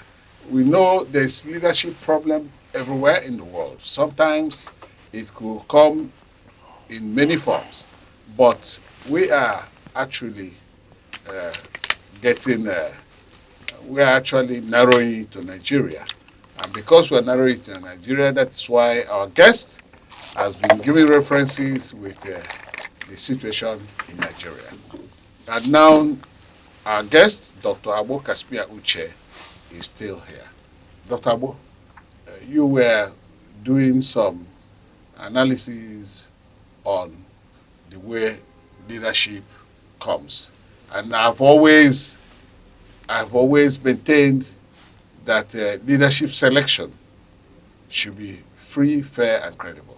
And that is exactly what I believe will produce the best of leadership. So, after your analogy, you tell us exactly if the leadership selection in Nigeria has been right. Okay, thank you once again. Thanks for having me back. What I was trying to say was an individual building other individuals to succeed him at the end of the day. But they have forgotten that individual doesn't make leadership stronger to work effectively. What makes leadership to work effectively is the institution of leadership. I've mentioned it using FRS and if you come to states, the governor, who is the chief executive officer of the state, should be checkmated. But here in Nigeria, our institutions like House of Assembly, Judiciary, have been encompassed and compacted into one particular organ. They are now part of the executive. So these institutions are weak. How can they checkmate the governor of a state? Everywhere, just even at the federal, you see the Senate not challenging the president. Whatever the president says, they stamp it.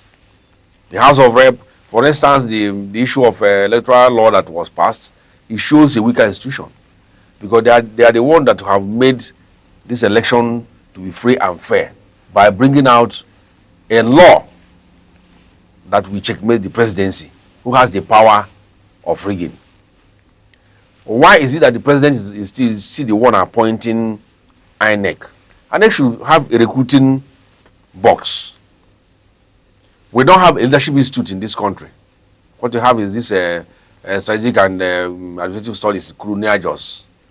We should have a kind of leadership institution in this country where you have at least every month you are turning out, or every 6 months you are turning out 100 leaders, well-refined leaders, so that you can pick them to man certain institutions. They will be independent of the executive. Why should the Mr. President appoint the chairman of INEC? Why should Mr. President appoint the governor of Central Bank?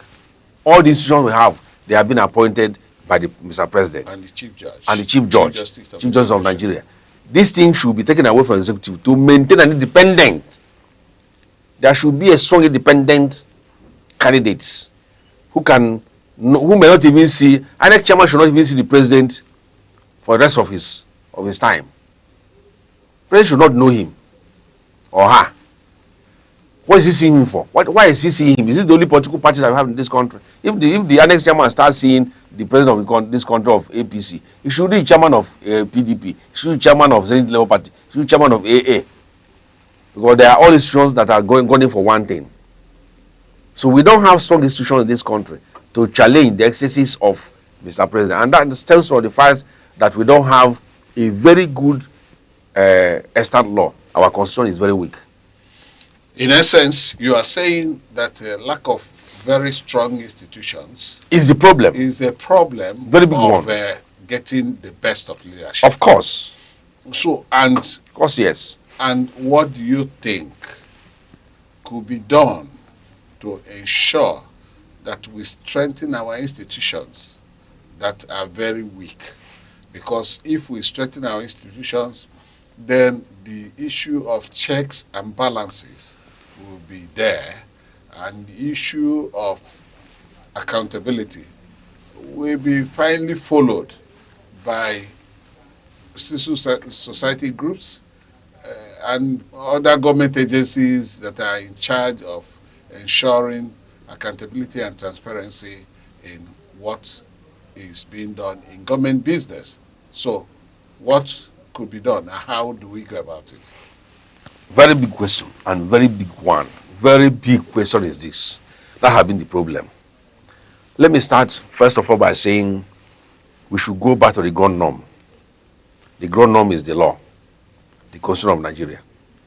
We must sit down and look at our laws and see the loopholes that the leaders hatch on to commit crime, malfeasance, and corruption. We should be able to emphasize the issue of wealth, that is money. The value system in this country should not be all about money. That is where we got it wrong. If you think that money buys everything, of which that is where we are in this country, we can never have good leaders.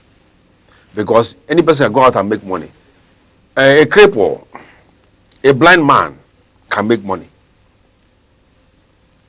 If he makes money, does that make him a good leader?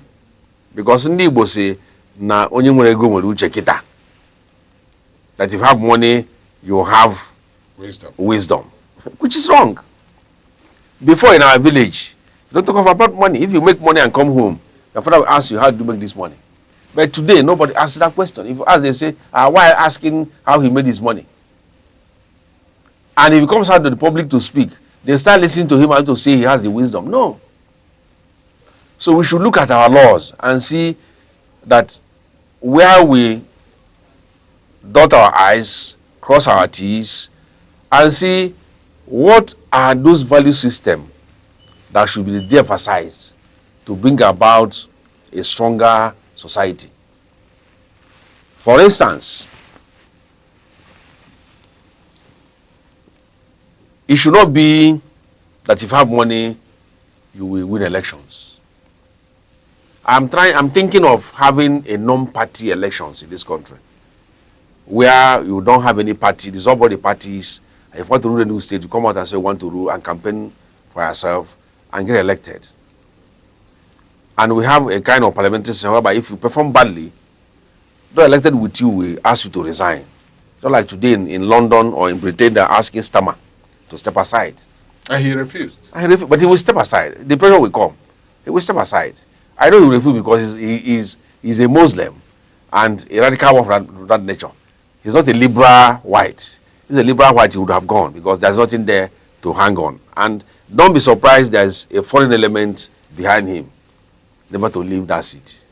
That is how they behave.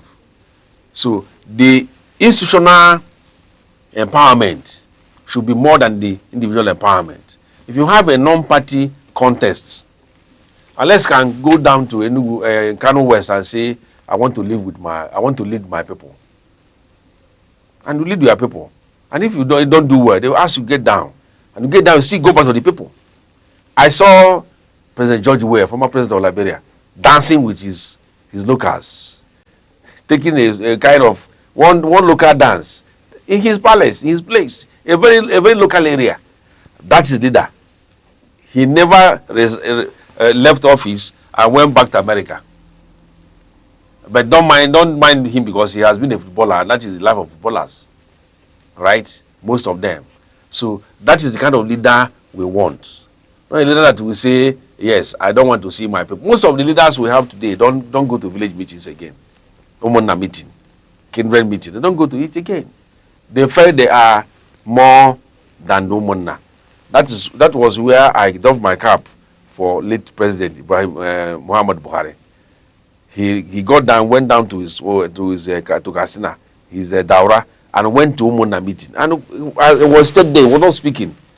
When his time came, he raised his hand and he said, speak. The man who was leading him was a local man. He respected him more than, because he knew if he were to be in this Igbo land, he will come and give him one big chair. And he will now start telling everybody, don't speak. And some young boys will say, yes, he was our president before. But today, so he sat down and looked at the institution in his place. Okay. And respected that institution. And you think there's a way we could inculcate value issues in the ground norm? Yes, that is where we must amend our law. For instance, in our law, there is a proviso there that says if you fight in public, you go to jail. It's called AFRE. Is it implemented? Today you go out on the street, you see boys and girls fighting everywhere. They should be brought to book. And if it is community service, I don't believe that you should just put them in jail for 1 month, 2 months. Give them community service. Let them sweep Enugu State. Let the person sweep the whole of Obiago for 1 week. He will come out and start sweeping Obiago. And that person will go and sweep Wani. And that person will come out and sweep camp. If you are caught fighting, that will curtail fighting. People will not say if you fight, or you start fetching water to prisoners. You start serving old men. They give you old men you was looked after. They wash you. That will curtail. People will say, I don't want to do this, I don't want to fight. If you bring fight, you will run. Whose responsibility is it to implement this law? That is, the government should do that. And you empower the institution that are meant to do that, like the police. There was this demonstration at Aneke, what they call Amazing. They arrested one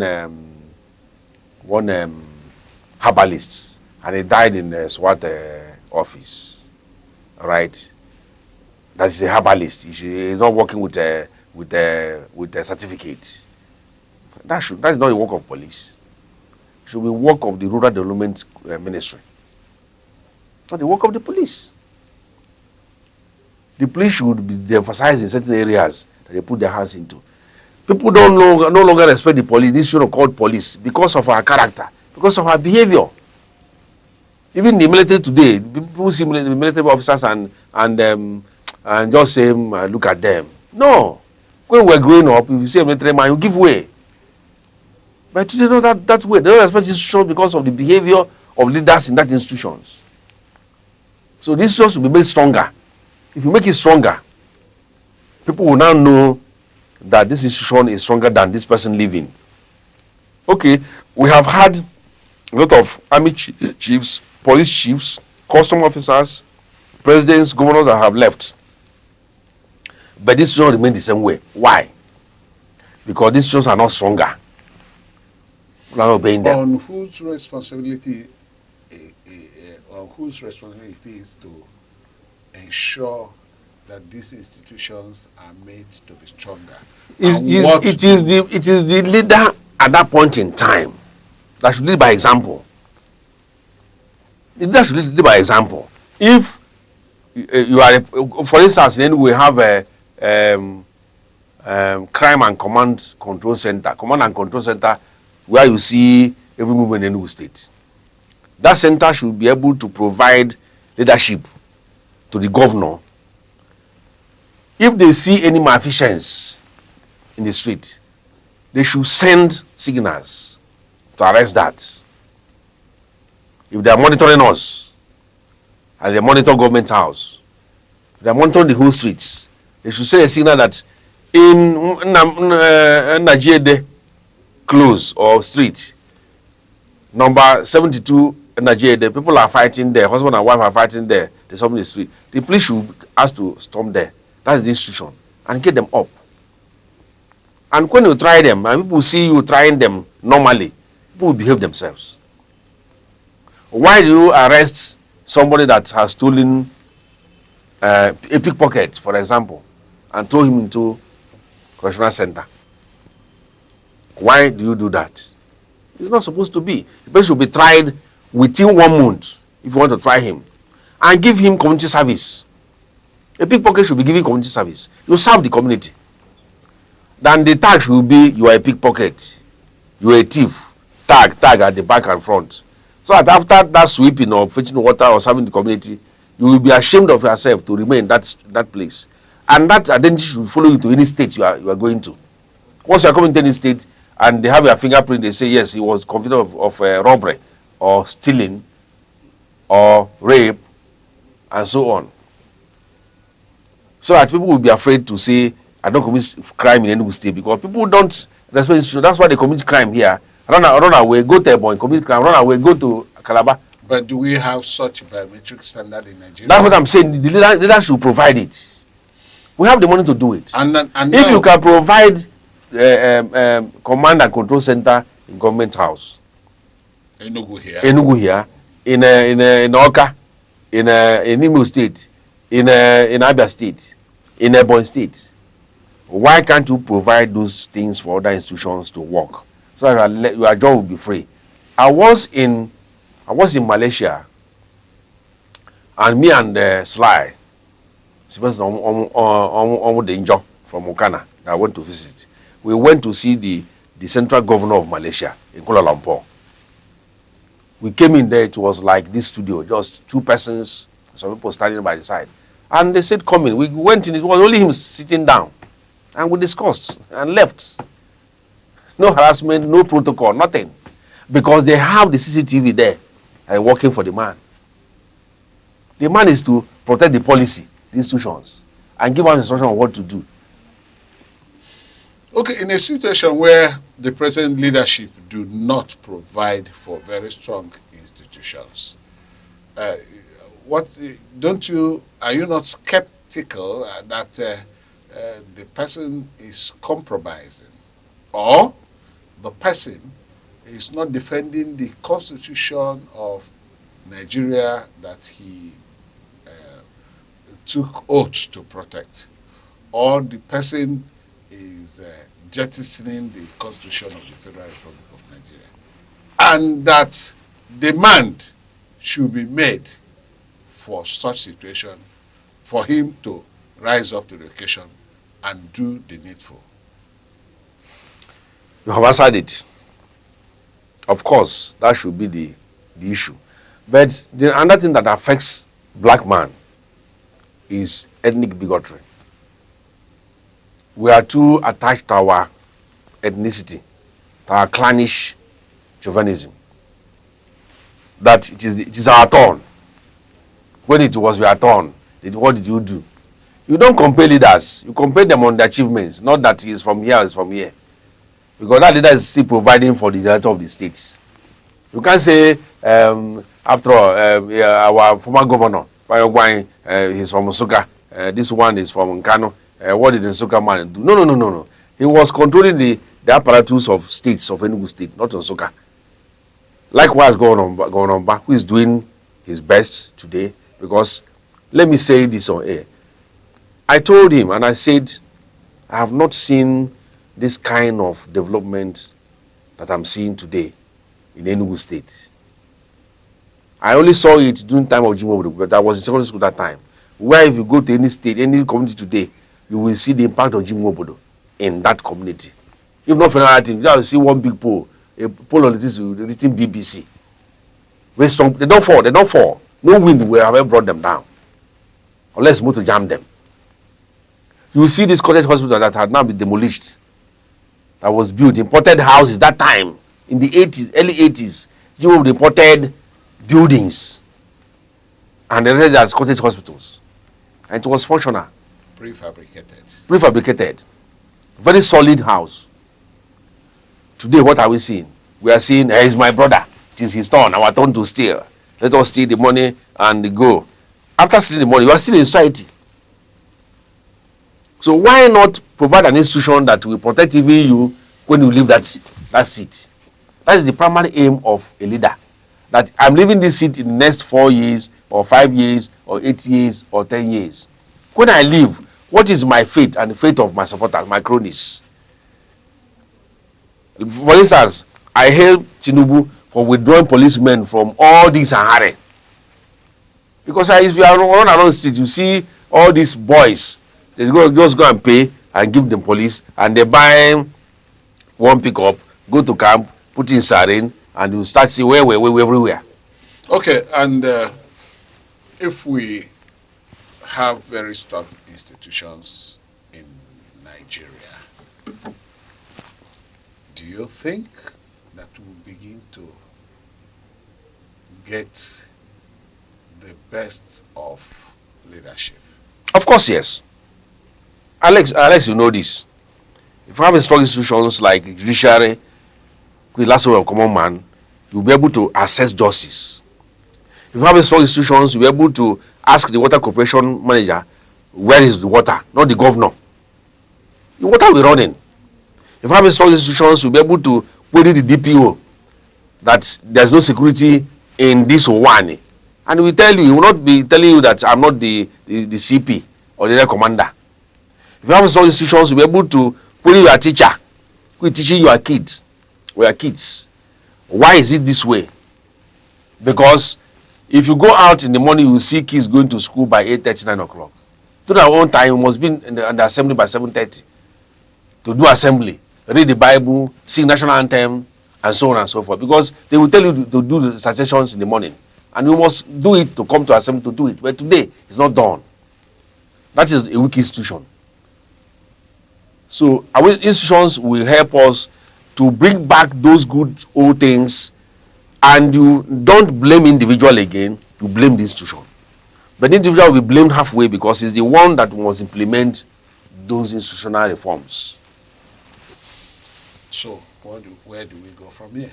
To have strong institutions in Nigeria, don't have strong individuals, but institutions. Individuals should be secondary in terms of leadership. Then we must provide leadership institute in every state.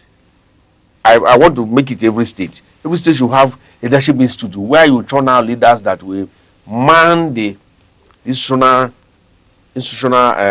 platforms or fields in the state. And you said it is inbuilt. Now you are no, inbuilt is if you go for training, they bring out that innate quality. You develop. Yes. Okay. They will develop you. Yeah, because I wanted to develop a child. Just that way develop a leader. Somehow, even those who do not have the flair or the innate potentials of leadership could still go there to acquire. Of course, it depends on, let me tell you, a teacher knows the kind of children he's handling in his class. That time a teacher, Master Kowa from Aneke, in Central School OP, told me, I want you to be a lawyer in primary school. He's living here. I saw him last time. We said, you are now a lawyer. I say, yes. You have to be a lawyer. My teacher in secondary school from Moody, I think from Obi Nago also, which I saw during the election, right?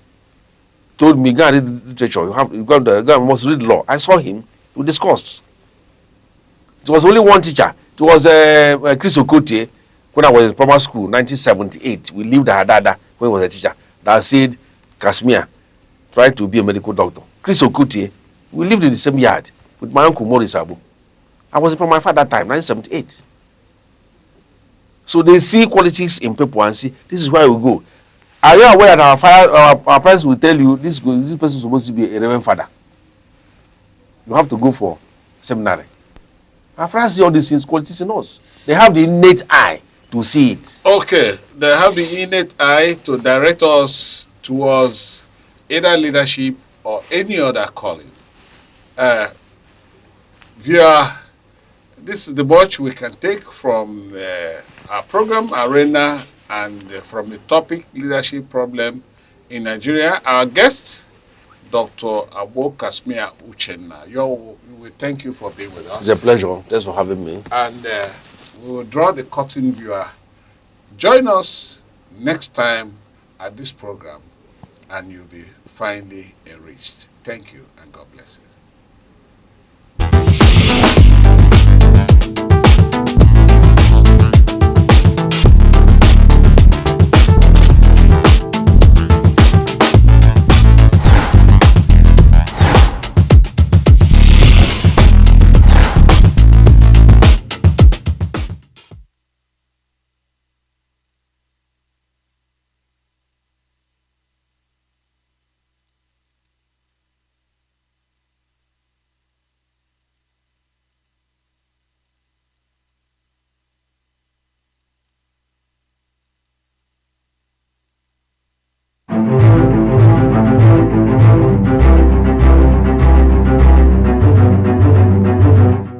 Morning headlines before you step out.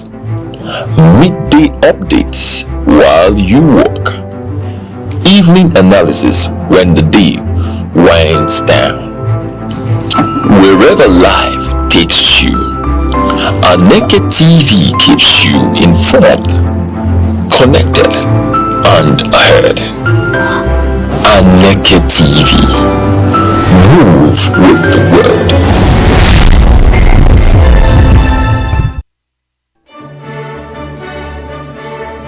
This is not passive. It is built.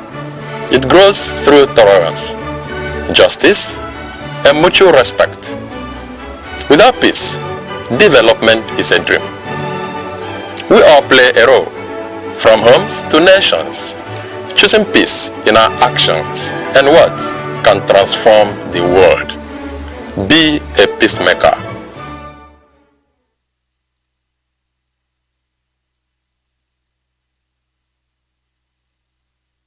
Across Nigeria, electricity has become an everyday struggle. Blackouts are no longer occasional, they are part of daily life for millions of Nigerians. In homes, families spend long hours in darkness. Parents worry about keeping food fresh. Children struggle to study, and the cost of running generators adds to household expenses in an already challenging economy. Businesses are also feeling the pinch. Shops, restaurants, and small factories often spend more on fuel for generators than they earn in daily revenue. Perishable goods spoil. Production slows. Evening sales decline. Electricity, which should be a basic necessity, has become a luxury. Experts say the crisis stems from multiple factors: technical failures and aging infrastructure in the national grid, frequent gas shortages, and operational inefficiencies in distribution companies all contribute. Maintenance outage and tariff adjustments have further reduced the supply of electricity across the country. The impact on national development is significant. Schools struggle to conduct evening classes. Hospitals depend heavily on generators to keep life-saving equipment running. Businesses lose revenue, and the cost of doing business rises. The lack of stable electricity slows economic growth and limits opportunities for millions of Nigerians. Experts recommend practical solutions: increasing electricity generation, especially through renewable sources like solar, wind, and hydro, could reduce reliance on gas. Upgrading and maintaining infrastructure, stabilizing gas supply, and encouraging private sector participation in independent power projects would help expand supply and improve efficiency. Off-grid solutions such as solar panels, mini-grids, and inverters can supplement national supply, ensuring homes, schools, and businesses continue to function during outages. Energy conservation, smart meters, and transparent billing systems can also reduce losses and encourage reliable supply. Some businesses have already combined solar power with backup generators, cutting fuel costs by nearly half. Schools and hospitals using mini-grids continue operations even when the national grid fails. Expanding these solutions nationwide could significantly reduce the impact of blackouts, saving households money and boosting productivity. For now, Nigerians wait for a lasting solution. Stable and reliable electricity is not just convenience, it is the backbone of daily life, economic growth, and national development.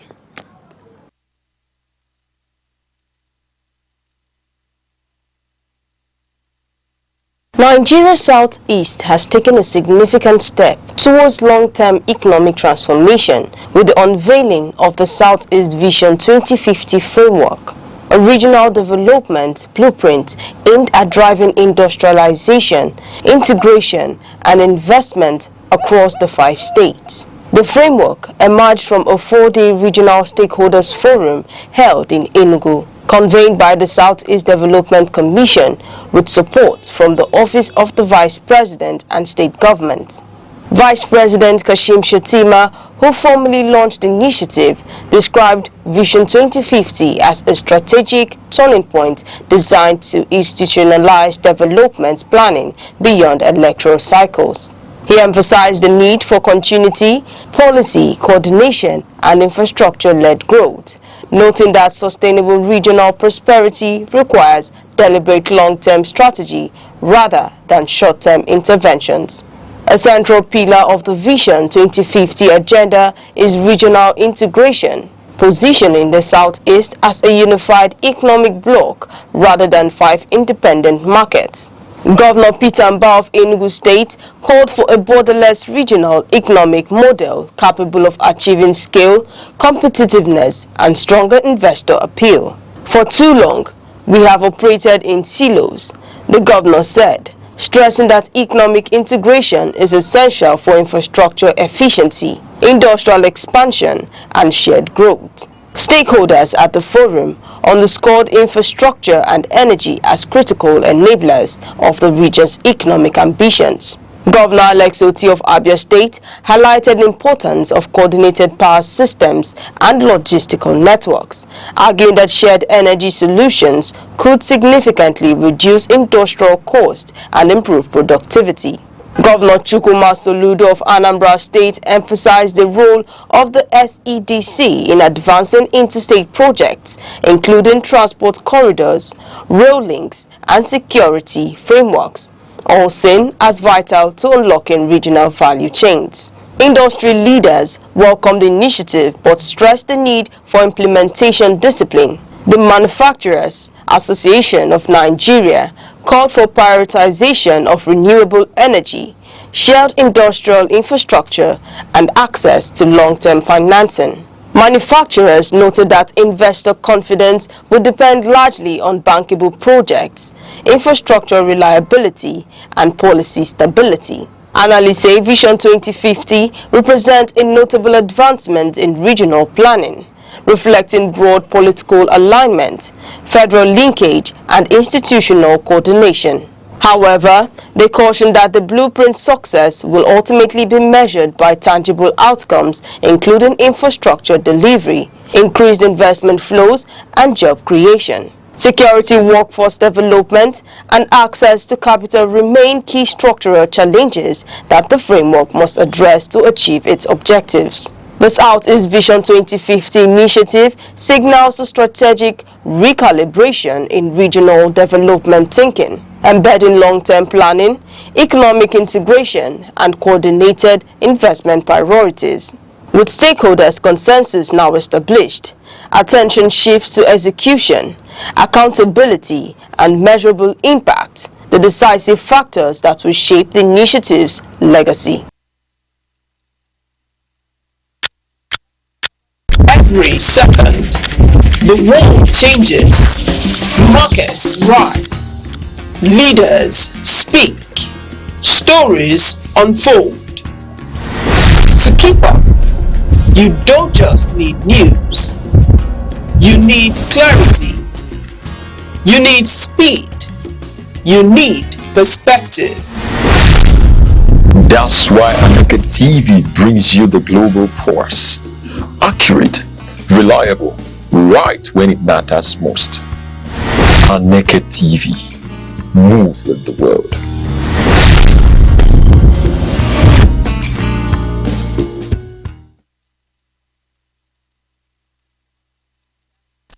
And it is Friday. Thank God it's Friday, and it is the beautiful Friday. And you know what I'm here doing? It's the best entertainment show on Aneke TV, and I'm your favorite host for the day. I go by the name Shushu Lawyer, and my own personal person calls me Red Pepper, and the person that calls me Red Pepper is here live and direct, and I call him the Almighty Minister of Enjoyment. Minister of Enjoyment, how are you doing? First of all, you are welcome. Oh, Jesus Christ. I don't know where I met this guy from. I want to congratulate you for, getting my name wrong. Commissioner of Enjoyment. Yes, Commissioner of Enjoyment. Oh, sorry. Yes. Minister and Commissioner of Enjoyment. Is there any big difference? Of course, there is in my consequence.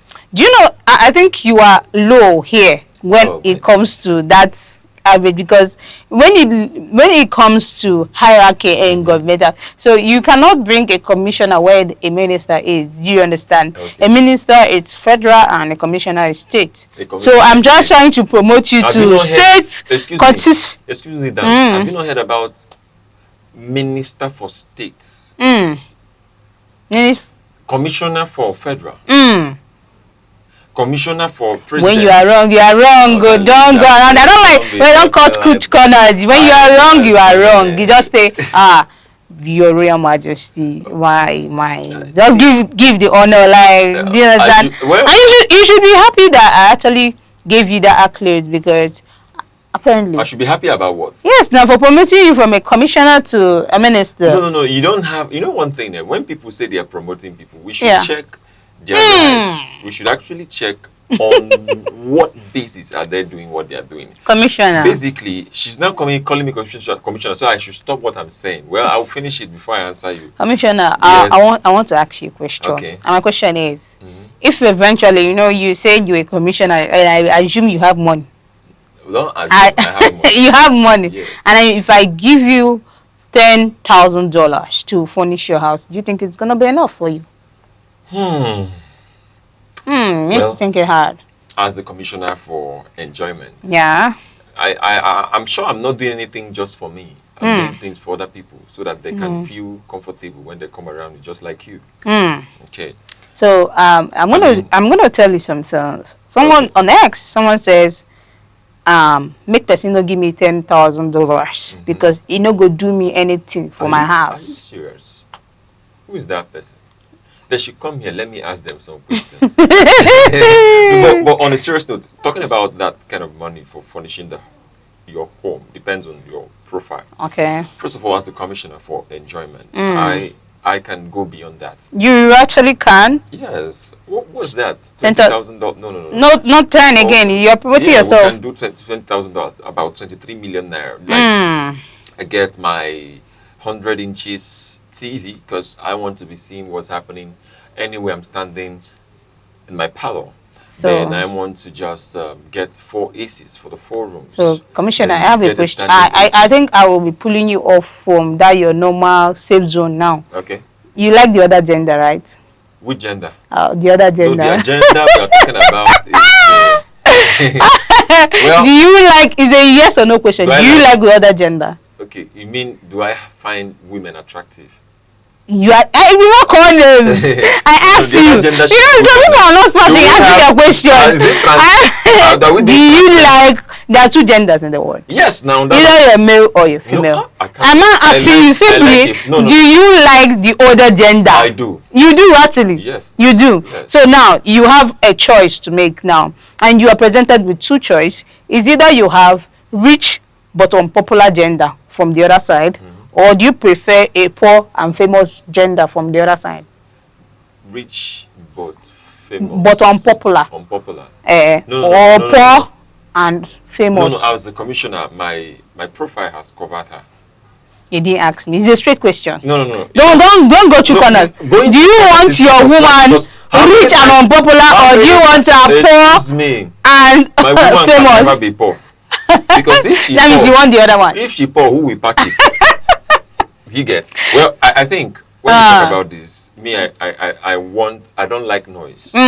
When I'm done with my daily, consequence activities, when I'm done with assigning task duties in my local government, I move on to, do other things. So you are trying to tell me, no, calm down. Yes. You are trying to tell me, as how peaceful you claim to be, that the other gender wouldn't matter. Anything can go for you. Well, I'm talking about peace and calmness and no popularity but rich than to be poor and popular. Well, the coin can you can spin around. I have something. You are in a spirit. You are so someone. Why are you cutting me off? Because I don't understand. No, I don't like the fact you are landing somewhere else that I didn't ask you to land. You're not trying to explain more than the. Give me the airport. Okay. I see you in one category of sphere. Okay. As a person that is more in this aspect or zone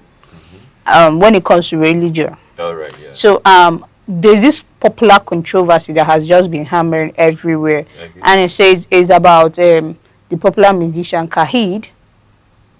Do you understand? He says, I don't think Muslims will go to heaven. Heaven is for Christians. Okay. And there's a popular, controversy. Some people will be like, will Muslim go to heaven actually, or do...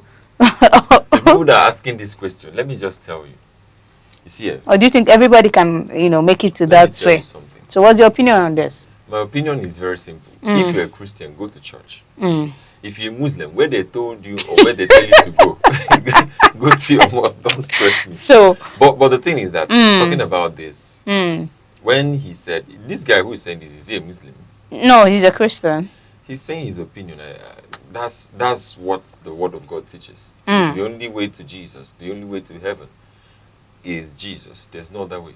So the Muslims should. No, I didn't call any other person. I didn't call any other person. Are you trying to say are you trying to? No. See, are you trying to? What I'm saying is simple. Okay. The Word of God teaches that the only way to heaven is Jesus. The only way to God is Jesus. Pastor, speak. It did not even say. Commissioner, I didn't know you. I know you as someone that likes enjoying himself. Of course, I did.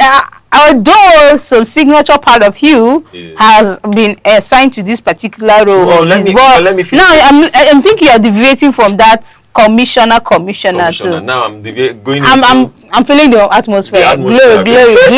Like I always say, hallelujah. If you're commissioner, not fake enjoyment minister or fake enjoyment commissioner. Well, let me tell you something. Okay. About that too. That's what the word of God is not teaching about.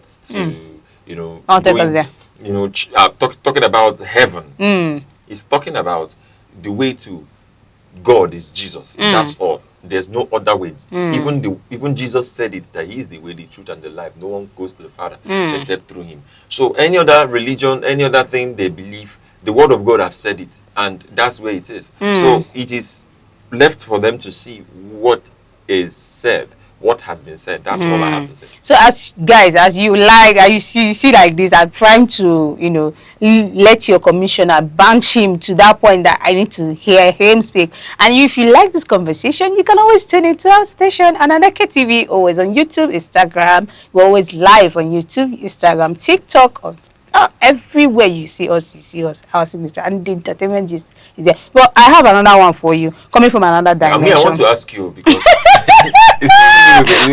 why do I get scared at this point? Because I feel that there is an immense attack from this point. I want to ask you. Ask me. You should finish this one. You ask. You guys should have beg him for me. What should we do now? I don't know, but I feel like I'm gonna be attacked. Ask me. Ask you is, okay.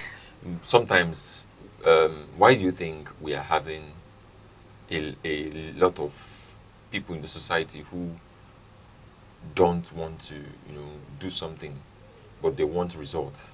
And secondly, why I'm asking this question is because I have seen a lot of young people out there who, maybe people who finished school, people who graduated.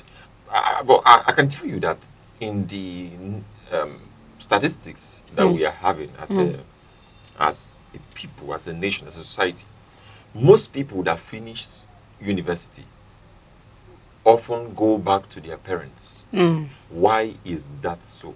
Okay, let me tell you something. Are you afraid now? I'm not afraid. Now you are. No, I'm actually being okay. I'm being skeptical about answering this question because I am in the middle of this. Are you serious? Not in the way you are talking about, but I'm in the middle of this. You want to defend your guys? No, actually, because actually I've had experience. A lot of them. I've talked to so many people, and I'm like, leave your comfort zone and attain that which seems to be a long mile. Okay. In aspect of this, eventually, young ladies of our generation want things that they could actually do or get without, having one drop of sweat coming out from their skin. And the fantastic thing is that they keep making generational mistake. Do you know what I mean by generational mistake? Explain to me. Yeah, generational mistake is that they leave this trademark and this trade spot zone for their children to emulate. And it keeps, sending off wrong narrative to the society. Now, as a young girl, when I finished school, I actually entered school at the age of 14, 15. That's uni. normal. That's normal. It's not normal, but as a young girl, I left my comfort zone to that particular zone. You're talking about when you is it not when you finish secondary school you entered? Yes. I finished secondary school at same. Okay, I didn't know. So actually, so I left that comfort zone. I actually had to attain this hard miles. You know, as a young girl, what do you have? But I had a vision. I have a straight out listed vision, and I had to take my time to understand that if this vision is, and people will keep telling me I'm a girl child, I'm a weaker part of the gender, so I'm supposed to be protected, I'm supposed to be, wait upon someone, I'm supposed to hide under a covering, and that's the male zone, to be able to pattern to pattern what I am. But it got to a point then I said, to what extent will I keep hiding? To what extent will I keep, holding myself? Do you understand? So I actually identified who I am. I said, who is this? I'm a brand of myself. So I left home, and I left the comfort zone, the luxury and everything at home. I had to face the real hard. But coming to this, most women don't like to. Most people, not even women, men. Most times, they feel like for them to give you out what they have, you have to give them something in exchange. They don't know that you have to leave a trademark. That trademark is that money that trade is that money zone you leave for people to pay you. Okay. And it might not be now. It might not be now. No, but if you leave a trademark, everybody that passes that trademark, everybody that passes will see it. But if you are someone that just, wake up and just pass without leaving anything, you just came around, or you come around to pick it up and just go. Everybody will pass that way without knowing that you actually, worked that way. But if you leave a trademark, an identity, that people will be like, even if it's not paying now, but in future, someone will be like, I know you. I saw you somewhere, so you're good in this. Can you do this? Do you understand? It's a trademark, but most of them are their own mentalities. If it's going to give me money, it's going to give me. If it's not going to, let's leave it. So, but in all this thing I'm saying, you didn't even answer me. In what way? You gave me a perspective. Yeah. I loved so much. Okay. Why I'm asking that question is because I've seen a lot of young people. Of course, you answered me. Don't mind me. But I've seen a lot of young people who, when they're done with school in the university setting, in fact, when they're in the university, you'll be telling them, go and learn something. Now you don't have a lot to do. You just go for lectures. Even if you finish lectures by 6, you have the right to say you're not going for lectures today. All you know is get your reading right, get your academics right. However you do it, which is good. Apart from you're not talking to this Gen Z, you're talking to the millennials. Well, I'm talking to whoever that will listen to me. Now, those people, they will finish. They will come back. I've seen a lot of them. Not with this thing here. I've seen a lot of them. Not with this. You know what used to surprise me? You know the narrative pushing down, like pushing up now, is that you can actually not do anything, but you can actually make millions. And that's why every of them are in there using their space gadget, their phone gadget, any gadget. They're streaming. Everybody's trying to do one, and most of them, they lose the normal culture. They behave abnormal because they say abnormality. I told you that the previous discussion that abnormality pays a lot now. So they are now into the abnormality culture. They are grooming themselves. But anyway, we just not want to deviate from what I have for you today. And I have another one. You really want to ask me this thing? Ask. So, this guy called Hush Puppy? Yes. I don't know. Have you heard any recent controversy surrounding his release, and another country, waiting for him in ambush to pick him up? I've not. I think you're the first person I'm hearing it from. Okay, let me tell you this thing, and I just want to hear your opinion on this. Hush Puppy is one of the first Africans to scam the North Korean government. And the North Korean government at this point is waiting for his release to pick him up. Because the current president said he couldn't believe that a mere mortal can scam him up. Atasa!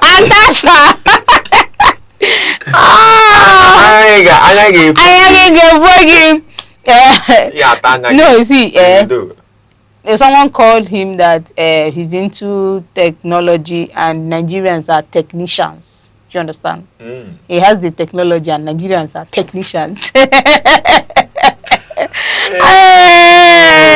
Too much wisdom. Do you get? No, see it. About this hush puppy thing. I've seen a lot of news flying around because of hush puppy, and this is looking more interesting. I mean, if it's super true, then I don't know what to say. I don't know. It doesn't. You know when you are so strict. You know, let me tell you this. But let me ask you one question before you answer. Will you like to, by mistake, someone push you inside North Korea? For what? By mistake, let you just push you inside North Korea. If you push me inside North Korea, I will drag Bishop. I will just drag him because. I really like the fact that someone just, imagine someone just say, "Good, push." Like inside North Korea, you say inside North Korea. First question I will ask: do you people have room where I can be sleeping? Do you have bed? Do you people have maybe a space? What do you people have for me? But this social thing, it tells you, it gives you a lot of lessons. For instance, looking at this news now, you know, have you met all these parents who are very strict? Okay. Who are so strict that they are blind. You know, they are so strict that they don't want to hear your opinion as a child. Yeah. This is the situation. You know many times how a society flourishes is by that freedom to give people the freedom to explore and to also have give a room for people to thrive. Freedom. When you control everything, you control nothing. When it comes to humans, when you control everything, you control nothing, because you are raising you're raising yourself for yourself. A puppets are not people who will willingly do something out of their volition. Now, let me tell you what freedom looks like. Freedom is not when people are controlled, basically. Freedom is when you give the instruction and people do it because they know it's needful, not they know that they have to be forced. That's real freedom. For instance, when you tell young people don't smoke, they'll feel like, okay, smoking is, you're trying to, bring them into, you're not trying to, enjoyment. That's not kind of my kind of enjoyment. So now, later in the year, they will be, you know what these people are doing? Let me tell you what they are doing. If you tell them don't smoke, they will say, what about this person? What about this person? They are mentioning people that maybe they are old now and they are still smoking. And I'm like, you're not close to these people. Okay. You know, when you're not close to people, you can give you can just say anything. Calm down. I know you have a lot to say. We just, we'll be right back. We just have this short break. We'll be right back. 1-0 today. Aneke TV. Move with the world.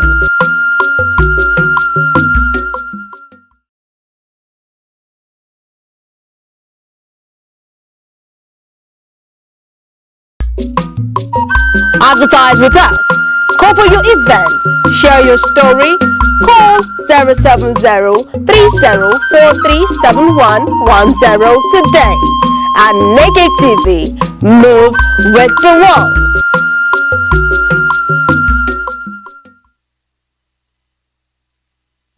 Welcome back again. We are live on Aneke TV. You can always follow us on our handle, on our official handle, on Aneke TV on YouTube, Instagram, TikTok, and the rest. Going back to the Commission of Enjoyment, I have a question for you, and it is, this particular house agent collected 700,000 from a couple in Ibadan on the scheduled day to inspect the apartment again and collect the key. The agent began to give excuses and became evasive, only for a letter to confess that he had used the part of the money to settle his personal debt and squander the rest on sports betting, boldly claiming that there was nothing the victim could do about it. The couple reached out and had legal advice and action. He has now been arrested and charged to court and was reprimanded yesterday at prison. What do you feel about this? Now, asking me what I feel, first of all, I get here. I get a bit. How do I know what you have to say? Because I don't put me that is talking. I'm boiling. You know, I got come out of Jaja. When they tell people, have sense. You are doing business, young man, for God's sake. You are doing agent business. You don't know what it means to get a gig, even if it's not your money. Let me tell you, the economic situation we have in this country. If you have 700,000, it's not like you have the whole world. Though. It can take you for now. Food seems to be cheaper. Food stuff seems to be cheaper, at least if you're only eating. You can depends on, are you a lion? Okay. So you can, it can feed you for some time. Now, looking at that money, that may not be okay. Let's say that's his money. Okay. Or the money of the agent should be like 50,000, 100,000 from the money. Now that's something. Why don't you do like a sensible person? Because where I will start to beat you. I'll start you know where I'll beat you? Okay. I'll beat you from, like, as they're saying, court rise. Good. Let me ask you: is this agent supposed to be in your legal stuff, or is this supposed to be an illegal stuff? Because of the extortion and the way they actually, to a point I used to ask, are this agent the owner of the building or the landlord? Because you need to ask, my brother. Because when these people, house will be 300 and agent will be collecting 350 or 400. How now? How now, my brother? How now? Agent will be collecting like 1 million. I do understand. 500. And I'm like, young man, I mean, old man. Do you know that what do you think about this agent of a thing that is striving up and down? Because people are now using it as a source of means of livelihood. People don't like to work, when you say they don't, people like, I asked a guy. Is it which guy? Let me I have experience. I'm not supposed to say that I have experience. I met someone and I told him I lost my phone. Okay. Do you understand? And he happens to be an agent person. I told him I lost my phone. Of darkness. So and he told me that he was now trying to sympathize and tell me some other thing. I said okay, fine. He told me that when he actually lost his phone, he went into depression and this thing. But God works in mysterious ways. Glory. God works in mysterious ways. Glory. And all of a sudden, someone called him up to check up a house. That was where he got the hope, to buy a new phone and the rest. Do you think I should be happy with this? Someone giving me this kind of, encouragement. Should I be happy or should I be sad? Telling me that he had no hope of money, but at a point, he reached me ask you, like, if the agent pub will not come, so you go buy food. Like, I won't ask that question, but I say, I know. Because, this is someone's occupation. This is what someone says they're going to be doing with their life for the meantime. I think I should direct this particularly to agents who are bad. Agents who are bad have made the ones who are good, have made us not to even trust them. For instance, agents who will not deliver, the agents that have delivered, then the agents that are still pregnant, now that is beaten, they will used to deliver, like that guy that they have arrested. So a lot of times, all we need is to, for government to regulate these things. Let every agent, let all the agents let them register. Let there be Agent Association of Nigeria. It's going to make a lot of sense, because I'm not seeing where people can wake up and say they are now agents and they have property to sell. It gives someone who... Should there be a union for this? Thank you very much. I'm starting it tomorrow. National Union of Agents. Nigerian agents. No, I will start with my constituency first. National Union of Agents in Person. That's NAA. Commissioner. You like Lego? No. I like to. Commissioner, I use why I just look you somehow these days. How? No, but this one, this is my last gist. Go interest you wella. You say I feel like I made it. I go and I calm down.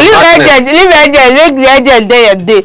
I intentionally made it my last gist because it's something that to make you talk. you know, I will stress you on this. You know, eventually, there's an ongoing controversy between King Michi and Very Dark Man. And there's this one. Let me start with the starting point. Michi said, I should give. Very Dark Man said he will give Michi 50 million naira to renovate 4 schools in 1 month.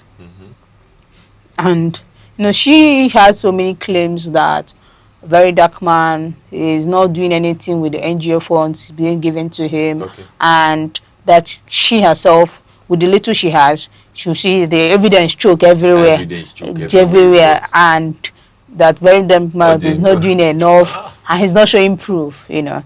And you know Very Dark Man to be the Very Dark Man. If you call for me, you're the victim. If I call for you, you're the victim. So his normal slang is giving us headache. Yeah, it's giving me the headache. And now he has come for her in so many angles. He now promised to give her the said 50 million to renovate 4 schools in 1 month. Is this 6 schools or 4 schools in 1 month? And it's very, very, very evasive.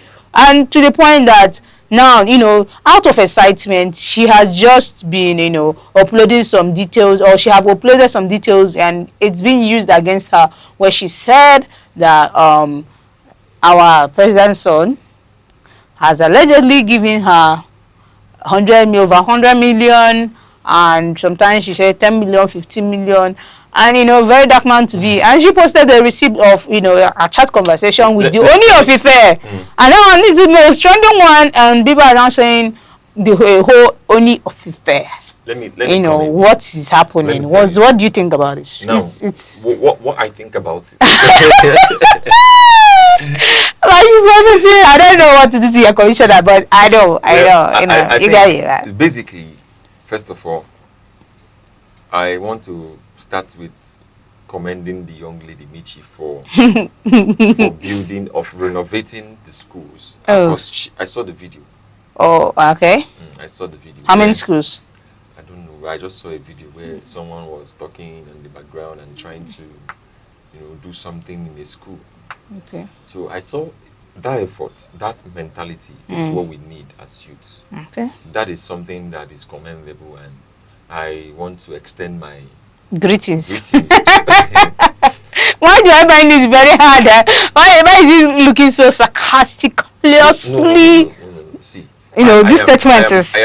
I am an agency representative, so I have to start with commendation. Oh,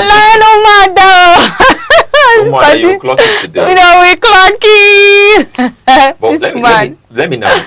Okay. Give it a shot. Yeah. I want to anyone that have that kind of mentality to bring in, to, you know, think about young people who are out of school or who are in a dilapidated building, doing something for them is commendable. So the thought alone is interesting. The thought alone is supportive. And so now the question is, these 2 people that are dragging themselves online are 2 humanitarian personalities. Okay, now and because of time, I would like to make it very, very kind of interesting. King Michi has nothing to hold back, just like Very Dark Man. King Michi and Very Dark Man are applying the same route. Yes. Explain for that. I'm confused. If you're confused, go and eat corn and bring fuse and plug yourself. You know what I mean. I'm confused. No, what I mean is very simple. Okay. These 2 people are on the social media. Whatever it takes for them to trend or have a name. Of course, Very Dark Man is trying to be more civil. That's one thing I see from him. From all the allegations, all these things I'm seeing, he's trying to be more civil. But you know, you can't take away a monkey from a banana. And this thing shock you. It shock me. You need to ask. Because it shock you. Who is the monkey? Who is the banana? No, what I'm saying is, you can't take away, like we used to say in our language, that snake cannot afford to give birth to what is not a snake. Now, I'm not just commissioner. I'm a mental mechanic. Commissioner, you are just going around. Will you let me land? Oh, yeah, land. They're keeping us. No. So what I'm saying is, we are talking about two people who are humanitarian, who are allegedly humanitarian guys, and their clashy project is done. Once there's a lot of renovation and everything, that is a plus to the community. Then we move over to the next point I have. The next point I have is that Michi said that this whole thing is allegedly from the president's son money. That's who sent her the money to do what she's doing. Well, that is just what it is. If the president's son gave her some money, then that's fine. Let me come from I an like angle. how you are doing it. I want to come from an angle. Now, the president's son funding the is it an NGO or will I say the NGO? I'm telling you that this is he funding it under a structure? No. See, now Very Dark Man was it not last year that he had a structure? Okay, let me when ask he started, does he didn't have a structure? There have been an oversight and confrontation between Very Dark Man and this, saying that she had to bend down to lick a lollipop you should lick. Do you understand? To get those funds and the rest. And allegedly, the whole news has been saying all the way that Michi, Very Dark Man are trying to point fingers at two people. One, he allegedly point fingers at the president's son, saying that he has so many projects in the society to fund. Now going to our local communities, there are people out there who needs the money more. Why go to a particular set of individual? Why not empower those structures already existing? Talking about the military and everything. Let me tell you something. Yeah. All those things are just talk. Okay? Let me tell you something. Abi, madam. Who are you? Which one are you? Madam. All right, madam. Let me tell you something. That thing is, let's say I'm your friend. And then, as the commissioner. Friend to who in particular? No, let's say he's friend to so many people. No, see. Leave that thing. You don't know Michi's relationship with Seishinubu. No, we want to hear it from your mouth. That's why you will not hear it from my mouth. Because you don't know the relationship they have. No, it's not even a rocket science. Neither is it a Pluto game. Let's say we have a relationship. We are just friends. I'm the president's son. You are someone in your world. And we talk. Or I've seen what you do on Instagram and I've inboxed you, just a random inbox. You and I said, oh, what do you want to do? And you say, okay, I think I need 20 million naira. No, I need 200 million naira. I say, for what? You say, okay, I have a project I want to fund. Then I can use 50 million naira for myself. I say, don't worry, that's not a problem. And I ask you, what project is that? You tell me it's a project for you to renovate dilapidated buildings and all that. I will give it to you. Calm down. I know you're a money spender. Now, coming to that, I know you're a money spender. Coming for you as a man. Now, let me tell you something. Is the person that gave the money. Now, let me tell you something. Now, people are saying that at this point in time, do you think Michi has a role to play in the president's son's life to be able to receive such a grant of huge favor? Okay. The dynamics between a man and a woman should also allot those kind of funds. Let me tell you something. It is the mind of the society to be corrupt. And you say you're not corrupt, Commissioner? No. See, societal mentality. Are you sure that this corrupt mind is something that is inevitable? Because let me tell you, once there is an existence of two particular different genders, it's can we check? I don't know if they can actually do this. Do you see the Michi we are talking about? The endowed Michi. Listen, endowed Michi. You as a man, you cannot, Can you fund that kind of Michi without any Mickey Mouse? Anyway, can you fund that kind of Michi without any requisites offer back? Let me tell you. Yeah, tell me. Can I tell you something? Tell me something. Speak. Everybody in the society is not the society. It's not the society. Yes. Everybody in the society is not the society. But everybody or most people in the society they have the mentality of the society.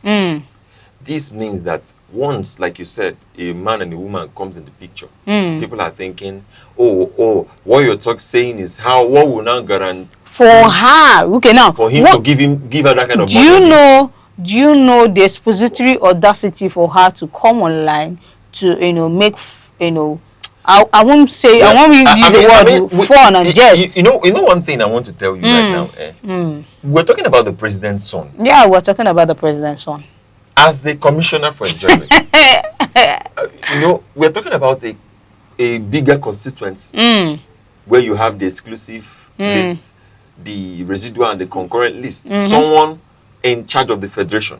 He's not, his father is. That's what I'm telling you. The father is in charge of the federation. He is technically, he can influence his father decisions. Yes. His father. What I'm saying is that this thing is not even anything to me. Because if I'm your friend and you said, okay, even if you're a stranger, you don't know how much I have. If you're a stranger, for you to be able to give me such money. Have I not sent you a certain amount of money for you to use? And you have not. I boldly say it. The last time Commissioner has not given me a dime. Maybe because there is no lollipop to lick, or there is no bending down, but to dance for you. But anyway, let's go, to the bigger picture. Now we are talking about the Oni Ife. Oni Ife comes into the picture. Is still not even a problem.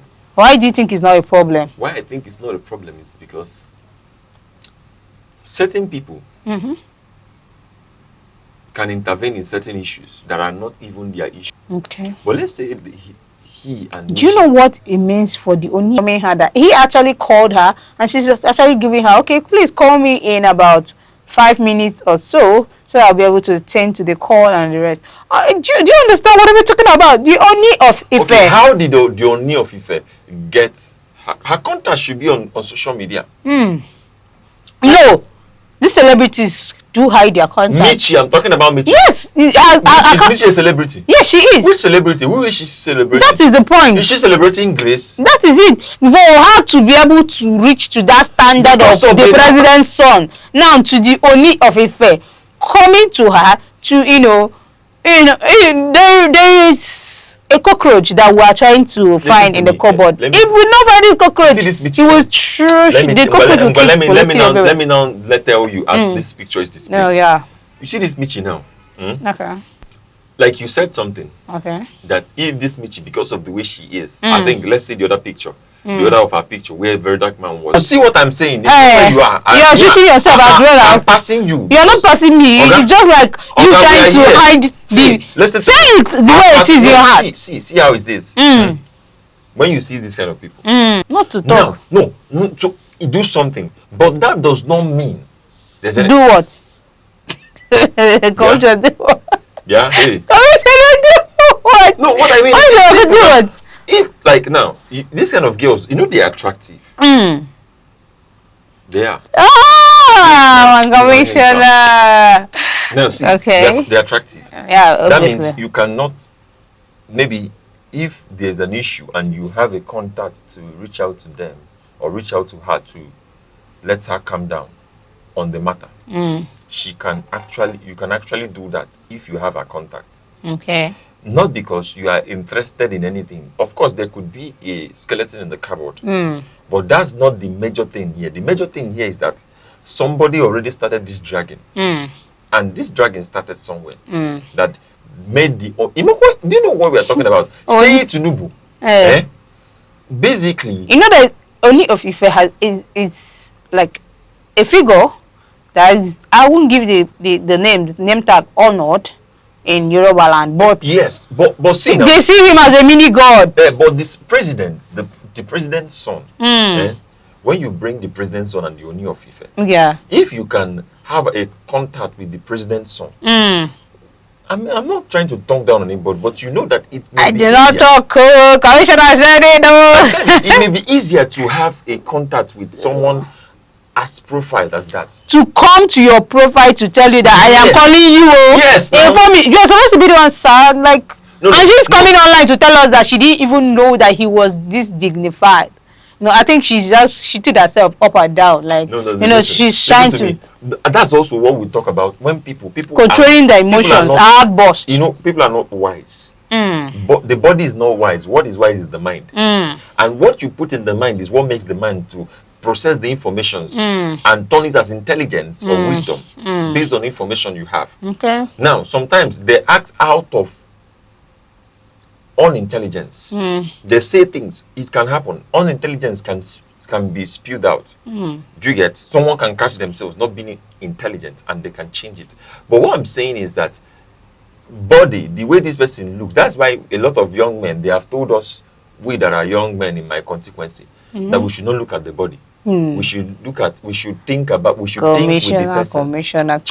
For instance, body can deceive. Yeah. Body can make you start, thinking about what you should not think about. But why you are looking at this person and you ask them questions, they said, this person will be beautiful until you have a communication. Commissioner, at this point, I will, I have to say, to, have the outburst, because your enemy might be very calculative. Because, this thing, I've not even seen one particular thing she could, aside, dragging very dark man, which he might come out again to, bring proof of his project. No, I've not seen one thing to tarnish his image, very hard that she can hold. So, I feel like when you are, having some outbursts, you have to be calculative ahead and, know your footsteps and know that your enemy can actually have things. Don't leave so many jets on the air to for people to pick and use against you and later because she did these videos a long time ago and now these videos are coming back to haunt her now and can ruin a lot of relationship he has with so many of these prominent men. On this point we'll have to draw the curtain, sadly. I wouldn't like to draw this curtain, but I will make it. I will make it today because it was nice and lovely, and this conversation, in fact, Commissioner. Do you mind having a handshake? Yeah, I did. This Commissioner money. Commissioner, thank you for doing this with me. I literally enjoyed the conversation. It was pleasant. It was good. It was dope. Your opinions are out there, and people who need to hear you need to have heard you. People who needs to hear you have heard you at this point. Thank you very much. Thank you. It's your one and only Shushu lawyer, aka popularly called Red Pepper by my Commissioner. And it was nice doing this. And you will always be back here any day, any time to give you guys the amazing dope gist you guys always crave to do. Always follow us on Aneke TV, on our official page, on Instagram, YouTube, TikTok, on Facebook. We're live to give you, things you need to hear. And always send in your opinion, your comment on our official page to contribute to our conversation, our discussion. We love you and we'll do this sometime, same station tomorrow. Bye. Security is not just police on patrol. It is safety in homes, schools, markets, and mines. Without it, progress is impossible. Be alert, report danger, support community watch. True security is collective responsibility.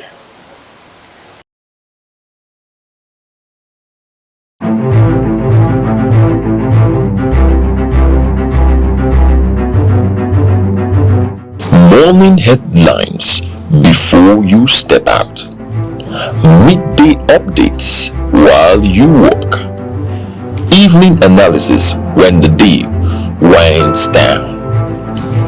Wherever life takes you, Aneke TV keeps you informed, connected, and ahead. Aneke TV. Move with the world.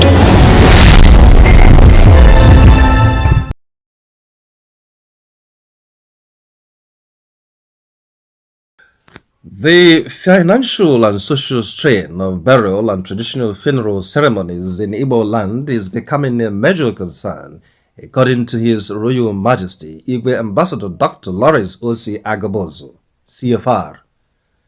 The elder statesman and respected traditional ruler raised the issue during a lecture delivered at the just concluded 4th Synod of the Catholic Diocese of Enugu held at the Jubilee Hall of the Holy Ghost Cathedral, Enugu. Speaking on the theme burial and traditional funeral ceremonies in Igbo land and their burden on the people, Igwe Agobozo traced the evolution of funeral practices from pre-Christian times to the present. He highlighted how modernization, religion, and social competition have significantly altered traditional customs.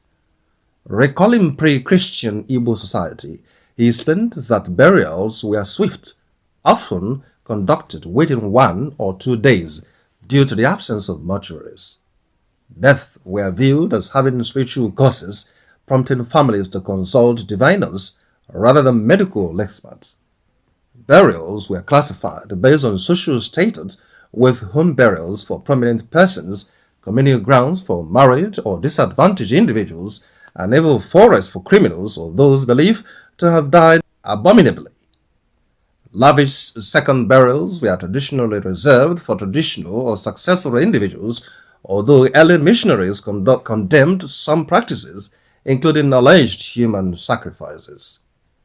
Igwe Agobozo noted that Christianity helped eliminate discriminatory and dehumanizing burial rites, particularly those involving evil forests. Over time, population growth and migration contributed to the decline of village cemeteries, while modern mortuaries allowed families to delay funerals for extended periods, a factor now contributing to rising burial costs. Modernity has influenced a lot of changes in Igbo funeral rites, the monarch observed. He expressed concern over the growing culture of funerals for the living, where families stage elaborate ceremonies to display wealth and social status, often beyond their means.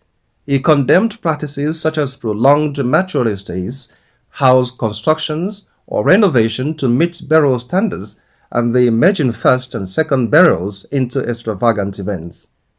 Highlighting a recent example, he cited a high-profile burial where 200 cows were reportedly donated, describing it as inactive, as indicative of the trend. These displays place a huge burden on middle and low-income families, he warned, noting that many now take loans to fund burials of relatives who died in poverty. Efforts to curb excessives are underway. Several Igbo communities have shortened burial durations and abolished oppressive widowhood practices or rites. The Catholic Church has also introduced regulations limiting how long a corpse may remain in a mortuary. Onitsha Donidu's decision to abolish second burials for Christians was cited as a model worth emulating. The Obi of Onitsha, His Royal Majesty Igwe Nnameka Alfred Achabe, has repeatedly condemned ostentatious funeral displays, emphasizing the protection of families with modern means. In his own Ezema Olo Kingdom, Igwe Agobozo revealed that practices that demean widows such as sleeping beside corpses or compulsory head shaving have been abolished. He also warned against the emergence of committees of friends exploiting funerals to collect money fraudulently via social media. The monarch called for a return to traditional values, encouraging families to conduct burials within their means while allowing voluntary contributions from well-wishers. He urged the diocese to update regulations that balance cultural identity with Christian values, reduce financial pressure on families, and discourage extravagant spending. This paper will consider its mission accomplished, he concluded, if it contributes to resolving emerging challenges that impede the advancement of Christian burial practices in the diocese.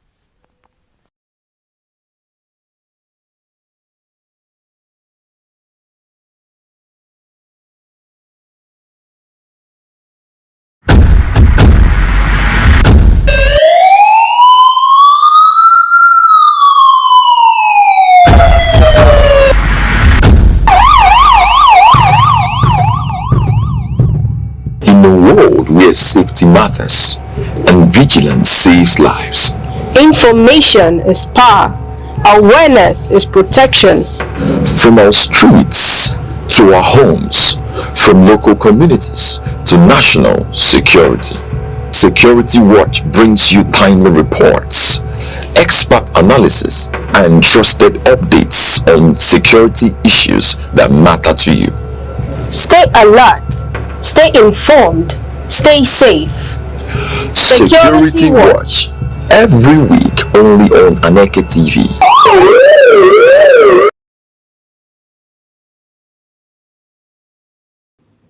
We are delighted to have you join Youth Focus once again on Aneke TV.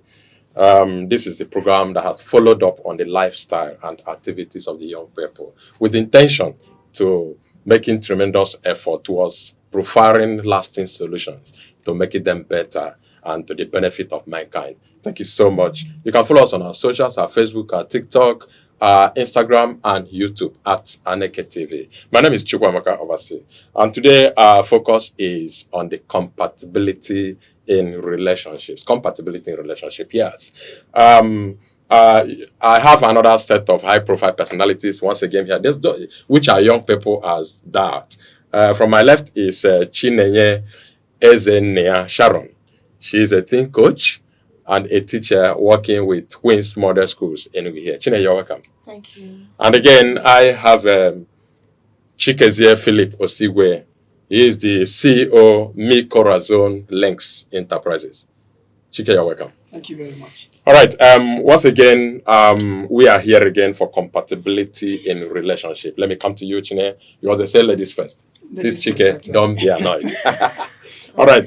Chine, what's the essence of compatibility with respect to relationship? It's very simple. Compatibility when it comes to relationship, the essence is peaceful existence. Okay. You can't stay in a situation whereby there's always this loggerheads, there's always this crisis, chaos in a relationship. So you want a relationship where you are at rest, you don't walk on eggshells, you are not afraid of what comes next. You want a place, a peaceful environment where you can live and become a better version of yourself. So the essence of compatibility for me in a relationship, most importantly, is for peace and happiness. Okay, permit me to first of all strike on what compatibility is before we bring it to relationship. I know Chineke has done that. Chike, what is compatibility? And bring to the essence of it in a relationship. Okay, thank you very much. If I am to bring the two words together, compact and ability, it's just the ability of two persons to align and work as a team. The ability to align in their values, in their goals, in their communication style, in where they want to get to. So the ability to align and work as one is what we call compatibility. Though compatibility is not a total agreement or a total, this person saying the same language, but then finding common grounds to issues and then working as one team. Actually, what is the intention when two persons or two partners are in a relationship and they discover they are compatible? What next? Or what's the after effect? When they are in relationship and they happen to find out that they are compatible. Yes, what's the purpose of that? It's to coexist. Coexist in what terms? Is to live together and build something solid. Live together like husband and wife, or like just friends? Now, if I have to think towards relationship when it comes to two grown-up adults that have intentions of I'm ready to settle down for the man, and for the woman I'm ready to settle down, and I find out that the person I'm friends with, we are compatible, and I know this is what I want in a man and this is what I want in a woman. So I feel from there we can build something solid. Something solid. What is that in solid? That's relationship, that is marriage. Relationship that is solid, and when it's solid, is marriage. Do you agree? Of course. Yes, if a relationship is solid, let me borrow her word, it's marriage. We have this adage in Igbo land, though I will paraphrase it in English, but it means if the sleep is sweet, then you begin to snore. That means by the time the relationship gets better, there is nothing else that you need to get to, that is not to make it permanent, and the permanence is marriage. So mostly if there's compatibility, the next step is usually, like English say, they live happily ever after. All right, Chineke, have you not seen friends or partners who are compatible and who are just friends of benefit? They don't have the intention of settling down as husband and wife. They are just there. That's what I'm saying. If depends on the angle you are coming from. The angle you are coming from determines the response to my question. So if you are coming from the angle of friendship, then they can actually build, it could be they could open an office, they could open an establishment, they could have things they do together as friends. But when it comes to relationship, whereby, just like my colleague said, you know you are ready to settle down. Like, I'm ready, the man is ready. And I noticed that the two of us were compatible. I don't think there's anything else we are waiting for. Is to build from there and then settle down. But when it comes to friends, just like you said, it must not necessarily lead to. We can do better things. We have our goals. We align with goals. We align with vision. We align with values and character. We can do better things in the society from that. I think that's just Okay. it.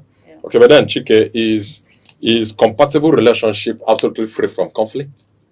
No, no. It can, as long as it's a relationship, it cannot be absolutely free from conflict. It's just that the frequency of conflict might reduce, and the way of resolving conflict would already be known and settled. Like, let me say two persons in a relationship, let me say a boy and a girl in a relationship now, not even work or maybe friendship. They can set it that, okay, as long as we have this conflict, it should not go beyond sundown. And we already know that whatever issues we have to talk it out. And this is our style of communicating it. This is how I communicate, and this is how you communicate. And once those things are laid down, it will look as if there are no conflicts, but conflicts are there. Like, for example, we had parents back in the years that, if funny enough, mommy and daddy may not be in good terms for days, and we the children will not know, because they have their ways of doing their conflict that they can talk about it inside the room, and when they come out, they show us the smiling faces, and we all think all is well. And the same thing applies to couples or intending couples or people in relationship. There can be conflicts, but then we know that this conflict is not for destruction. Probably we are trying to come to a particular term with something. So with that, we can always know that yes, we can settle it in this way and we can settle it in the other way. You said in most cases they don't allow the conflict to get to the sundown. I want you to use simpler terms so that Okay, as well we sundown, understand. maybe a rule that if we have an issue today, we must settle it today before we sleep. As we cannot sleep quarreling. Does it not matter the time the conflict erupted? Like if our bedtime is 9 p.m., for instance, and maybe a few minutes before 9 p.m. there's a conflict that even led to 10 p.m. as the case may be. Would that be any possibility of settling that same night before the next day? I'm looking at timing now. Timing, yeah, timing. I feel compatibility for me in relationship. For me, I summarize it, my ability to choosing my partner every day. You know, I choose you every day. So when something like that happens, it's always late. Okay, the time is late, and the timing is not really based on what we already agreed. Okay, now there's always early morning. I could allow you to do your sleep. There's always early morning, and this is where I will be intentional with my alarm clock, because I know I don't need to step out of the house having such grudges in my heart. That means it has to be an intentional work. Choosing you on my daily activities and making sure that this thing does not go off the next day. So what do? It's late in the night. Okay, I'll allow you to sleep. But just know that by tomorrow morning I'm waking you up and we're going to be talking about it based on what you already had in mind in that relationship. Just like you said, I believe every relationship should have something that works for them. Okay, and if you don't have something that works for you, there's every possibility that anything can trigger the relationship. But when you have an underlying value that guides that relationship, it keeps you people going. It keeps the relationship blossoming. So for me, if what I would do is based on the timing, and we already had understanding that at the end of the day we don't go out with this conflict, I will allow you to do your sleep as early as possible. I will wake you up so that we talk it out. All right, Chike, what do you think that will happen to the night's rest or night sleep for that day that are grudges? Would the night rest go smoothly as usual, or what do you think that will happen? Okay, yes. This is where personality differences come in. Some persons, I wouldn't want to be biased now, but for some reasons, I believe women can cope easily. Like, yes, they can just do it and sleep and have their good sleep and wake up. Most times men are the ones disturbed, because we speaking for the men now, we always want it like as it is hot. Let's deal with this matter the way it is now. So that it doesn't deter anything. In most cases, from what I've experienced, it's usually the women that will be like, just give me space, just sleep, let's do the talking tomorrow. From most cases I've seen. So in that case now, you will notice that probably it will be the man disturbed till the next morning. But then there are some personality of men that don't care. If you want it to be next week, let it be next week. They will have their sleep and sleep fine and wake up. But now, if these two persons are intentional about themselves and what they have, I think sleep will be disturbed for both. That's when you actually discover that the night is long. It's very long. And you'll be like, can't they break? Let's just talk about this. That's it. It's all right. Thank you so much. If it is now you're joining us, this is Youth Focus on Aneke TV. We are on this particular topic, compatibility in relationship. If you're just joining us now, I want you to sit back and listen to us. We have gone a little long way, but you are still there with us. Thank you so much. I want us to come to the aspect of this compatibility. How does a partner, I'm coming to you, Chine, how does a partner or partners pass this test of compatibility? What are there in their relationship, or what are the rules they have to observe so that everybody will say at the end of the day, yes, we are compatible? But I know, because I know there may be partners at the end of the day, they find that they are not compatible and they will not forge ahead doing other better things. Okay, how do they pass this compatibility test?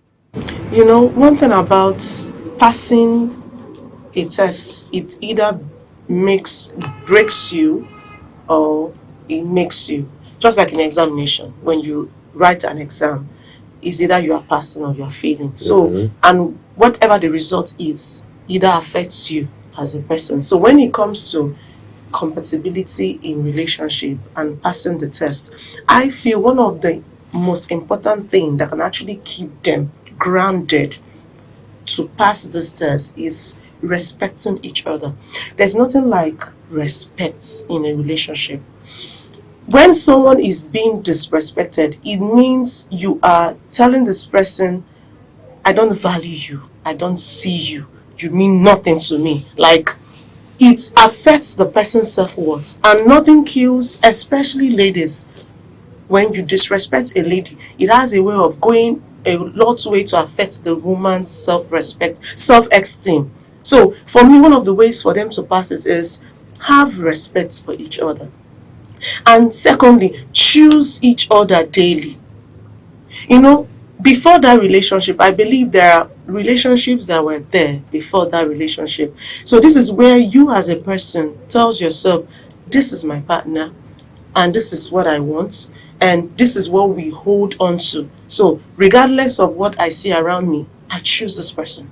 That means I don't hide anything from this person. I include this person in my daily activities. I seek for their opinion. I work with them. You know, these are the things that brings them together as a couple or as a partner. Other thing is being patient with one another. Now, we know that all fingers, if you look at your fingers, you notice that they are not equal. We all have our strengths. We have our weakness. So even as we are compatible, there are strengths I have and there are weaknesses you have. So what do I do when it comes to that? I need to be patient with you, because just like the Bible says that the women are the weaker vessel. So it's where the man comes with the strength of, okay, I have to be patient with this person. I have to groom this person. I have to, be able to teach this person. When it comes to strengths, when it comes to weakness, we have a way of managing them. So these are more. Okay. Thank you so much. Philip, are there other ones you have? Yes, of course. Okay. Fine. I love the things that she's mentioned.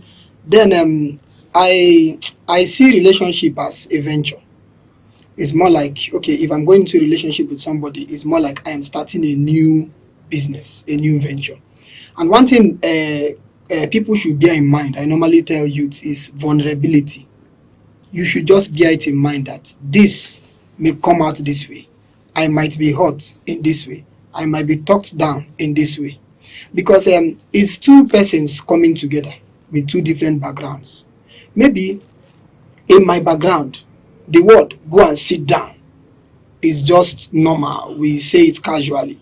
And probably being with a new person where in his or her own background, go and sit down is a derogatory statement. If I now come and I'm like, go and sit down, and maybe the lady begins to cry, I'll be shocked, like, what's going on? This thing is our normal gist, so why are you feeling bad about it? So that's where patience comes in and tolerance comes in. So if that lady didn't bear it in mind, that vulnerability, like I may see something that is not the norm from my background, she will most likely want to leave the relationship. So people should come in with the mind that vulnerability is in the relationship. I might be talked down, I may be insulted, I may see things out of what it should be. Then tolerance should be there to be able to still stay through. Then time also matters, because whatever thing that would work well has to stand the test of time.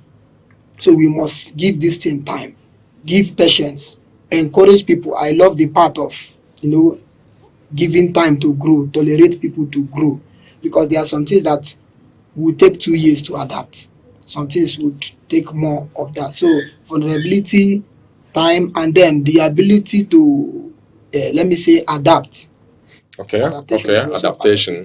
All right, Chine, let me come back to you. You've mentioned those are your lines that are talking about choosing your partner every day. To me, it is commitment. You're seeing values with each other and being serious with what you are doing. Okay, let me ask you from this aspect of communication, quality communication. Is there a way quality communication can come in to be a factor that will help out in being compatible? Communication is one factor that you can't do without when it comes to compatibility. Now, I don't know what is in your mind. We're not spirits. It's only Holy Spirit, God, the Father, the Son, and Holy Spirit that actually can be able to say, okay, this is what's in the heart of my partner. And this is where you communicate. I was speaking with someone last week and I was like, something happened. The reason for that thing to happen is because there was no communication. And when something like this happens, a lot of things go wrong in that kind of situation. So this is where you communicate. Open up. Tell me, these are my wants, these are, or this is how I see something, or this is what happened, or so that I don't assume. Someone says something that assumption, nothing kills faster than assumption, because one, it destroys the trust I have in that relationship. One, it makes me to lose women have a way of losing. They don't just come and say, I'm done and dusted. It's a gradual process. They keep pulling gently, it's and everybody, not just not just women. Okay. You just keep pulling, without, I don't just say. And this is probably something someone keeps telling you, see, I don't like this. And for you keep sweeping it under the mat, like it's nothing. And these are the things that can actually, so for me, communication is very important, very essential when it comes to compatibility in a relationship. Thank you so much. Chike, let's bring it to the aspect of trust. How much does trust come to play a big role in getting partners compatible? Of course, trust is actually the bedrock. It's actually the foundation. If you don't trust somebody, that is, is the foundation. If you don't dig the foundation, there is no way you can build upon it. So trust must be there. I must be able to know that I trust this person before I am giving the person my heart. Because in this relationship matter, is actually a heart thing. You are handing over your heart and your emotions to somebody. So I must be able to trust that this person will treat this thing well before I hand it over to him. It's actually trust that will make you choose your partner every day, just like she said. Because if you don't trust, there are some things that when it comes to that aspect, you would not judge right. Probably you hear a news about this, that my partner did this or your partner did that. If the trust is not there, you will be misinformed. You will assume. So it's actually trust that is the bedrock, then every other thing builds upon it. Okay. All right. I want to bring to your notice that people are of different families, different backgrounds, different orientations, and the rest of them. That makes people or two persons that come together to a reasonable extent. They are two different people, and they begin to understand themselves, coming together, doing all of these things we are saying to be able to see if they will become compatible one day. You know, people's tastes are different. What you like may be what the other person hates. How right or wrong is somebody whose own compatibility test is embedded in the outward appearance of the partner? The way she looks or the way he looks. I like the tallness, I like her shape, and all of that. That is his or her problem. With that, you have passed or you have not. Well, one thing I always tell people is truth. You know, is not someone being under duress or being pressurized or sympathy. Don't choose me out of sympathy. Don't choose me out of pity or to make me feel good. Now, this is where truth comes for me. If for me, one of my tests as when it comes to compatibility, it has to do with the outward appearance of my partner.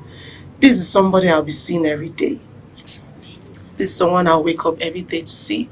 This is someone I do everything with. So when maybe my family has already said, oh, he has this, someone will tell me, but he has been there, but I know the looks is not for me, the height is not really giving it, there's always a problem. So I always suggest to people, please just be truthful to yourself. Exactly. Don't do things to make someone happy, because at the long run, it always backfires. Anyway, that is your opinion. That is your opinion. One man's meat is another man's poison. Yes. Okay, Chike, let's bring it to this other dimension. You're a man. And every man, I am a man also, every man values his stomach. Okay.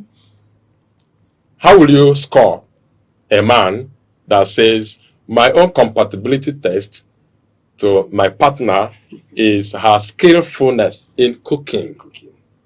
Okay. And the man values that. That is for him. Okay. Take your trust, take your commitment, take your communication. This is what he wants. Okay, it's simple, just like he said. You just call it value. So if it is his value, he should find the one that is skillful in the kitchen. He should not maybe find the one that is less skillful and want to subject her to being skillful. The thing is, like when she was talking, I just wanted to add something. I do tell people every day, if you want a fat woman, get a fat woman. Don't get the slim one and try to make her fat. Okay. If you want a tall woman, get a tall woman. What if the fat woman becomes fatter all of a sudden? As long as it's the fat woman you want, go for the fat. So whatever happens, you remain with the fat. Yes. Okay. So, but then if your core value is to find a woman that knows how to cook, for example, it is your core value, then maybe wealthy, brilliant, other ones, and you find a woman that is brilliant, is wealthy, is smart, but she tells you, I don't know how to cook. You know it is your core value. If I'm to advise such a man, leave that person alone. Find the one that has the core thing you are looking for. Okay. Because you will definitely find. Okay. Now, if that one is that man's compatibility test, he should go for it. Then when that one falls in place, I believe every other one will gradually fall in place, because it means that core one he cannot do without it.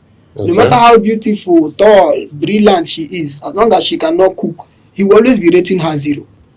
And that alone can crash the relationship. All right.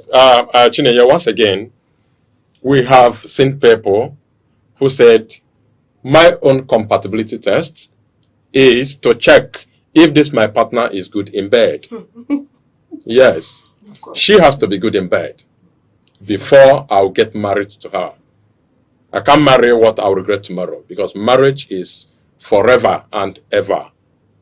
Now, to some women, they will say, yes, so I need to check him. Check him. Yes. I need to test the pencil. If pencil is how fast the pencil is writing. It's trending. If the pencil will get weak or gets weak, or the pencil is very strong one, or write fast, or don't write at all.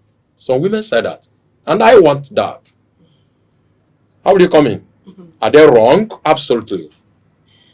Well, from what my partner said, there was a time he mentioned something about value system. And I think I'll be coming from that angle based on my upbringing and what I stand and what I represent.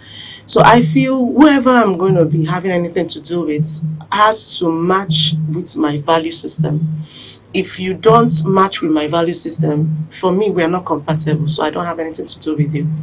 So if your value system is you need to check if I'm good in bed before we could actually settle them, that means we're not from day one. It's a red flag for me. So there's no need of we even starting what we know is going to crash at the end. So just like what he said, it's from beginning you know the value system, you know what stands for you, what you represent, and that's what helps you to check your ability or what you have in common with whoever you want to partner with. So for me, in that aspect, it doesn't work with me. So it's a no for me in that aspect. It's a no for you as a person. But if a yes for some people, you know that. It depends on their value systems too. All right, Chike, once again, you're a guy. Sure. And this is from the aspect of the guys. Okay. That my own compatibility test as a guy is she has to get pregnant for me before we get married. Okay. If she doesn't, it becomes a no. Have you not seen people like that? A lot of them. A lot of them. A lot of them. You know, these things like when you mentioned it, I know it's actually trending now. Okay, look at the basis of it is that most young guys say that most girls have messed themselves up. They have been used by Yahoo guys. Some have been doing abortion and so they don't have a womb again. So they now want to check if she can actually be fertile before they marry. But then for me, and for, let me not just reduce it to myself, for sanity's sake, for etiquette's sake, is not right. Because you trying to know whether the person is fertile, though those things can be noted by tests. You can do tests and find out if this person is fertile or not. Now, what if we enter the marriage and it is actually you, the man, who is not able to get to impregnate the woman? Will she now leave you and run away? So those things can be checked by tests. Even the aspect of you must be good in bed and stuff, all those things. You know, I just feel they are all pranks that our mind and maybe social media and this modern age plays on us. For me, I don't think that those ones should be compatible. But those are people's lifestyles. That's what I'm saying. It's actually not right. Actually not right. Let's do it from the standpoint of being right. It's not right. All right. We have gone at length discussing this. I want us to observe just a short break. If you are just a short break, don't go away. We shall be right back. Every second, the world changes. Markets rise. Leaders speak. Stories unfold. To keep up, you don't just need news. You need clarity. You need speed. You need perspective. That's why Aneke TV brings you the global pulse. Accurate, reliable, right when it matters most. Aneke TV. Move with the world.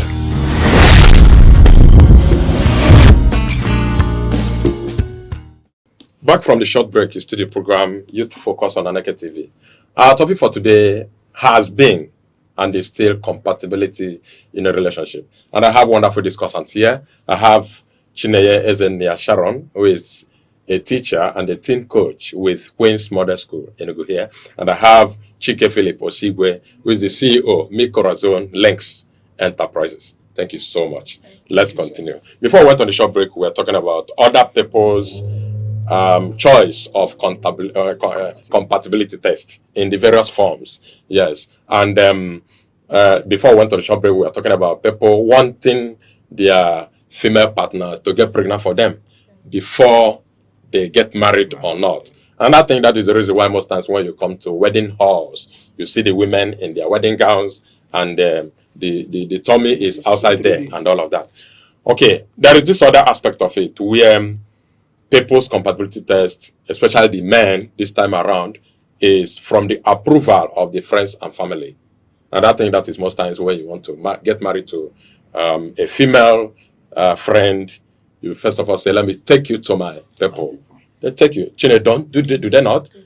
Maybe when you got married newly, your husband took you to his people, isn't it? Definitely. And that could be for the same approval I'm talking about. So what do you have to say? That's the right thing to do, because it's more like you have respect for where you're coming from.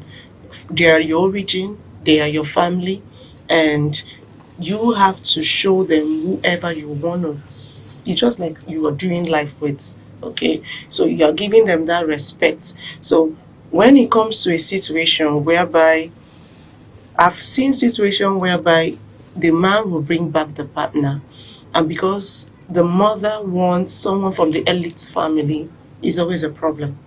You know, I had a situation then in school. A guy, the mother was the commissioner for education, and the girl in question he wanted to marry was just from a normal average family, and the mother was like, "It's a no for us because she's not from a well-known family." And that was what ended the relationship. Okay. Which at the end of the day, the guy is regretting to date. So sometimes our family actually depends on what interest they have, the motive behind their refusal of the partner. Some could be for selfish reasons, and some could be for personal reasons, or some could be for, I had someone in mind right from being a. There's somebody I've already treated you to, like I want my friend's daughter. Such things can influence the life of the child or the person involved in that relationship. That's why parents should, to a great extent, look beyond their interests, but see that this is two lives that if nothing is done, and it's very sensitive. So this is where they need to go beyond what they want, what they feel, their interests, to know that we need to give them support as much as we know is the right thing to do. Probably as a woman, maybe you've seen a dream or from the godly aspect, and I know this is going to affect my son or my daughter. Yeah, you can stand up and speak. But when it comes from selfish reason, you want to stop the marriage, that one is a no, and it's not right.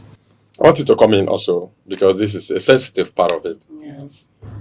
Okay, on this matter, now, actually, it's very right to take a lady to the family because this is a new family member.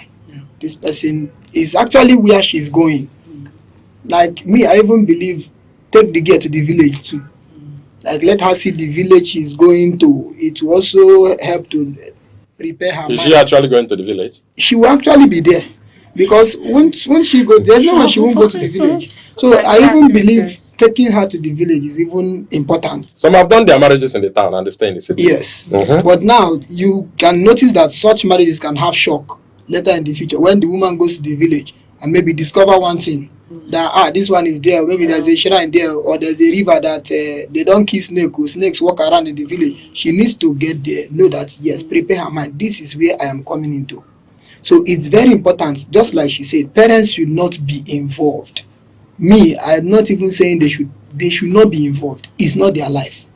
It is you that is living with the person, and you know your reasons for choosing such person. And the funny thing is that parents that actually do those things, probably the mother or the father, actually came from being a nobody to marrying somebody that was somebody. Yeah.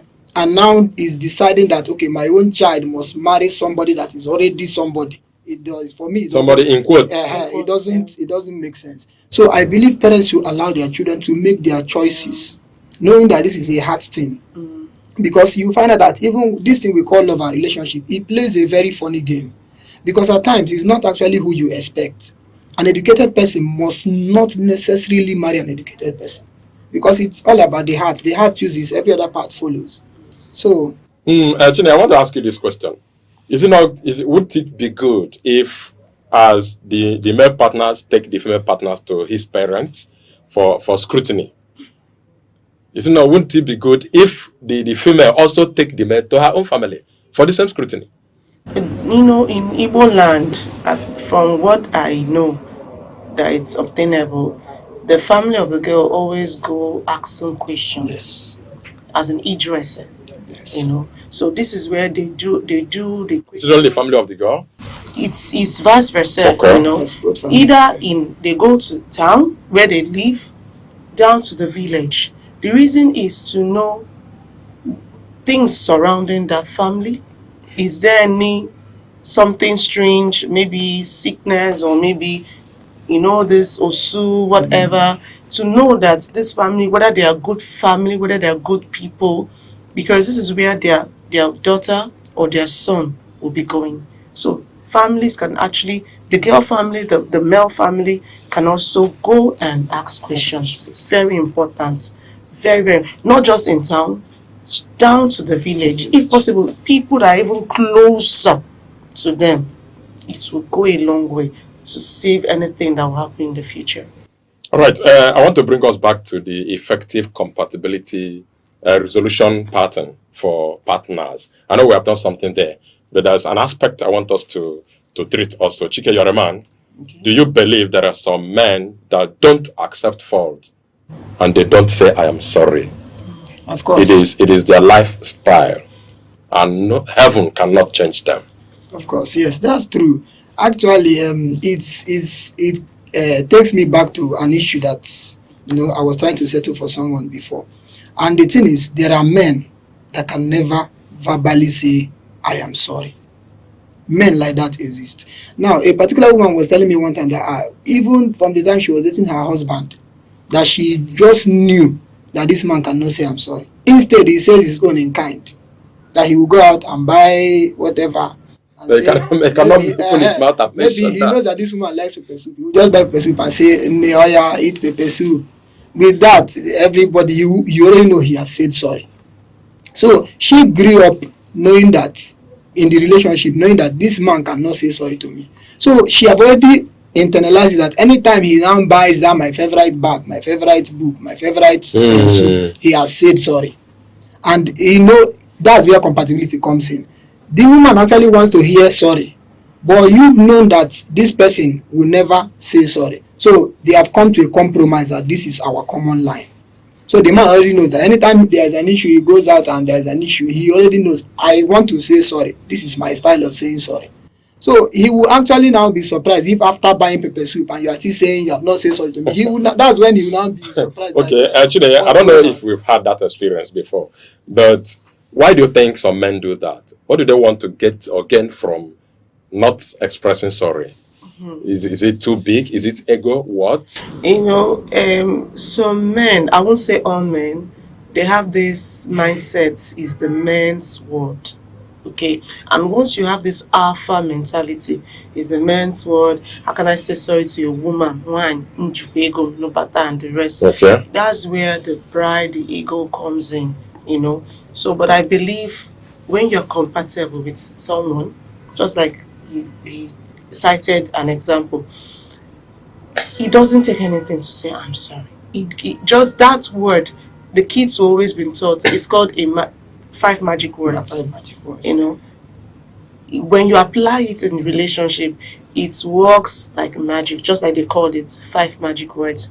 It does magic. So, but it takes a man that understands that I'm not here to win an argument, because winning an argument can make me lose you. I value what we have. It brings him to that point of, okay, ego aside, I'm sorry. I don't want to win this argument. I want to win you, and I don't want to lose you. So, all right. Remember, I've always reminded you that one man's meat is another man's poison. Everybody has what he believes strictly in. Okay. Now let's come back to the shared values and belief amongst the partners. What's the best way of managing it, knowing that you could have a different belief or value and I have a different? What's the best way of managing it to enhance the compatibility we're talking about? Okay, if I'm going to talk on that one, on beliefs, on values, if somebody's belief is really opposite to yours, for me, that's the first point of incompatibility. Like, let's say I believe in God, in praying, in going to church, and somebody else believes in going to the shrine, to do natural whatever. As long as that particular belief is not aligning, there is incompatibility already, because from that belief stems so many other aspects of life. So we need to get a consensus on that one before we even go to something else.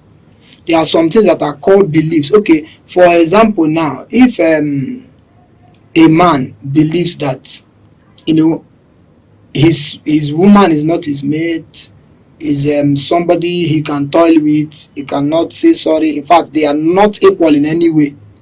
It's a belief that if you enter into, it may not change for the whole lifetime. It will remain that way. So if you come in and you notice in somebody's life that this is this person's belief system, I don't think you should go into it, because this belief system might not change in most cases. Okay, Chine, I want you to quickly bring it to the difference in life goals. You have your life goals that you had built or started before you meet with the partner, and your partner has a different one altogether. What do you do to harmonize so that yours will be respected and his will be respected? Okay. Sometimes is something that doesn't really harmonizes, because goals is something you hold dear to. It's just like your plan for your future. Now, what if a situation whereby, let me paint a picture whereby in a marriage and I want children and my partner does not want. We're compatible, but not. But my husband or my partner says, see, we don't want no children. And me, I want children. Okay? Now, it's a problem. Now, and remember that goals is something that keeps you fulfilled. It's something that gives you a sense of purpose, something that keeps you moving. So, situations whereby it doesn't work in that aspect, there's no need of trying to blend it or try, because you will not be happy, and there could be situations whereby compromises can enter, things you never planned could enter in that relationship. So once we notice in this particular one, like I heard of John Cena, I think he's a wrestler or something. Yes. I heard the reason why he broke up with the girl he wanted to marry was, see girl, when we marry, I don't want children. Like, I'm not ready to have a child now. Like, I want to still move my career to a great extent, because I don't have time, because I'll be going to places. And the girl in question wants gaining children. And that was what, they are compatible, they are all good. But that particular one was a red flag, was something that kicked out on the relationship. So there are some things you don't just sacrifice, because while you sacrifice, maybe later you start regretting, and when you regret, there's this resentment, there's this bitterness you start having against your partner, which will crush the relationship in the future. All right, Philip, very quickly, how safe and secure should a partner be in a compatible relationship? Secured and safe. If there is 100%, as long as the relationship is compatible and healthy, it should be 100%. It should be a place you call home. It should be a place where, when you are outside, you're always rushing to go home. I remember an example of a particular young man we knew. He's the type that always goes out. He always be telling you, let's go to somewhere, let's go. He more like doesn't like going home. But we remembered he just got married. And before the end of business, before the end of days, already telling you, I'm going. So at the time, I told one of my friends that this thing is a sure sign that this man married his friend. Because, if there is a healthy relationship, there's always this is just like your second part. But let's say anything that happens, let me gist this person. Anything I see, let me just tell this person. It's more like somebody I will tell and will listen to me.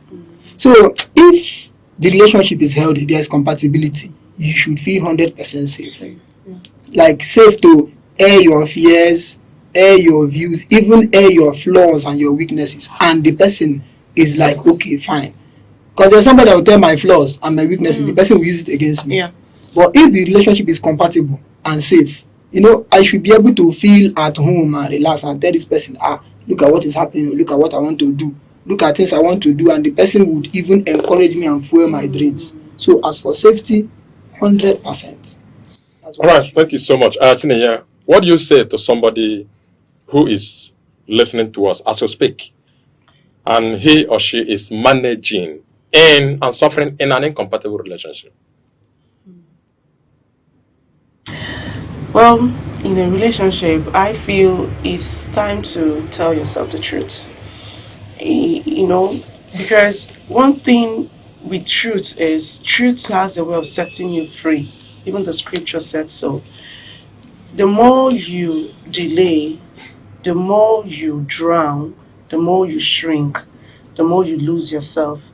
So I would suggest you sit down, tell yourself the truth, so that you don't continue and later you have resentment and bitterness. So it's high time you begin to choose yourself, tell yourself the truth, and just do better.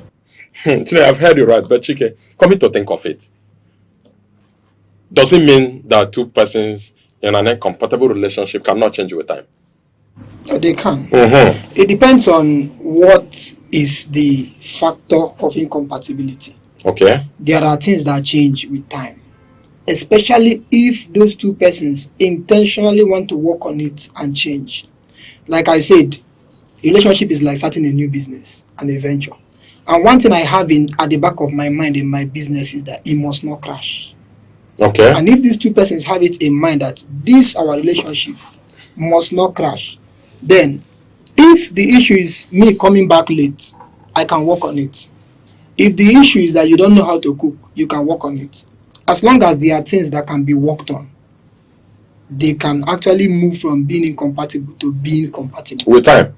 Like, for example, I want to cite this example. When I was in school, I lived with a roommate. We are different in every ways, but we never quarreled for one day. I am the noisy type, the one that would like to play music and shout. He's the always quiet type. I love going to night class. He loves to sleep. I love eating snacks and ordinary food. He loves eating food. So we reached a compromise that most times I am the one that will cook. His work is to warm it. Because I'm the type that once I cook and eat it that minute, I've forgotten about it. But it was his work to nurture the food, to warm it, to add maggi, I don't do all those things. I am always the one that wants the room to be arranged. He feels it's a boys' room. We can scatter it anyhow. So we now came to this compromise that where he's spoiling, I am arranging. In the places where, like I told you, I cook, forget, he warms. He scatters the room, I arrange it. He's usually the one that will be at home at night while I be in the night class reading. When it's morning time is around, I don't play music, I don't make noise. Once he goes out, the house is my own. I can play music, I can shout, I can do whatever. So in that way, even in relationships, you know this person's do's and don'ts. Come to a consensus, adapt, get a middle ground. We won't do this because of this. This is what this person doesn't want. So if it's for changing, people can change and adapt, and relationship can be better. But it depends. It depends. If it's a matter that cannot be changed, a matter like my family does not accept this person, like we just cited it, take a lady to the village and the family does not accept. In that case, you don't have any other thing to do. Or it is a core value, a core belief that these people believe that, okay, when they give birth, they take the woman to an idol, to a shrine, and in such cases, there's nothing you have to do. All right, Chinenye, how emotionally connected should a partner be in a relationship to enhance compatibility? Emotions, just like we have been saying, it's all about two people that chooses themselves on a daily basis. And for me to choose you, that means I'm connected to you. I feel as in I want to know everything about you, So when it comes to compatibility, emotions is very, very important, because That's what triggers empathy. That's what triggers conscience. That's what triggers every other things that builds up that relationship.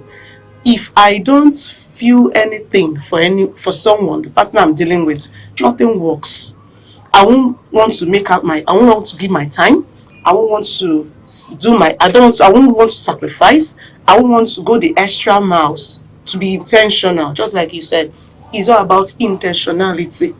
This compatibility comes with intentionality of, just like you said, this thing cannot spoil, it cannot break, we can't lose it. So it's something we need to work as a team, and without emotions it doesn't work. Just like when you see a child, if a child is crying and you are there, it's that emotion that moves you, like, what is it, what can I do for you?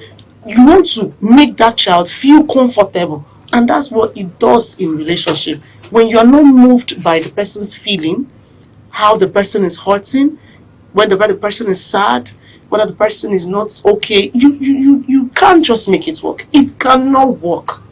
It can't just work. So it's something that makes it going.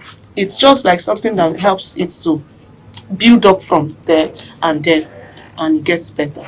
So that's just it. All right, Chike, we are drawing the curtain gradually, but I want you to tell our viewer the ideal way of managing tough times in a relationship.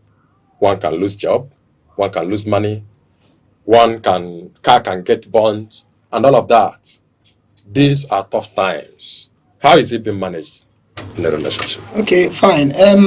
If I would summarize everything about how to manage tough times, I would say focus on strengths and forget weaknesses.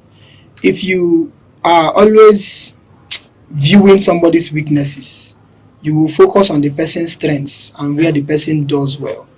So if you have a partner, focus on the good things about the person and put less attention to the person's flaws.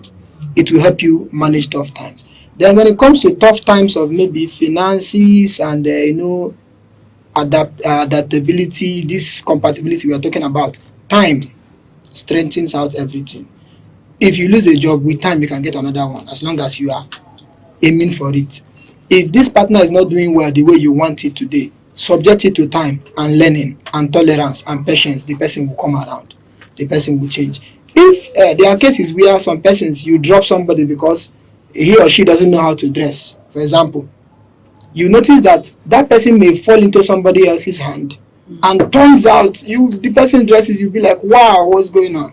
The thing is just that you didn't give it time to grow and build, because some of these things are, somebody needs to come into consciousness, be enlightened about it. You don't know how to dress. At times there's a stage your brain will develop to, and something you were not doing before, you just grab it and begin to do it naturally. So I think time, just give it time. As long as you have decided to be with this person, keep talking, keep watering it. Somebody say that there is no woman that is an angel, that is a saint, that you just choose your own demon and begin to use olive oil to deliver her. So more like, it's like you pick this person, and as long as you want this person to be, you keep applying your hammer and chisel till the work comes out. All right, Chinenye, what could possibly be a red flag or a dangerous signal to a compatibility testing relationship?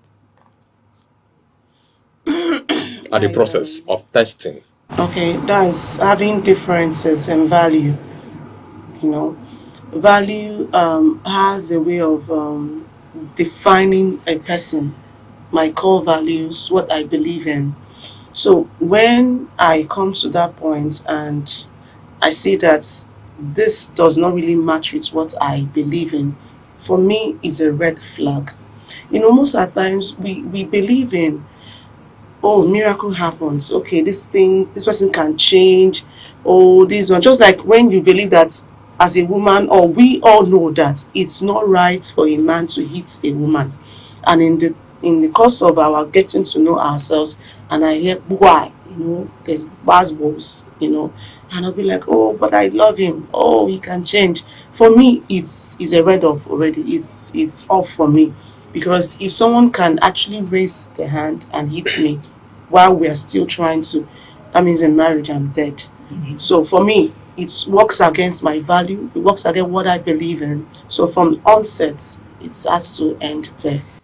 All right, Chike, I want you to, on a conclusive note, advise partners who are managing in an incompatible relationship. Okay, advice I will give is there is this 5 personality traits that we know. It's good you go read books, study them, but there's sanguine, there's melancholy, there is about 4 of them actually. There's cholerics, there's phlegmatic. It's good to study your partner and know their personality. Then there are 5 love languages. There's what everybody calls love. Some persons, if you help them wash dishes, it is love for them. Some other persons, if you tell them, you look good, man, it is love for them. So some persons, maybe the way you are communicating love is not their language. So that's why you can do everything and a woman or a man says you don't love me. So one thing is find out that person's love language and find out their personality. And when you apply it in the right way, you will get the right target. Studying the people is very important. And the next advice I'll give is relationship cannot be conflict free. There must be conflict. But people should find that thin line. All right, thank you so much. That's taken. So I want you to just briefly do a shout out to partners who are in a compatible relationship and they're enjoying. Keep it coming up, keep choosing yourselves, keep working together, okay? The more you choose yourself, the more you keep working together, the more you keep solving problems together. Now what does it do? It keeps the bond stronger. Even when storms of life comes, once you are together, once you are intentional, the storms will pass and the love still stands strong.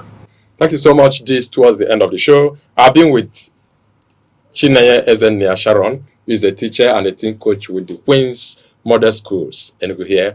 And I've been with Chike Philip Osigwe. He's the CEO of Mikorazon Links Enterprises. Thank you so much. My name is Chukwamaka Obasi. Do have a wonderful day ahead of you.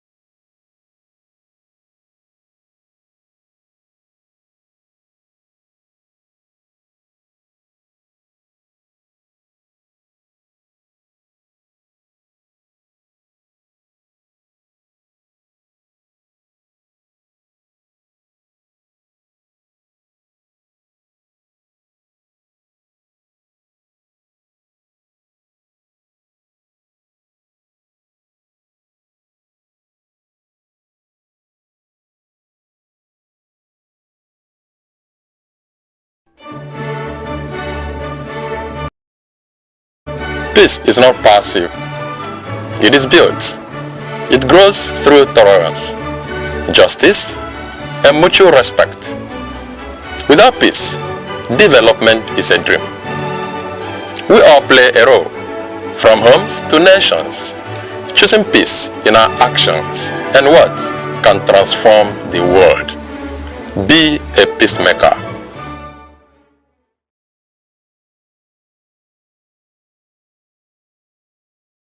As Nigeria prepares for the 2027 general elections, many are asking a question that resonates across the nation. Will this election finally be different from those that came before it? From disputes over results to delayed outcomes, past polls have often left citizens frustrated. But for 2027, hope is rising and citizens are playing a central role in shaping the outcome. Across the country, voter registration is surging.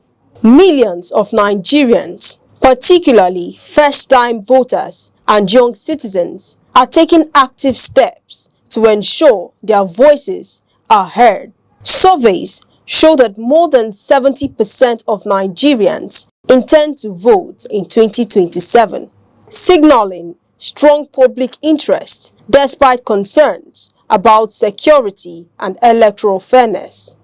Aneke has introduced measures to strengthen the credibility of the elections, including continuous voter registration and biometric verification of voters. These efforts aim to expand and secure the electoral register, ensuring that every eligible citizen can participate.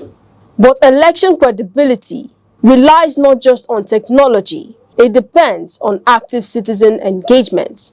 Community groups, youth organizations, and advocacy networks are educating voters about their rights, the mechanics of voting, and how to report irregularities. These initiatives aim to empower citizens to safeguard the integrity of the process. Civil society coalitions are also lobbying lawmakers to adopt key reforms, including real-time electronic transmission of results. Advocates argue that such measures are crucial to building trust and reducing disputes over outcomes.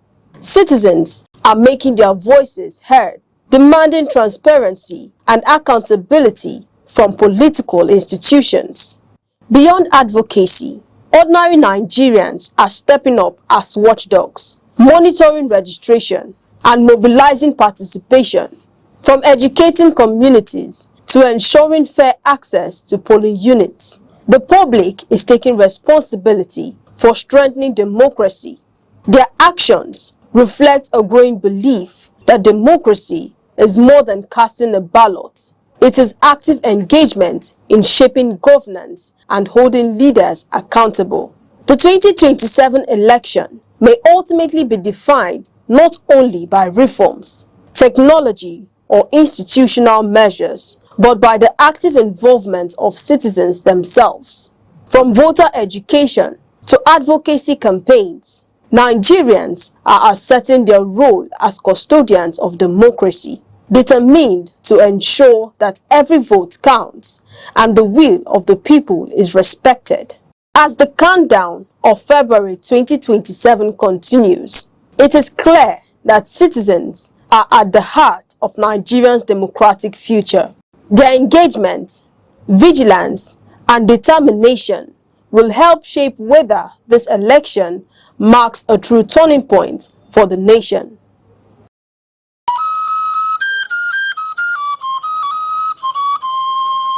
Need ad replacements, coverage for events, or the latest news stories?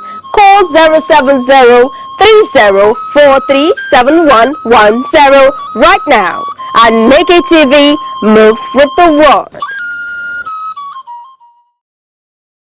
Ramadan, a sacred season observed by millions of Muslims across the world, is more than a religious ritual. It is a period of discipline, reflection, and profound moral introspection.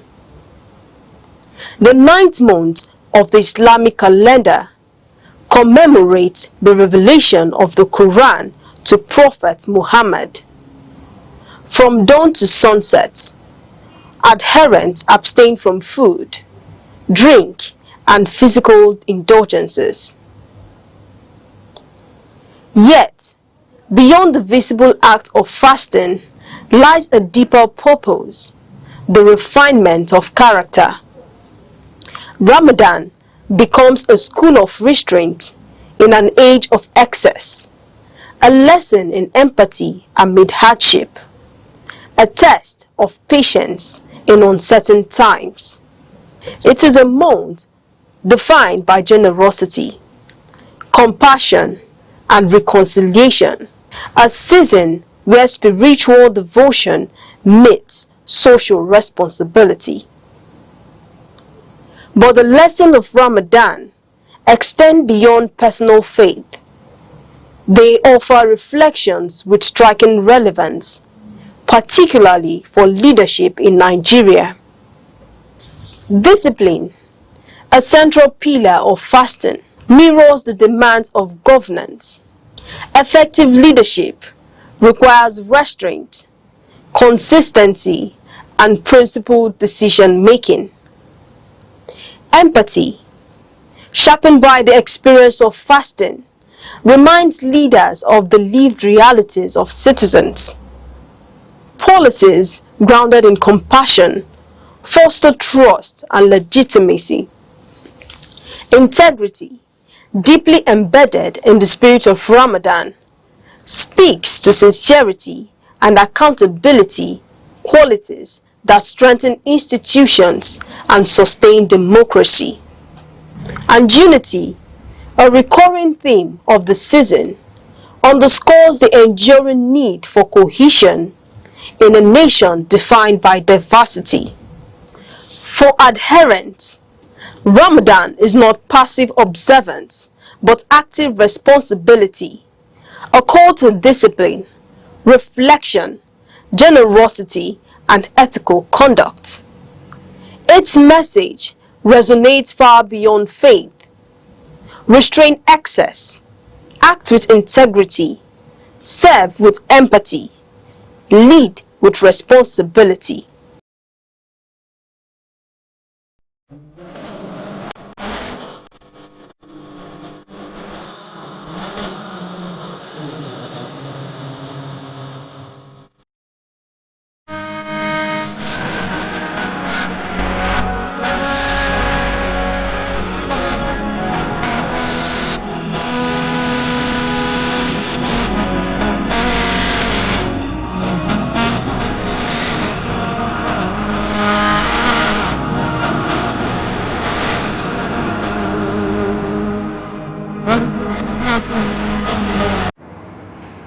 أعوذ بالله من الشيطان الرجيم بسم الله الرحمن الرحيم الحمد لله رب العالمين الرحمن الرحيم ملك يوم الدين إياك نعبد وإياك نستعين اهدنا الصراط المستقيم صراط الذين أنعمت عليهم غير المغضوب عليهم ولا الضالين آمين اللهم صل على سيدنا محمد الفاتح لما أغلق والخاتم لما سبق ناصر الحق بالحق والهادي إلى صراطك المستقيم وعلى آله حق قدره ومقداره العظيم سبحان ربك رب العزة عما يصفون والسلام على المرسلين والحمد لله رب العالمين. In the name of God, the most gracious, the most merciful. My fellow Muslim and Christian brothers, good evening. I'm here again to continue reading from the Holy Quran, Holy Scripture. I have started with chapter 1, verses 1 to 7. So today I will continue with chapter 2, verses 1 to 5. I will start with the introduction to the Surah of Baqarah. As the opening Surah sums up in 7 beautiful verses, the essence of the Quran, so this Surah sums up in 286 verses, the whole teaching of the Quran. It is a closely reasoned argument. Summary.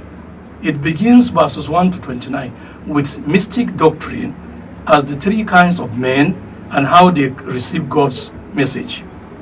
This leads to the story of the creation of man, the high destiny intended for him, his fall, and the hope held out to him. That is from verses 30 to 39. Israel's story is then told according to their own records and traditions, what privileges they received and how they abused them.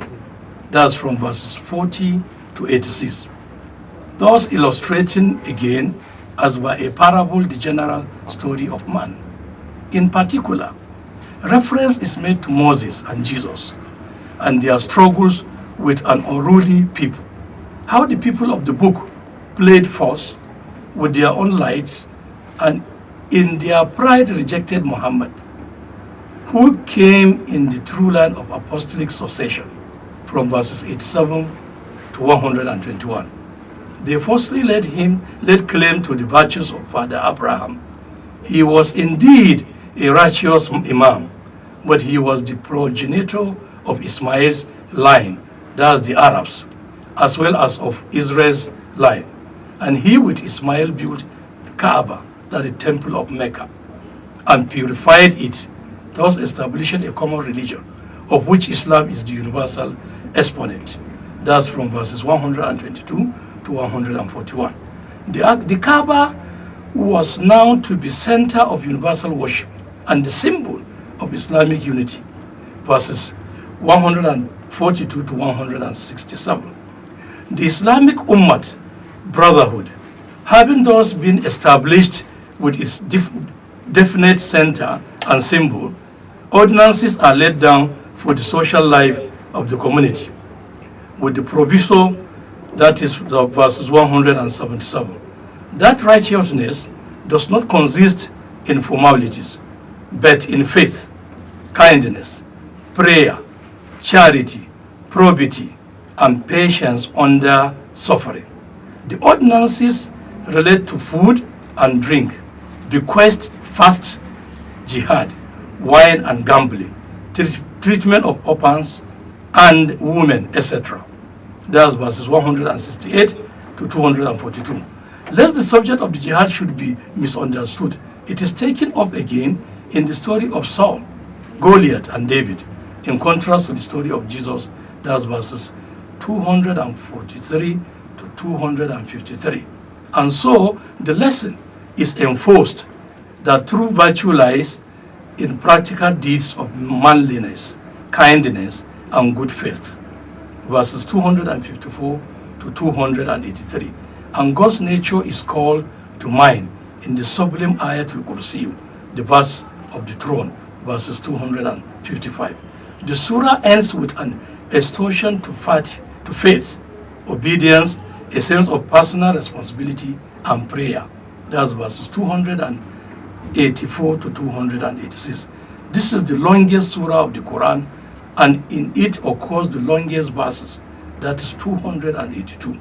The name of the surah is from the parable of the heifer in verses 67 to 71, which illustrates the insufficiency of keeping obedience.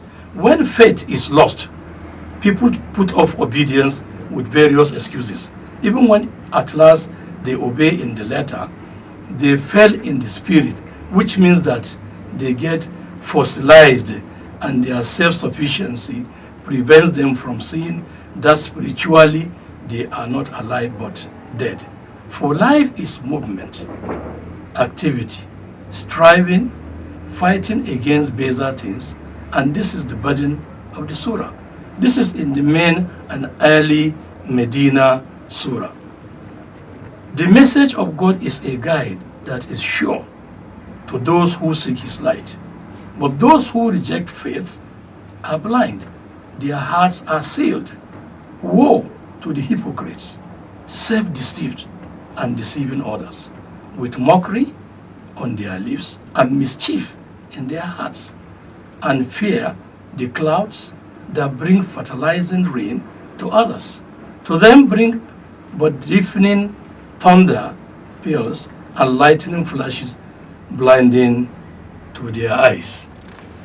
Now we move to the actual surah, which is Surah Al-Baqarah Madinat. Baqarah, or the heifer. Bismillahir Rahmanir Rahim. In the name of God, most gracious, most merciful. Alif Lam Mim. This is the book. In it is a guidance sure without doubt to those who fear God, who believe in the unseen, are steadfast in prayer, and spend out of what we have provided for them, and who believe in the revelation sent to thee and sent before daytime, and in their hearts have the assurance of the hereafter. These are abbreviated letters, that is the Muqattat, on which a general discussion will be found in Appendix 1 to be printed at the end of this surah. The particular letters Alif, Lam, Mim, ALM are found prefixed to this surah, and surahs 3 and the rest of them in all. And in number 3, the argument is about the rise and fall of nations, their past and their future in history, with ordinances for the new universal people of Islam. In a similar argument about nation leads off to the mystery of life and death, failure and triumph, past and future in the history of individual souls. The burden of is that God is the source of all things and all things return to him. The same lesson is enforced. God is the creator and he will be the judge on the last day. There is therefore a common thread and mystery of life and death, beginning and end. Much has been written about the meaning of these letters, but most of it is pure conjecture. Some commentators are content to recognize them as some mystic symbols, of which it is unprofitable to discuss the meaning by mere verbal logic. In mysticism, we accept symbols as such for the time being. The esoteric meaning comes from the inner light when we are ready for it. Among the conjectures, there are two plausible theories. One is that each initial represents an attribute of God. Among the attributes, it is not difficult to select 3 which will fit in with these letters. Another theory favored by Badawi is that these letters are the initial, the final, and the middle, or again the initial letter of 3 names: Allah, Jibril, and Muhammad. The source of revelation, the heavenly messenger who brought it, and the human messenger through whom it was promulgated in the human speech. This might be appropriate to the first surah, which Baqarah is really, if we treat Fatiha as a preface. But if it is prefixed to others, why to these 6 only? If we look to the nature of the sounds which the letters represent, A is a breathing and comes from the throat. L is a lingual palatal dental sound from the middle of the mouth, and M is a labral or lip sound. Can we not take them as symbolical of the beginning, middle, and the end? If so, are they not appropriate to the surahs which treat specifically of life, growth, and death, the beginning and the end? In the New Testament, Greek scripture, the first and the last letters of the Greek alphabet are Alpha and Omega, are symbolical of the beginning and the end, and give one of the titles of God. I am Alpha and Omega, the beginning and the ending, said the Lord, which is, and which was, and which is to come, Almighty. Reverend 1-8. The symbolism of the 3 things is better with the 3 letters, Taqwa, and the verbs and nouns connected with the root signify: 1, the fear of God, which according to the writer of Proverbs 1-7 in the Old Testament is the beginning of wisdom. 2, restraint or guarding one's tongue, hand, and heart from evil. 3, hence righteousness, piety, good conduct. All these ideas are implied. In the translation only, one other of these ideas can be related according to the context. All bounties proceed from God. They may be physical gifts, e.g. food, clothing, houses, gardens, etc. Or intangible gifts, e.g. influence, power, birth, and the opportunities flowing from it, talent, etc. Or spiritual gifts, e.g. insight into good and evil, understanding of men, or for love. We are to use all in humility and moderation, but we are also to give out of one of them something that contributes to the well-being of others. We are to be neither nor luxurious Sabarites, neither selfish misers nor thoughtless prodigals. Number 5, or verses 5 rather. They are on true guidance from their Lord, and it is this who will prosper. Number 6, as to those who reject faith, it is the same to them whether thou warn them or do not warn them, they will not believe. Number 7, God had set a seal on their hearts and on their hearing, and on their eyes is a veil. Great is penalty they incur. Section 2, that's number 8. Of the people, there are some who say, we believe in God and the last day, but they do not really believe. Number 9, fain will they deceive God and those who believe, but they only deceive themselves and realize it not. Number 10, in their hearts is a disease.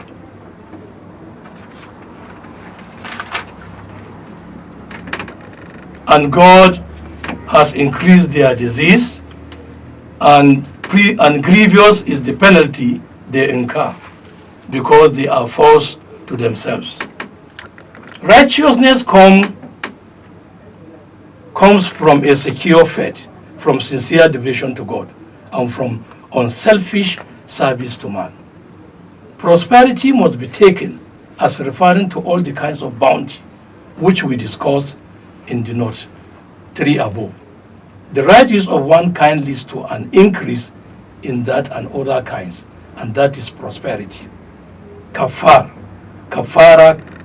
kufur, kafir, and derivative forms of the word imply a deliberate rejection of faith, as opposed to a mistaken idea of God or faith, which is not inconsistent with an earnest desire to see the truth.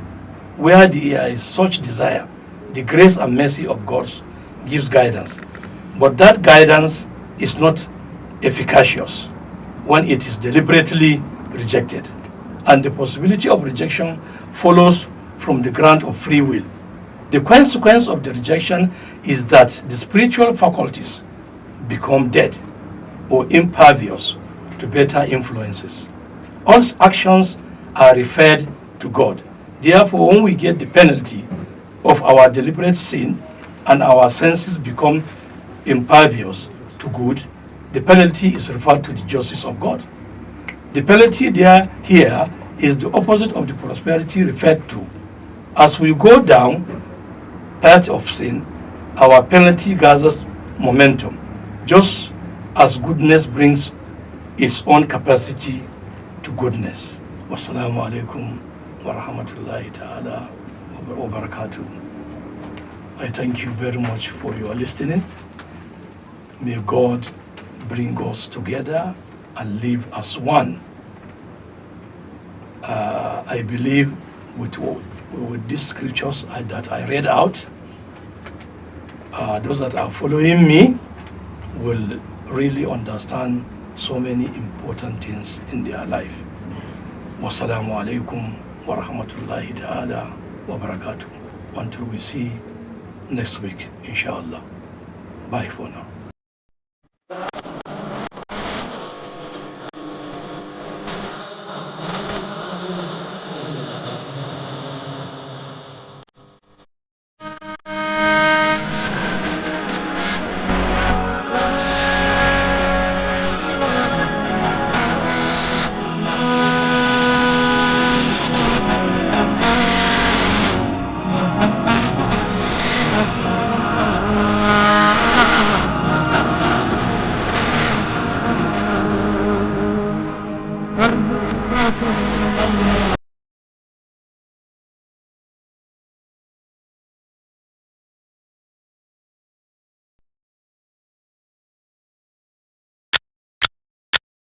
every second.